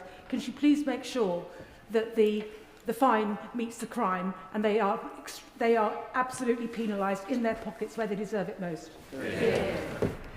The Honourable Lady is absolutely right, and one of the ways to tackle this is to go after the criminals with all the legal powers that we have. And of course, the legal powers that we have in this particular case could include an unlimited fine. James Naish. Thank you, Madam Deputy Speaker. There were 868 cases of fly tipping in 2023-24 in my constituency of Rushcliffe, but particularly we saw a rise in on-street fly tipping. And in fact, in Nottingham, there were over 30,000 incidents of fly tipping within the urban space. Can I ask the Minister what work will be done to help bolster the power of local authorities to make sure both urban and rural fly tipping is addressed?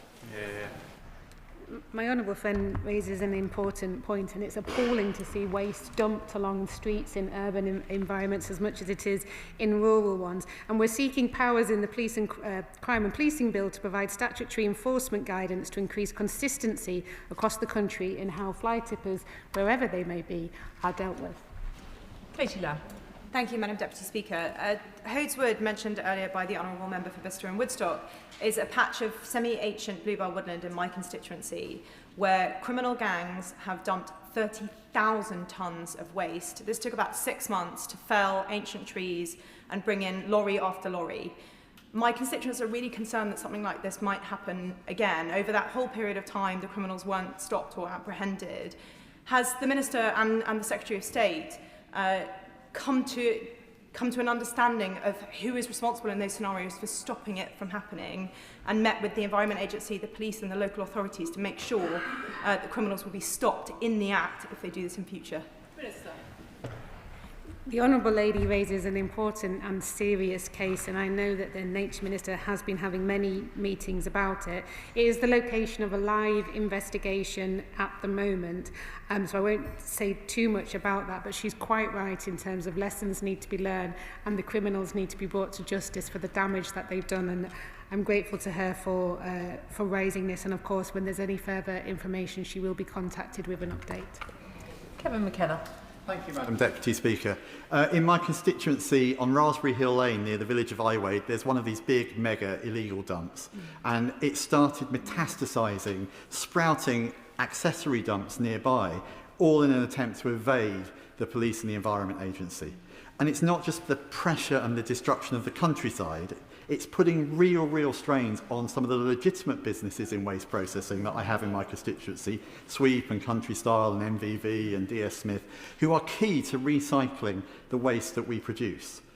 Can the Minister tell my constituents the ways in which we're not only increasing the capacity for the Environment Agency and the police to handle this in terms of extra resources, but also how we're boosting the capability of those agencies, particularly with the skills and the cross-agency working that is needed to really get to the bottom of this really serious organised crime? Yeah. I thank my honourable friend, and I'm horrified to hear such an appalling thing has happened in his constituency. And he's right, and we should praise the legitimate waste businesses who do a proper job and work within the confines of the law. And I want to reassure his residents, as well as increasing funding, we are also looking at increasing the powers available to the Environment Agency and the powers available to the local authority to ensure that we don't continue to see these appalling acts happening right across our country. Victoria Collins. In my constituency of Harpenden and Berkhamsted, a 200-tonne illegal dump has left a farmer with a £40,000 clean-up bill, and even the risk of criminalisation if he can't afford to clear it quickly. And yet a meeting cross-agency clarified that no single agency takes responsibility for investigating these large-scale incidents on private land. When perpetrators are caught, the fixed-term penalty is a pitiful £1,000. And this is for a crime that costs the economy £1 billion. Does the Minister agree that the enforcement gap, where victims shoulder the costs of organised crimes while the penalties remain pitiful, is completely unacceptable? And will the government help to establish a single accountable authority to investigate waste crime on private land and ensure penalties reflect the true cost of these offences?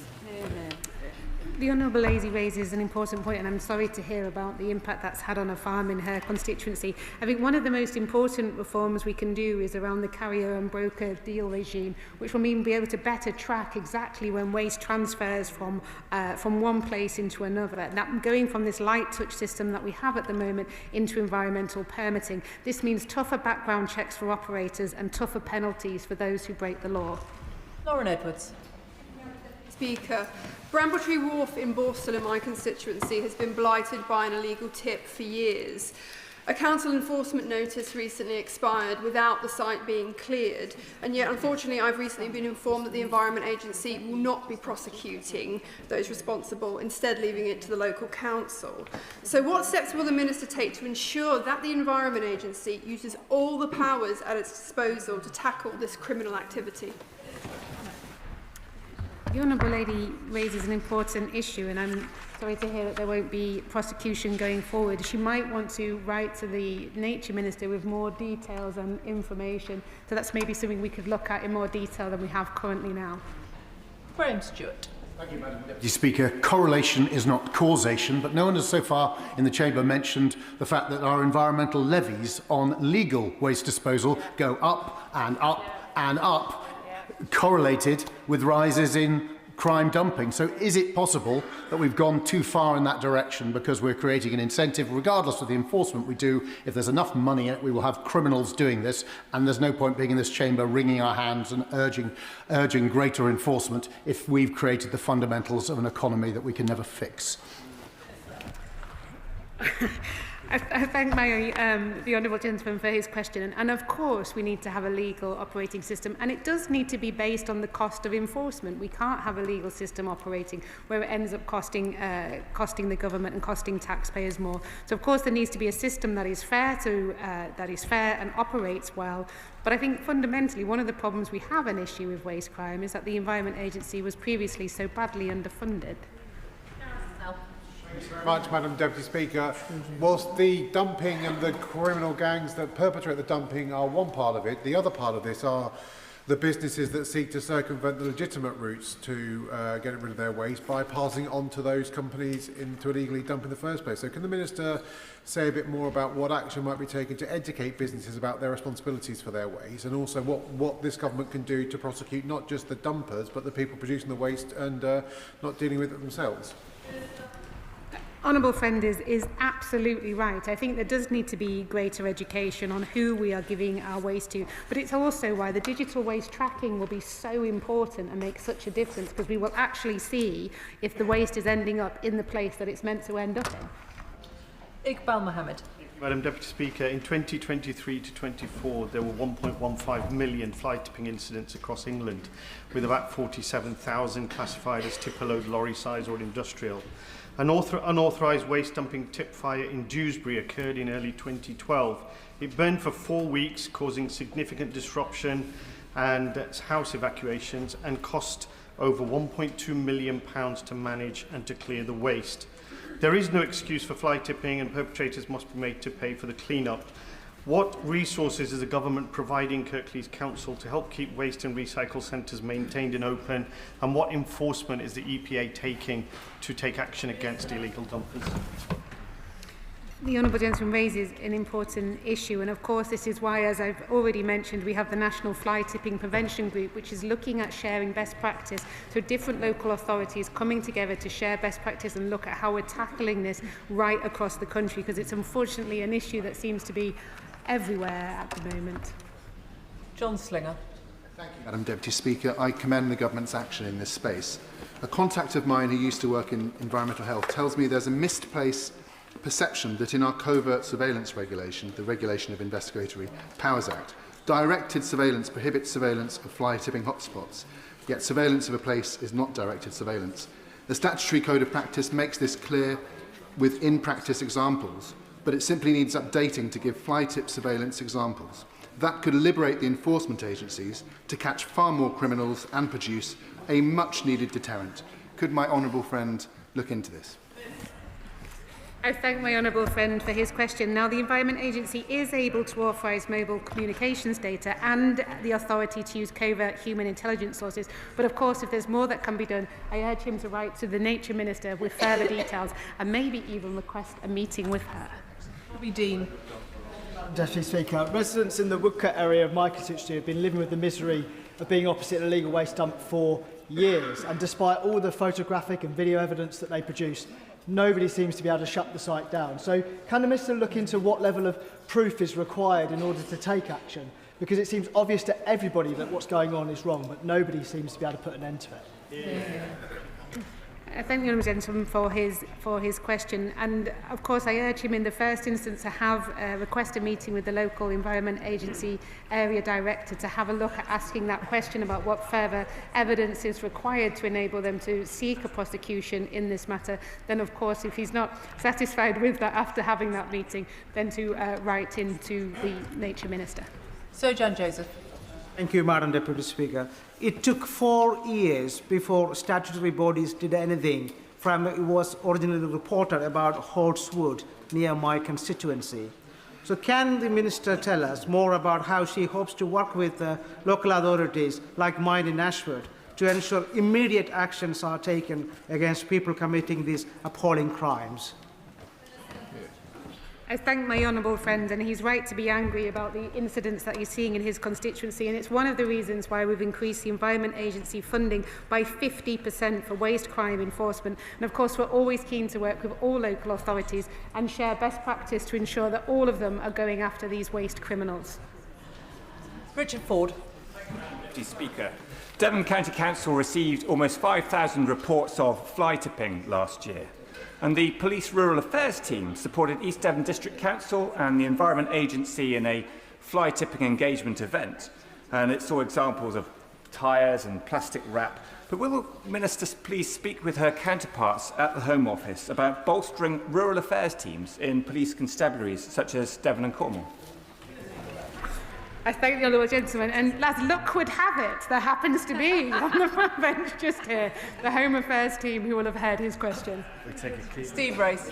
Madam Deputy Speaker, residents next raised with me the appalling fly tipping in the glorious countryside around our city, particularly in Stoke Woods within my constituency. It's rarely individuals, as we've heard. This is about dodgy operators, cowboy operators that are ruining our countryside. And I'm pleased that the government is cracking down on them, but we've got to break the business model. Can the Minister set out how the Department is working across government to tackle the financial incentives of waste crime, which would also help to support the many legitimate, responsible waste companies that do exist?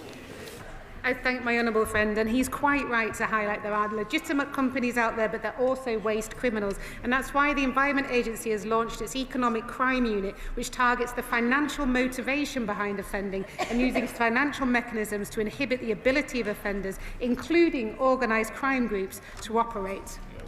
Ayub Khan. Mr. Speaker, in Birmingham Perry-Barr, we have a serious fly tipping issue, but it's not just Birmingham Perry-Barr, it's actually Birmingham because of the bin strikes that we've got. Despite the protestations from local residents about getting CCTV cameras, the City Council says they have no funding available. So 2 questions for the Minister, please. Number 1, does she feel that the City Council, Labour and City Council, should re-enter negotiations with the bin workers, given that we now have agency staff also striking? And will this government give additional resourcing to Birmingham City Council for enforcement, CCTV cameras and the like? I do think, Madam Deputy Speaker, that it is a shame that an issue is raised here, but yet unfortunately on the ground the honourable gentleman does not seem to be able to work cross-party to actually deal with this issue. I encourage him to put party politics to a side and actually work with people in the local area to bring this issue to an end. Dave Robertson. Madam Deputy Speaker, in January, criminals dumped 2 lorry loads of rubbish on Watery Lane just outside the city of Lichfield in my constituency.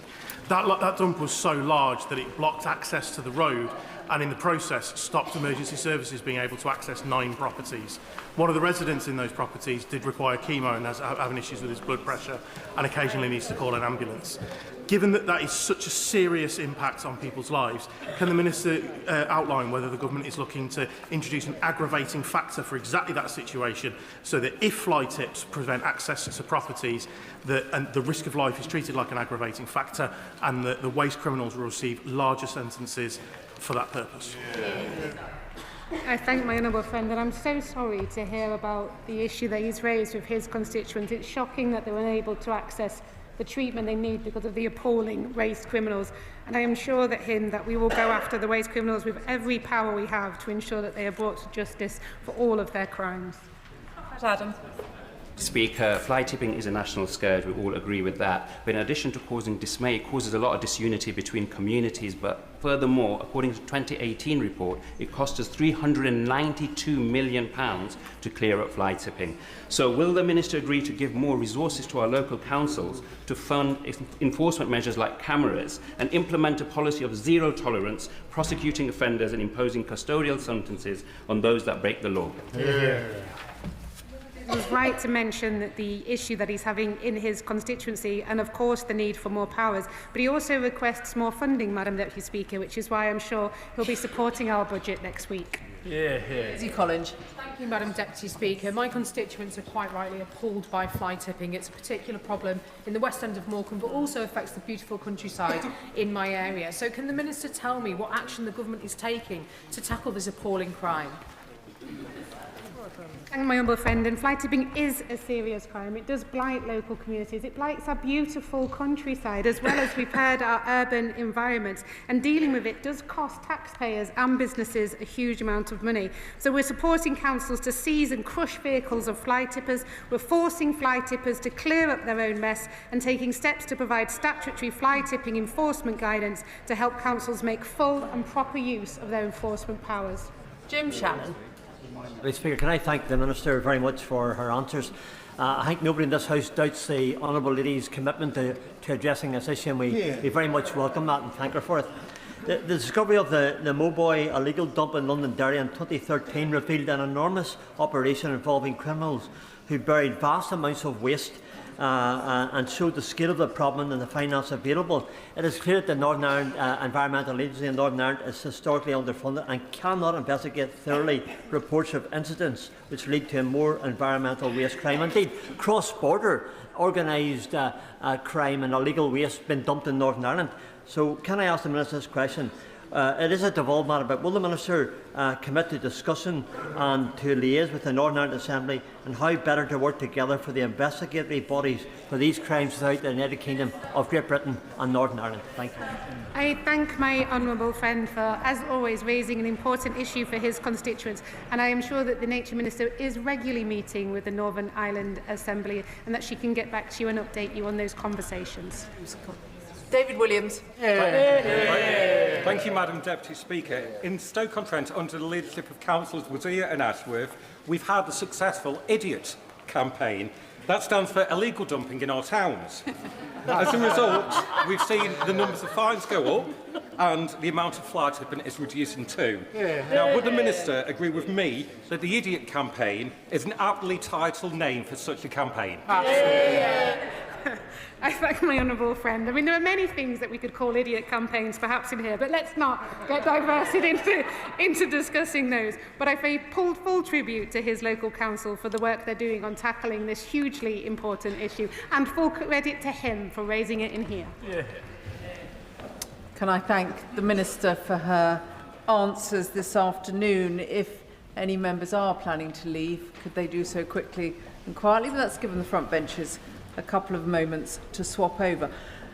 Before I call the Home Secretary to make her statement, I'm sorry that once again Mr. Speaker has asked me to remind ministers of the requirement in the government's own ministerial code that major new policy announcements should be made in this House in the first instance and not to the media. This afternoon's statement has already been the subject of very extensive media coverage, both over the weekend and this morning, including a lot of policy detail. Honourable and right honourable members on the government benches were very quick to criticise ministers in the previous government for this kind of behaviour, but the Home Office seems to have a particular problem with making media announcements before ministers come to make statements to the House. I know that the committee chaired by the Honourable Member for North Dorset is looking at this matter, and I look forward to reading their recommendations. Statement: Asylum Policy, the Home Secretary. Thank you very much, Madam Deputy Speaker. With your permission, I will make a statement about how we restore order and control to our borders. I do so as this government publishes the most significant reform to our migration system in modern times. This country will always offer sanctuary to those fleeing danger. But we must also acknowledge that the world has changed, and our asylum system has not changed with it. Our world is a more volatile and more mobile place. Huge numbers are on the move. While some are refugees, others are economic migrants seeking to use and abuse our asylum system. And even genuine refugees are passing through other safe countries searching for the most attractive place to seek refuge. The burden that has fallen on this country has been heavy. 400,000 have sought asylum here in the last 4 years. Over 100,000 people now live in asylum accommodation, and over half of refugees remain on benefits 8 years after they have arrived. To the British public who foot the bill, the system feels out of control and unfair. It feels that way because it is. The pace and scale of change has destabilised communities. It is making our country a more divided place. There will never be a justification for the violence and racism of a minority. But if we fail to deal with this crisis, we will draw more people down a path that starts with anger and ends in hatred. I have no doubt about who we really are in this country. We are open, tolerant, and generous. But the public rightly expect that we can determine who enters this country and who must leave. To maintain the generosity that allows us to provide sanctuary, we must restore order and control. Rather than deal substantively with this problem, the last Conservative government wasted precious years and £700 million on their failed Rwanda plan, with the lamentable result of just 4 volunteers removed from the country. As a result, they left us with the grotesque chaos of asylum seekers housed in hotels, shuttled around in taxis, with the taxpayer footing the bill. My predecessor as Home Secretary picked up this dreadful inheritance and rebuilt the foundations of a collapsed asylum system. Decision-making has been restored, with a backlog now 18% lower than when we entered office. Removals have increased, reaching nearly 50,000 under this government. Immigration enforcement has hit record levels, with over 8,000 arrests in the last year. The Border Security Bill is progressing through Parliament, and my predecessor struck a historic agreement with the French, which means small boat arrivals can now be sent back to France. These are vital steps, but we must go further. Today, we have published Restoring Order and Control, a new statement on our asylum policy. Its goals are twofold. Firstly, to reduce illegal arrivals into this country, and secondly, to increase removals of those with no right to be here. It starts by accepting an uncomfortable truth. While asylum claims fall across Europe, they are rising here. And that is because of the comparative generosity of our asylum offer, when compared to so many of our European neighbours. This generosity is a factor that draws people to these shores on a path that runs through other safe countries. Nearly 40% come on small boats and over perilous channel crossings, but a roughly equal number come here legally via a visitor, work or study visa and then go on to claim asylum. They do so because refugee status is the most generous route into this country. An initial grant lasts 5 years, which is then converted almost automatically into permanent settled status. In other European countries, things are done differently. In Denmark, refugee status is temporary and they provide safety and sanctuary until it is possible for a refugee to return home. In recent years, asylum claims have hit a 40-year low. And now, across Europe, countries are tightening their systems in similar ways. We must act too. We will do so by making refugee status temporary, not permanent. A grant of refugee status will last 2.5 years, not 5. It will be renewed only if it is impossible for a refugee to return home. Permanent settlement will now come at 20 years, not 5. I know this country welcomes people who contribute, and for those who want to stay and are willing and able to, we will create a new work and study visa route solely for refugees, with a quicker path to permanent settlement. To encourage refugees into work, we will also consult on removing benefits for those who are able to work but choose not to. Outside of the most exceptional circumstances, family reunion will not be possible, with a refugee only able to bring family over if they have joined a work and study route and if qualifying tests are met. While over 50,000 were granted refugee status in the last year, more than 100,000 claimants and failed asylum seekers remain in taxpayer-funded accommodation. And we know that criminal gangs use the prospect of free bed and board to promote their small boat crossings. We have already announced that we will empty asylum hotels by the end of the Parliament. and we are exploring a number of large military sites as an alternative.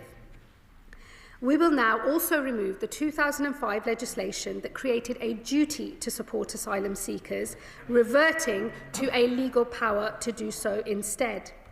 While we will continue to support those who play by the rules, those who do not, be that through criminality or antisocial behaviour, can have their support removed. We will also remove our duty to support those who have a right to work. It is right that those who do receive support pay for it if they can. So those with income or assets will have to contribute to the cost of their stay. This will end the absurdity that we currently experience, where an asylum seeker receiving £800 each month from his family and who had recently acquired an Audi was receiving free housing at the taxpayer's expense, and the courts judged that we could do nothing about it.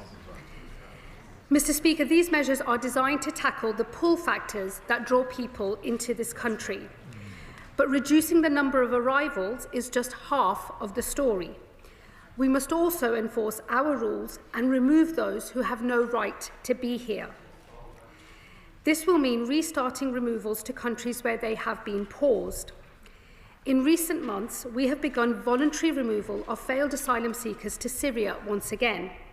However, there are still many failed asylum seekers here from Syria, most of whom fled a regime that has since been toppled. Other countries are planning to enforce removals, and we will follow suit. Where a failed asylum seeker cannot be returned home, we will also continue to explore the possibility of return hubs, with negotiations ongoing. We must remove those who have failed asylum claims, regardless of who they are. Today, we are not removing family groups, even when we know that their home country is perfectly safe. There are, for instance, around 700 Albanian families living in taxpayer-funded accommodation, having failed their asylum claims. This is true despite an existing returns agreement, and that Albania is a signatory to the European Convention on Human Rights. So we will now begin the removal of families.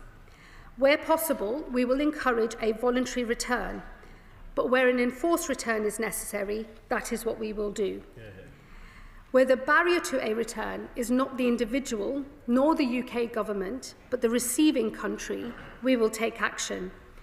I can announce today that we have told Angola, the Democratic Republic of the Congo, and Namibia that if they do not comply with international rules and norms, we will impose visa penalties on them.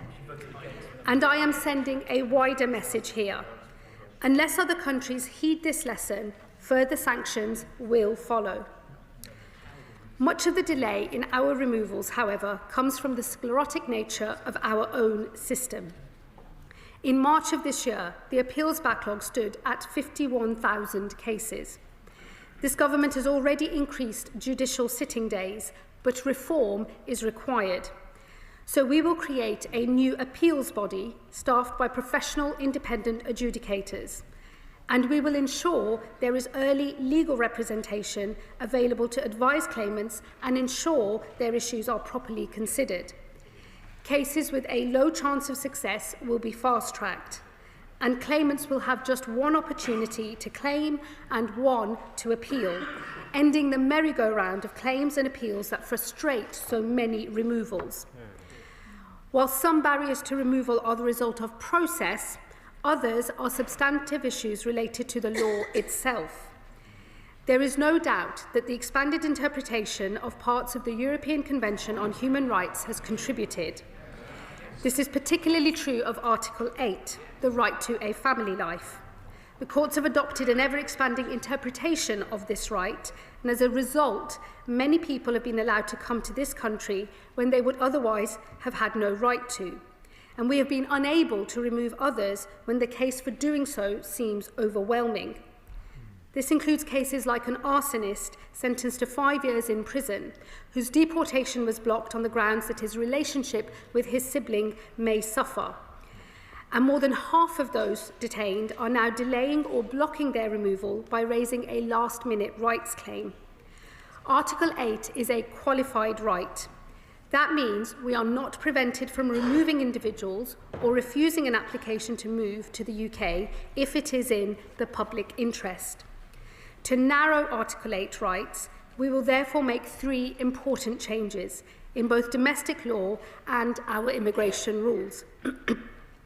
Firstly, we will define what exactly a family is, narrowing this down to parents and their children. Secondly, we will define the public interest test so the default becomes a removal or refusal, with Article 8 rights only permissible in the most exceptional circumstances. Thirdly, we will tighten where Article 8 claims can be heard, ensuring only those who are living in the UK can lodge a claim rather than their family members overseas, and that all claims are heard first by the Home Office and not in a courtroom. We will also pursue international reform of a second element of the European Convention, the application of Article 3, the prohibition on torture and inhuman, degrading treatment or punishment. We will never return anyone to be tortured in their home country. But the definition of degrading treatment has expanded into the realm of the ridiculous. Today we have criminals we seek to deport, but discover we cannot because the prisons in their home country have cells that are deemed too small, or even mental health provision that is not as good as our own. As Article 3 is an absolute right, a public interest test cannot be applied. For that reason, we are seeking reform at the Council of Europe, and we do so alongside international partners who have raised similar concerns. But it is not just international law that binds us. According to data from 2022, over 40% of those detained for removal claimed they were modern-day slaves. This well-intentioned law is being abused by those who seek to frustrate a legitimate removal. So I will bring forward legislation that tightens the modern slavery system to ensure that it protects those it was designed for and not those who seek to abuse it. Taken together, Madam Deputy Speaker, these are significant reforms. They are designed to ensure our asylum system is fit for the modern world and that we retain public consent for the very idea of providing refuge. We will always be a country that offers protection to those fleeing peril, just as we did in recent years when Ukraine was invaded, when Afghanistan was evacuated, and when we repatriated Hong Kongers. For that reason, as order and control is restored, we will open new, capped, safe and legal routes into this country. These will make sponsorship the primary means by which we resettle refugees, with voluntary and community organisations given greater involvement to both receive refugees and support them, working within caps set by government. We will also create a new route for displaced students to study in the UK and another for skilled refugees to work here. And of course, we will always remain flexible to new crises across the world as they happen. I know the British people do not want to close the doors, but until we restore order and control, those who seek to divide us will grow stronger. It is our job as a Labour government to unite where there is division. So we must now build an asylum system for the world as it is, one that restores order and control, one that opens safe and legal routes to those fleeing danger across the world, and one that sustains our commitment to providing refuge for this generation and those to come. I know the country we are. We are open, tolerant and generous. We are the Greater Britain that those on this side of the House believe in, not the littler England that some would wish we would become. These reforms are designed to bring unity where others seek to divide. Madam Deputy Speaker, I commend this statement to the House. Leader of the Opposition, Kemi Badenoch.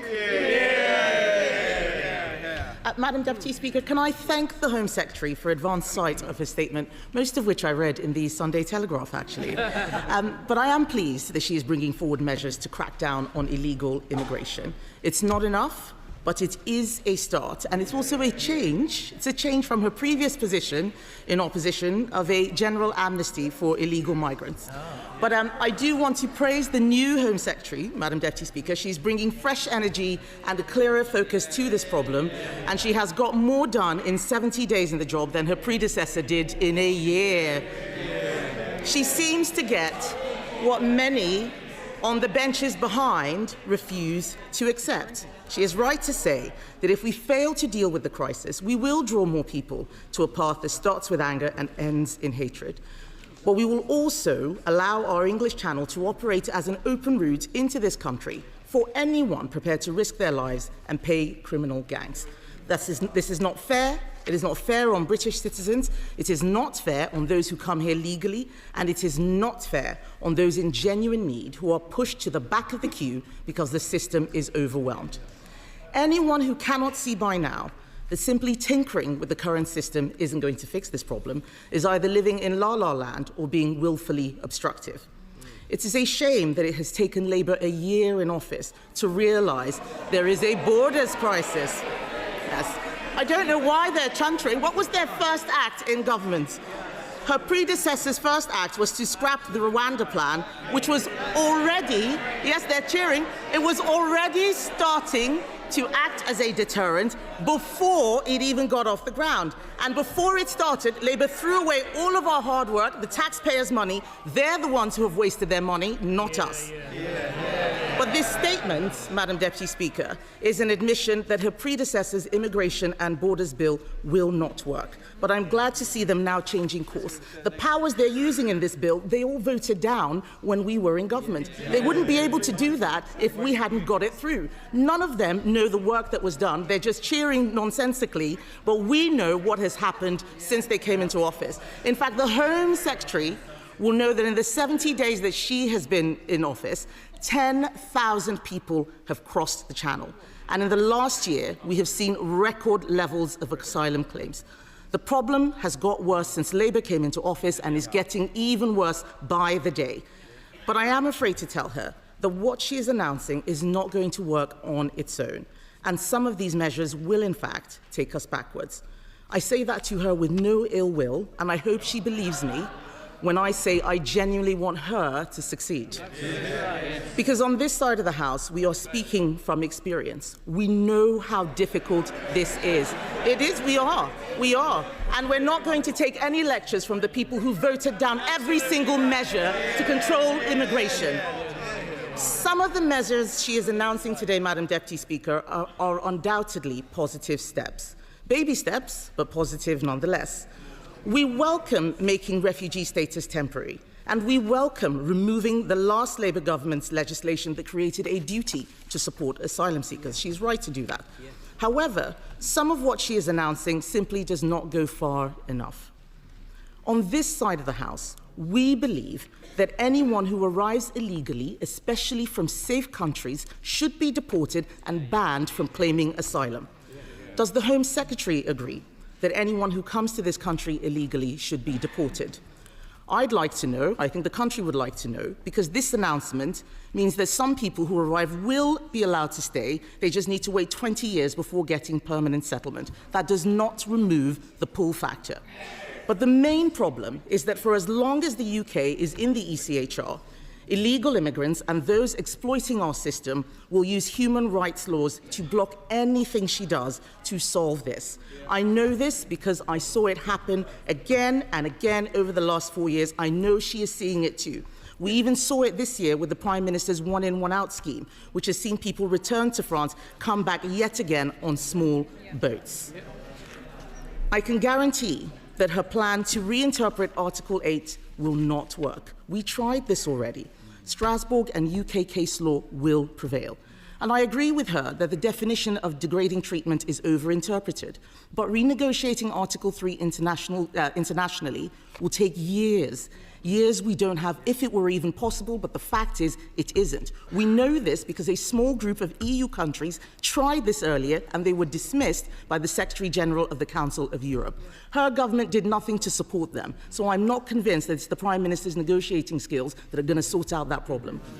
The fact is, we have looked at this issue from every possible direction, and the reality is that any plan that doesn't include leaving the ECHR as a necessary step is wasting time we don't have. Just like their plan to smash the gangs or the one-in, one-out policy, it is time-wasting and it is doomed to fail because of lawfare. We have seen this all before. The tough measures will be challenged in the courts and blocked. The new legal routes she's talking about will be exploited, and the numbers arriving on our shores and disappearing into the black economy will keep on rising. If the Home Secretary is serious about reducing these numbers, and I do believe that she is, she must be bolder. She must take steps to deter illegal immigrants from coming to Britain and deport them as soon as they arrive. Our borders plan does just that, and I know that she has studied it in detail. I've seen the looks. I know that she knows that we would leave the ECHR and ECATS to stop the Strasbourg court from frustrating deportations, that we'd establish a new removals force to make sure all illegal arrivals are deported. We would end the use of immigration tribunals, judicial review, and legal aid in immigration cases. Those are the things that are slowing us down. And we will sign returns agreements that are backed by visa sanctions to ensure we send illegal arrivals back to their place of origin. I welcome what she's talking about on Angola and Namibia, but all of us in this House know that they are not the ones creating the biggest problems. We need to be bold, serious, and unafraid to do what the British people demand: secure our borders. That is what is in our borders plan. So I urge her to take me up on my offer to work together, not just because we have some ideas she might find useful, but because, judging by her own backbenchers' reaction today, she may find our votes come in handy. Earlier this year, we saw what happened when the government tried to make changes to the welfare bill. The Prime Minister was defeated by his own backbenchers and ended up passing legislation guaranteeing that more money would be spent on welfare. And it doesn't appear that his grip on the party has improved since then. So you can be sure that the MPs behind the Home Secretary are already plotting to block any serious changes she tries to make. We can help her with that. Why are they shaking their heads? We've seen them do it time and time again before. I would say to the Home Secretary, this is a genuine offer in the national interest. We will not play the same game they did, voting things down for no reason, but she must be clear with the House on these questions. How many people will be able to take advantage of the new work and study visa route? And what will the level of the cap be? Will it be 10,000 people? Will it be 100,000 people? The government has separately confirmed they will allow Gazan students to bring dependents. We oppose this, but can she clarify how the government will ensure that people brought to the UK from a territory under Hamas control are not a risk to our security? If she finds that the Human Rights Act and ECHR prevent her from enacting these proposals, will she use primary legislation to resolve this? Has Lord Hermer agreed? By her own admission 3 weeks ago, the Home Office is not yet fit for purpose, so why then are we creating the new legal routes for the Home Office to run? And will she take me up on this serious, genuine offer to meet and discuss how we can work together to resolve this asylum crisis, yes or no? I urge her to put party politics aside, meet with me and my Shadow Home Secretary. Let's find a way to work together. Order. I was very generous with time then. Home Secretary. Thank you, Madam Deputy Speaker. I thank the Leader of the Opposition for her response to the statement. I see that the Shadow Home Secretary has been subbed out after his performance at Home Office orals. But whether it's the Shadow Home Secretary or the Leader of the Opposition herself, I'm very happy to take on the Conservative Party any day of the week. And let me start by saying we will not be taking any lessons from those opposite on how to run an effective migration system or indeed an asylum system, because I'm afraid to say to the Leader of the Opposition, she knows that her party in government gave up on governing altogether. They gave up on making asylum decisions, creating the huge backlog that it was left to this government to start to deal with. And in our first 18 months in office, removals are up 23% compared to their last 18 months in office. So I will take no lessons from anyone opposite on anything to do with our asylum system, because they simply gave up and went for an expensive gimmick that cost 700 million quid, returned 4 volunteers and was doomed to failure from the start. I will also say, Madam Deputy Speaker, the Leader of the Opposition had rather a lot to say about the European Convention on Human Rights. I don't recall the members opposite ever bringing forward any legislation to deal with the application of Article 8, the qualified right to a private life, in this House. There was never a bill that sought to clarify the way that Article 8 should apply in our domestic legislation or indeed in our immigration rules. So I'm not going to take any lessons from the people that just never bothered to do that in the first place. It is this government that is rolling up our sleeves, dealing with the detailed, substantive issues that we face and thinking of proper, workable solutions to those matters. And I just say on Article 3, I think the position on Article 3 has changed across Europe. I was over at the Council of Europe in my previous role as Lord Chancellor just before the summer recess earlier on this year, and I was struck by the sheer range of other European partners who want to have this conversation. It is important, I think, that the British government leans into that conversation and seeks to work in collaboration with our European partners. The one thing that will not work is simply saying we're going to come out of the European Convention altogether. That is not and will never be the policy of this government, because we believe reform can be pursued, but that this is an important convention, not least because it actually underpins some of our own returns agreements, including the one with France. And so she talks about how many years it would take for us to think about reform of the convention, but it would also take just as many years, as she well knows, to start renegotiating lots of international agreements which would be affected by us coming out of the convention. So I'm afraid her solution once again will not work. And if she wanted to work together in the national interest, and look, Madam Deputy Speaker, I'm always up for working in the national interest, because nothing actually matters more to me than holding our own country together and uniting our country. But they could have started by voting for the Borders Bill, which is currently going through the House and which they have voted against at every opportunity. So forgive me if I don't take this newfound conversion to working together in the national interest with much seriousness, because their own track record suggests it should not be taken seriously. And not be taken seriously, Madam Deputy Speaker, sums up the position of the Conservative Party. These are the people that left this government an abject mess to clear up. They gave up on governing, they gave up on running an effective asylum system, and now they turn up without so much as an apology to the British public, thinking that they've got anything to say that anyone wants to hear. Before I call the first backbench contribution, can I remind members that in order to expect to be called in a statement, they should have been here from the start of the Home Secretary's statement. There may be members bobbing quite unnecessarily. Florence Eshalomi. Thank you, Madam Deputy Speaker. Madam Deputy Speaker, the reality is we need an asylum and immigration system based on fairness and consistency. My constituency of Vauxhall and Campbell Green is a testament to this. It's a place that's been made richer because of the people who've come here from all over the world. Some of them have fled persecution and have made a home over many years. I meet these people every week in the community and including in schools, where I see those children excited about their future. When this government came into office last year, they were right to say that their priority in this area is to tackle the huge backlog of unprocessed asylum claims left by their predecessor. Clearing that backlog is a big task, Madam Deputy Speaker, but it is right that we identify who has a right to be here. But by introducing more assessments of those who've been here for many years, making new judgments on safety of a country will take considerable resources. So is the Home Secretary confident that these changes will not have an unintentional consequence and actually make it harder to achieve her goal?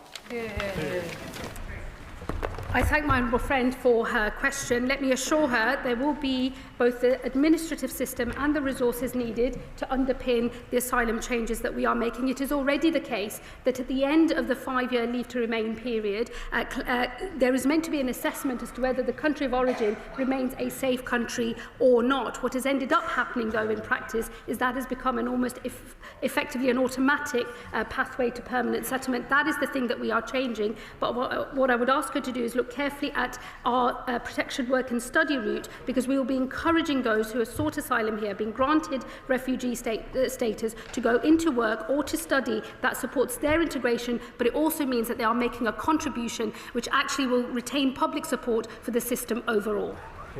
Liberal Democrat spokesperson Max Wilkinson. Thank you, Madam Deputy Speaker. It is right that the government is looking for ways to bring order to the asylum system. It was left in total disarray by the Conservatives. Sadly, the government has been too slow to act. Britain has a long and proud history of responding with compassion to people fleeing unimaginable horrors. That should continue in a way that is fair and sustainable. So we welcome some of what the Home Secretary has said on that score. But what is not helpful is the Home Secretary claiming that the country is being torn apart by immigration. Acknowledging the challenges facing our nation is one thing, but stoking division by using immoderate language is quite another. I will, however, welcome news about safe and legal routes. This is something the Liberal Democrats have called for some time, since they were scrapped by the Conservatives, leading to more small boat crossings. But we do have some concerns about the far-reaching detail behind these proposals, which seems to be missing. The Home Secretary is revoking the legal duty to provide asylum seekers with accommodation and says asylum seekers should support themselves and contribute to our society. But she is still banning them from working so they can support themselves, contributing to our society. That makes no sense at all. She relies a lot on Denmark as an example. Denmark lets asylum seekers work after 6 months. So will she. And can she guarantee that the burden to house asylum seekers won't fall on already struggling local councils? And can she guarantee that we won't see a whole-scale transfer of asylum seekers from hotels to the streets? And if the Minister for Border Security and Asylum announced to the media asylum seekers could have jewellery confiscated, is the Home Secretary doing this to raise money or to deter people? And either way, does she acknowledge that many British people will see it as unnecessary and cruel? State-sponsored robbery will certainly not fix a system that costs taxpayers £6 million every day in hotel bills. If the government plans to keep its promise to end hotel use, it must also process the claims of the 90,000 backlog of asylum seekers. Something the Liberal Democrats have a plan to do within 6 months, using Nightingale-style processing centres. Does the Home Secretary seriously believe that an overstretched Home Office, which has yet to clear the existing backlog, can also undertake reviews of every refugee's status every 2.5 years? The UK must continue to lead international efforts to manage large migratory flows, and because the flow of people comes from Europe, she will need to work with the EU on a solution. The Oxford Migration Observatory has identified a clear Brexit effect. That means people refused asylum in the EU now make a second attempt here, a consequence of the Brexit delivered by the Conservatives and the honourable member for Clacton 2. The Minister refused to answer earlier whether Brexit has harmed our immigration and asylum system. So I'll ask the Home Secretary now, does she think that Brexit has made it easier or more difficult for this country to control its borders and asylum system? And does she think reductions in overseas development spending will reduce or increase migratory flows? We have already made it very clear that we think leaving the ECHR will make no difference to securing our borders and will tear hard-won rights away from British people. It's encouraging that the Home Secretary has said that is not part of the government's plan. Finally, we urge the government to tread carefully, to act with fairness, to act with efficiency, and to act with compassion for local communities in the UK who want this resolved, but also for asylum seekers too. Thank you, Madam Deputy Speaker. I have to say to the honourable gentleman, I wish I had the privilege of walking around this country and not seeing the division that the issue of migration and asylum system is creating across this country. Unlike him, unfortunately, I am the one that is regularly called a fucking packy and told to go back home. It is I who knows through my personal experience and that of my constituents just how divisive the issue of asylum has become in our country. And I do say to him, I wish it were possible to say that there isn't a problem here, that there's nothing to see and that it is all, in fact, just extremist right-wing talking points. But this system is broken and it is incumbent on all members of Parliament to acknowledge how badly broken the system is and to make it a moral mission to fix this system so that it stops creating the division that we all see. And I do say to him, I do not think it is acceptable or appropriate for people in this place to not acknowledge the real experience of those who sit outside of this House. We are supposed to be in here to reflect that experience in this House, and I hope that he will approach the debates that we will no doubt have on all of these measures in that spirit. He also accused this government of being too slow to act. I do have to say to him, removals of those who have no right to be in our country are up by 23% in the first 18 months of this Labour government compared to the last 18 months of that former Tory government. That is a government that is getting on with the job. We have made 11,000 enforcement raids, 8,000 arrests, and over 1,000 people with no right to be in this country as a result of those raids have been removed from this country. This is a government that has been getting on with the job, and this is just the next phase of our work as we deal with the broken migration system that we inherited from those opposite. He said that he thought that whilst people who are waiting on their claim should be given the right to work, I think he knows that would be a huge pull factor and increase the number of channel crossings rather than decrease them. That would be our experience in this country. That is why we are not pursuing that policy. But what we have said is for those who are granted refugee status in this country and who can and want to, they will be able to switch into the protection, work and study route so they can start contributing to society. That will help them to integrate, and it will help the communities that they are living in as well. He knows full well that it is not the policy of this government to confiscate jewellery from those who are accessing asylum accommodation. What I would say to him, though, is asylum accommodation is provided to asylum seekers by British taxpayers, and it is right that if people have high-value assets, that they contribute to the cost of that asylum accommodation. I gave in my speech the example of a man who was in supported asylum accommodation paid for by his taxpayers and by mine, who was receiving £800 a month from his family and who had enough money to acquire himself an Audi. I think it is right that the British state should be able to say to such an individual, contribute. We're not saying that we would take everything away and leave that individual destitute, but I think contribution is a fair principle here. And I would be very disappointed to discover that the Liberal Democrats do not support contribution when people can afford to do so to the cost of their asylum accommodation. And Madam Deputy Speaker, he left his remarks on Brexit. I don't have any more to say about that. I'm living in the world as it is today. If he has things to say, I'm sure the House will continue to hear about them.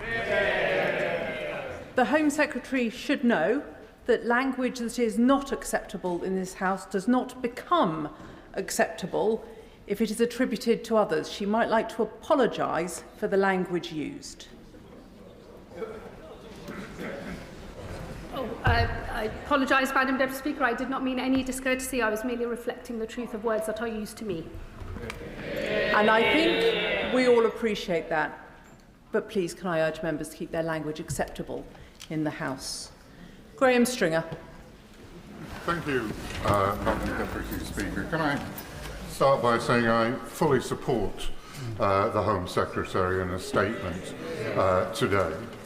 It is a fundamental duty of government to protect our borders and to know who is coming into this country, which we have not known for some time.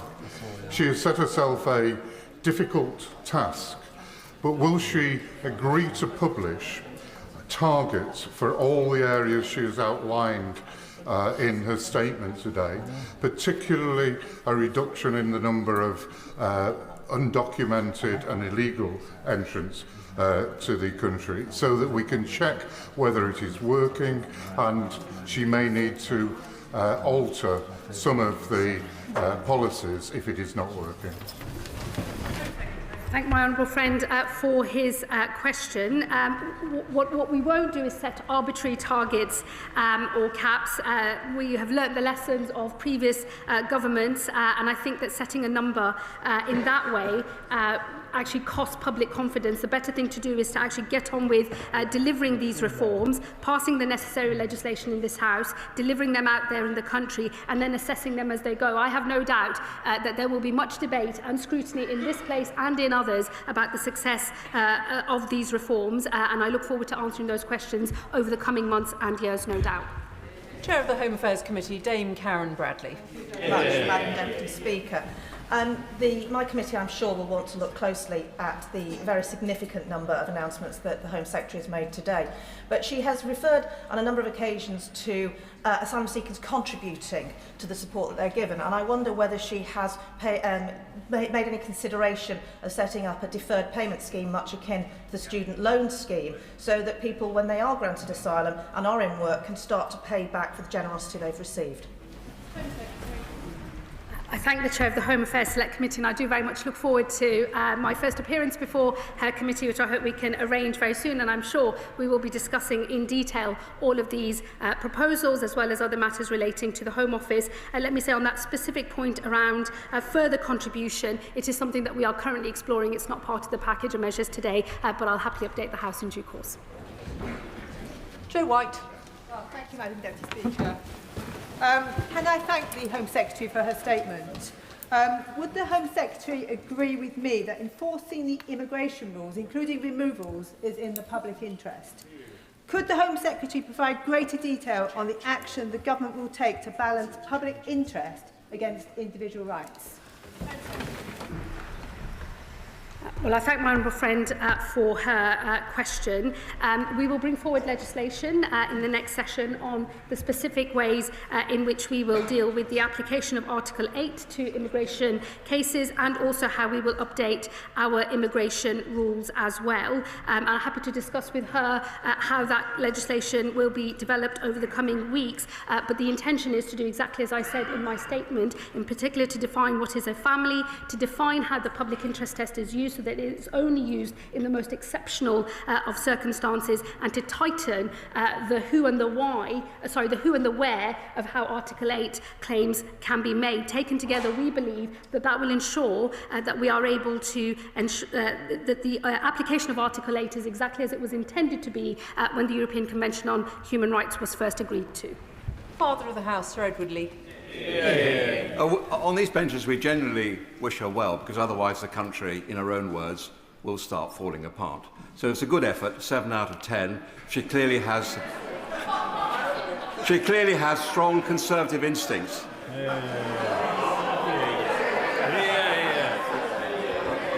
But does she fear that such is the misery in many of these countries that they're not really worried about how long they have to wait for their asylum claim to be processed?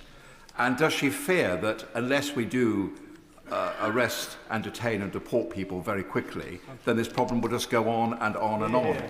So she mentioned return hubs. Could you say a bit more about that? And could you have an open mind about schemes such as Rwanda? On Rwanda, no. I think on the substance of what he says, he can't be right, because claims are down in Europe and up here. So what I would say to him instead is I hope that he will approach the debate that we're having with an open mind, ditch the failed policies of his party, and maybe consider more workable solutions from this side of the House instead. Lewis Atkinson.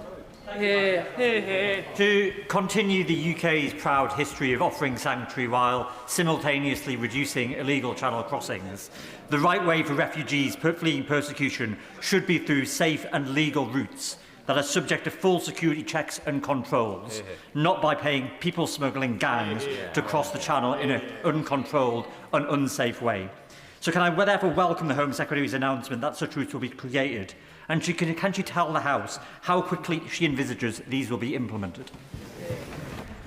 I thank my honourable friend. Safe and legal routes are absolutely the way that we should be seeking to bring people into our country, and not through the people smuggling route in the north of France and over the Channel. And it is an explicit policy choice that I have made to disincentivise people coming through that route and paying thousands of pounds as they do so to organised immigration criminals, and will privilege those who come through our safe and legal routes. As we get order and control into the system that we have inherited, these safe and legal routes will become more generous over time. They will start modest, the numbers will be in the low hundreds, but they will grow, and we want them to grow because we want people fleeing sanctuary to be able to find safe harbour here in this country, and we make we are absolutely proud of that position as a government. This route will grow over time. I hope people across the House will support that, but I think we have to get order and control into our system first.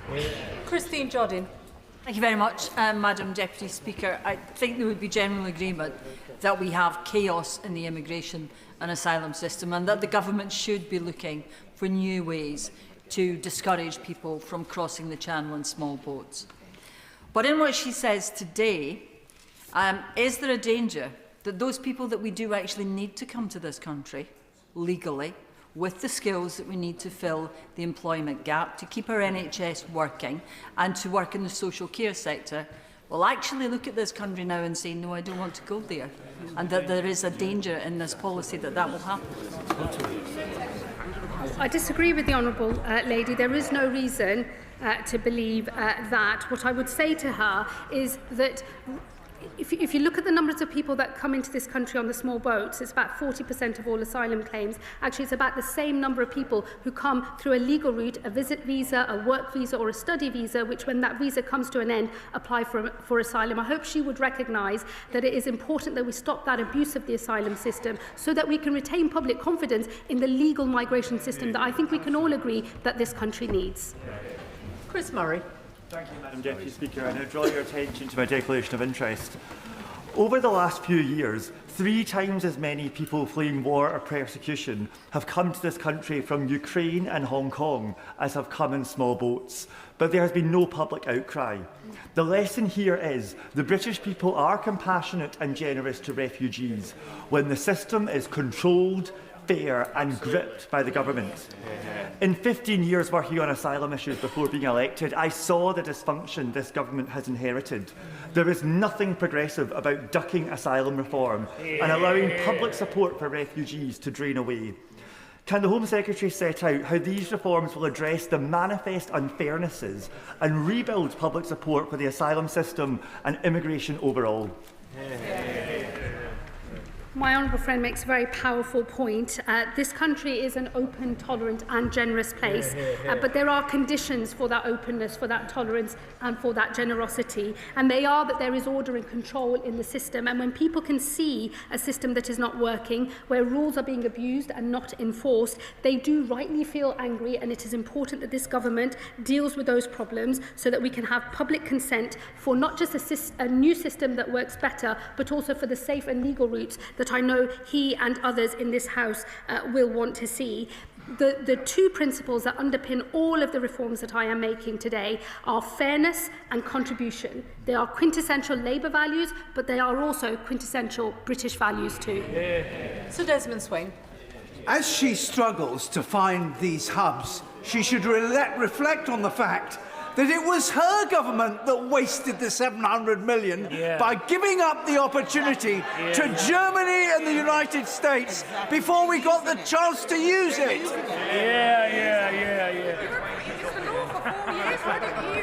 Apologies, Madam Deputy Speaker. In all the finger wagging, I sort of missed the question. But I think it was something about Rwanda, which I think we can all agree was a totally failed scheme and a waste of money. There are good ongoing negotiations going in relation to return hubs. I very much hope we can update the House in due course. Sarah Owen. Thank you, Madam Deputy Speaker. I hope that we could all agree that a strong immigration system doesn't have to be a cruel one. When the Tories painted over murals for refugee children, the numbers of small boat crossings still went up. When they threatened deportations to Rwanda, guess what? The crossings still went up. So what evidence does the Secretary of State have that taking personal belongings, such as jewellery from refugees and selling it off, actually works as a deterrent?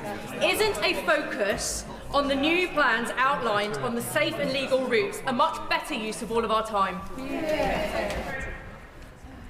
say to my honourable friend, we are not taking jewellery at the border. I can't say it any more clearly than that. She will know that the example I have used in my speech, and the sort of case we're going after, is those who have assets, those who have access to money and who can afford quite expensive cars, who should make a contribution to the cost of what is currently free asylum support. These two things are not the same, and I would urge her not to conflate the two. We will not and never will seize people's jewellery at the border. We're not going after their sentimental items like wedding rings and so on. We are talking about those who have high value assets, who receive at the moment, having claimed asylum in this country, so before they've been granted refugee status, they've claimed asylum, they receive free accommodation on the state. If they have assets, they should contribute to the cost of that accommodation, just as I explained in the example I used in my speech. That is the sort of case we are talking about, and I do hope that she will not perpetuate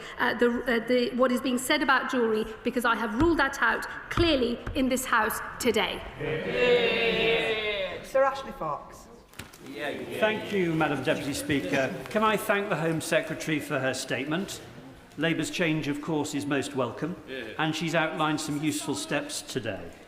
Now, my constituents want to see the Holiday Inn in Bridgewater emptied of migrants and returned to commercial use. And to achieve that, the Home Secretary is going to have to be bolder. So does she agree with me that anyone who arrives in this country illegally should be detained on entry and deported automatically? Again, forgive me, but I'm not going to take any lessons from the party that gave us hotel use in the first place, now lecturing me about hotel exit. It is a manifesto commitment of this government that we will get out of hotels by the end of this Parliament. I hope to do so before then. That is why we are exploring large sites, including military sites. I know that will engage more debate in this House over the coming weeks and months, and I look forward to that. But given that he's a member of a party that started hotel use, I hope he'll reflect on that first. Daniel Zeigner. Thank you, Madam Speaker. I support my right honourable friend's statement, and particularly her announcement about safe and legal routes. She'll know that cities like Cambridge have a long tradition going back to the kinder transport to welcoming people from Syria and Ukraine. And I very much hope she'll work closely with authorities like Cambridge City Council to work on measures that can make these routes work. I thank my honourable friend. We absolutely will work with local partners, councils, philanthropists, other charitable organisations as we develop these safe and legal routes. And as I said in my speech earlier, they will take three primary forms: community sponsorship, because we believe that is the best model for achieving integration of refugees into our communities, a route for talented students and for skilled workers as well. We want to play our full part as a country in providing sanctuary to those truly in need. We need to move to a better system. Safe and legal routes will be the way in the future to do it. Marie Goldman. Thank you, Madam Deputy Speaker. I'm sure we can all agree across this House that one of the key aspects of dealing with the asylum system is dealing with the crisis and the backlog, which is absolutely enormous. And the Home Secretary said in her speech that they are looking at a number of large military sites as an alternative to the asylum hotels. One of those large military sites is already in use is RAF Wethersfield in Essex. I understand from Essex Police that Braintree District Council has been given a sum of funding to the tune of about £2 million to help with community cohesion, dealing with the fact that they have that facility nearby. However, buses are taking asylum seekers from Wethersfield to places like Colchester and to my constituency of Chelmsford several times a day, and that is placing extra strain on Essex Police in those areas, yet they are unable to access those funds. Will the Home Secretary commit to providing extra funds to Essex Police in those areas to help them police them? I think that was two questions. One on the backlog, which I recognise the backlog of appeals is far too high. It is why we're going to create a new independent appeal system so that we can run through these cases more quickly whilst fulfilling our obligations to an independent process and providing early legal advice as well. And on the specific points in relation to Wethersfield and pressures on councils, we do of course work closely with local councils and do provide funding to assist with community cohesion and other issues, and I will look carefully at the example that she has raised if she writes to me. Derek Twigg. Madam Deputy Speaker, can I say to the Home Secretary that her statement is most welcome. It's certainly a step in the right direction, and certainly the proposals that she set out today are a significant step in the right direction. It's also the case, I think, as well, that the comments she made about the damage to the social fabric of this country are very, very important. But can I ask her a specific question? And that is about asylum seekers who committed crimes and actually are deported, but then allowed to again put a second application in to come back to this country. Will she be looking at law to see how that can be addressed? What I would say to him on those who are convicted of crimes, the combination of the sentencing bill changes and what I have said today should actually lead to earlier deportation of foreign national offenders in this country. It is, of course, absolutely important that those individuals face the full force of the law, but we have made a policy decision as a government that for the vast majority of foreign national offenders, the appropriate thing to do is to move to immediate deportation wherever possible. Sakib Bhatti. Thank you, Madam Deputy Speaker. The Home Secretary said that she was exploring the possibility of return hubs with negotiations ongoing. Can she tell the House which country she's negotiating with and how much is it going to cost? No, because he would not expect me, I think, to comment on live negotiations with other countries. But those negotiations are ongoing, and I hope we have announcements to make soon. Catherine West. Deputy Speaker, the Hornsey and Friar Barnet constituency has a long tradition of being boroughs of sanctuary, and just today I had an excellent briefing from the Jewish Voice for Refugees Hayas J-Corps. Will she agree with me that currently there is a real problem with the cliff edge for failed asylum seekers who end up street homeless or rough sleeping, particularly in my constituency around the Finsbury Park area? And will she redouble her efforts to understand the connections between homelessness and the asylum process so that all people can have shelter in the current period as we go into the winter? I thank my honourable friend. I do understand the point that she is making. I mean, I think the reality is that there are a lot of failed asylum seekers within the asylum accommodation system, and I'm sure she would accept and agree that where somebody has a failed claim and no right to be in this country, the best thing to do is to voluntarily leave the country, and we do already provide packages to help people make that decision. I, of course, don't want to see people homeless in this country, but I know she can't possibly think that the answer to that is to essentially have there be no consequence to having a failed asylum claim in the first place. We do need to run a system where the rules are enforced, as uncomfortable as that might occasionally be, but of course recognising that we don't want people in destitution. That is why we do make financial packages available for people to voluntarily remove the country, and that will always be the case. Pete Wishart. Deputy Speaker, in their manifesto, Labour promised to defend migrants' rights and build an immigration system based on compassion and dignity. Instead, what we have is a policy that's welcomed by Reform UK and that's even found favour with Tommy Robinson. From throwing refugees into destitution to denying any meaningful route to citizenship to forcible evictions, where exactly is the compassion and dignity in that? Yeah. Well, I can assure him that given that Tommy Robinson doesn't even think I'm actually English, he will certainly not be supporting anything I've got to say.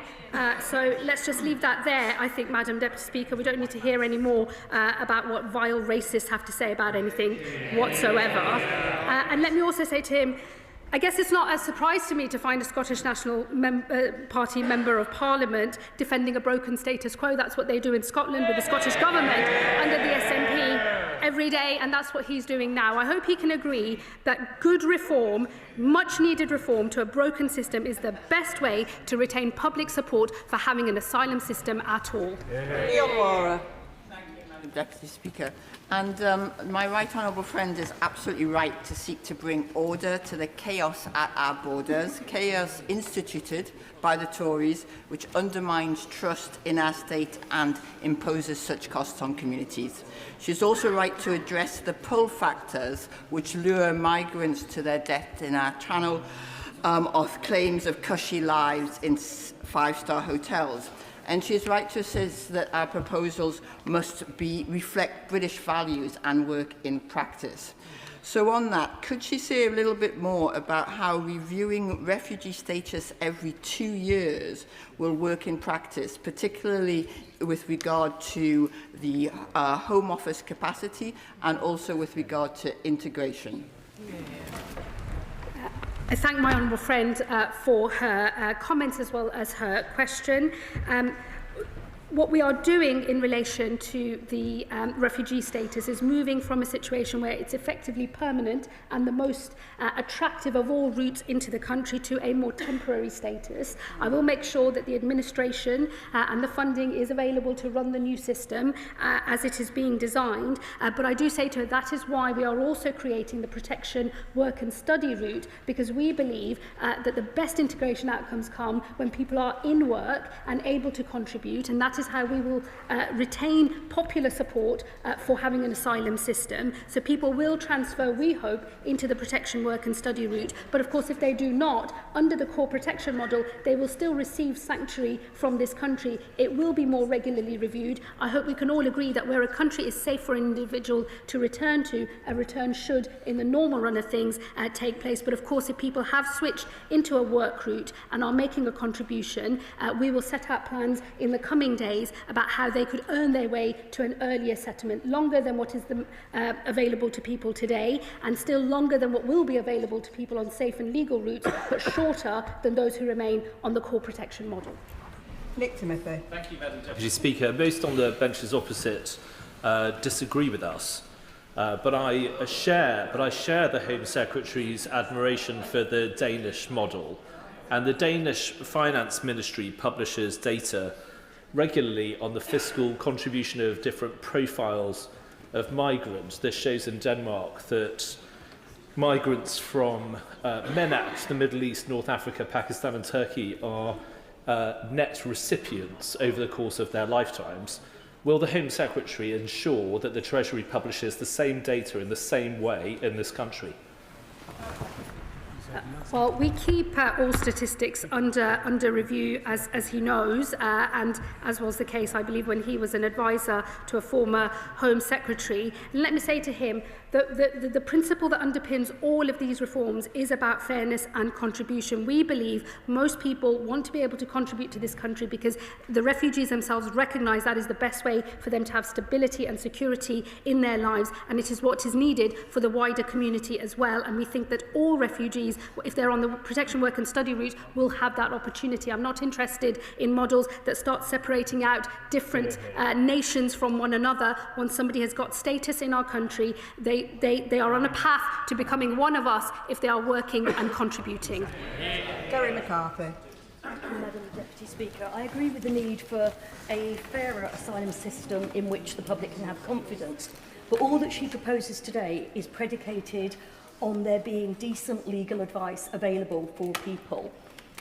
And I know from 20 years as an MP that is simply not the case. Despite the best efforts of the advice sector in Bristol, which is proud to be a city of sanctuary, there's just a real dearth of decent immigration lawyers. And I see too many constituents that fall into the hands of dodgy lawyers who will help them falsify and fabricate claims.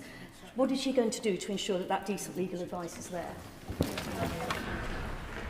Well, look, I agree with her in that my own constituency experience as a Member of Parliament is many people have turned up at my advice surgery believing that there are things that I can do as a constituency MP to assist them in their migration claim, which I cannot do, and they have been completely misled and robbed, frankly, by unscrupulous individuals. In the new appeal system that we are going to set up, early legal advice will be available from the start.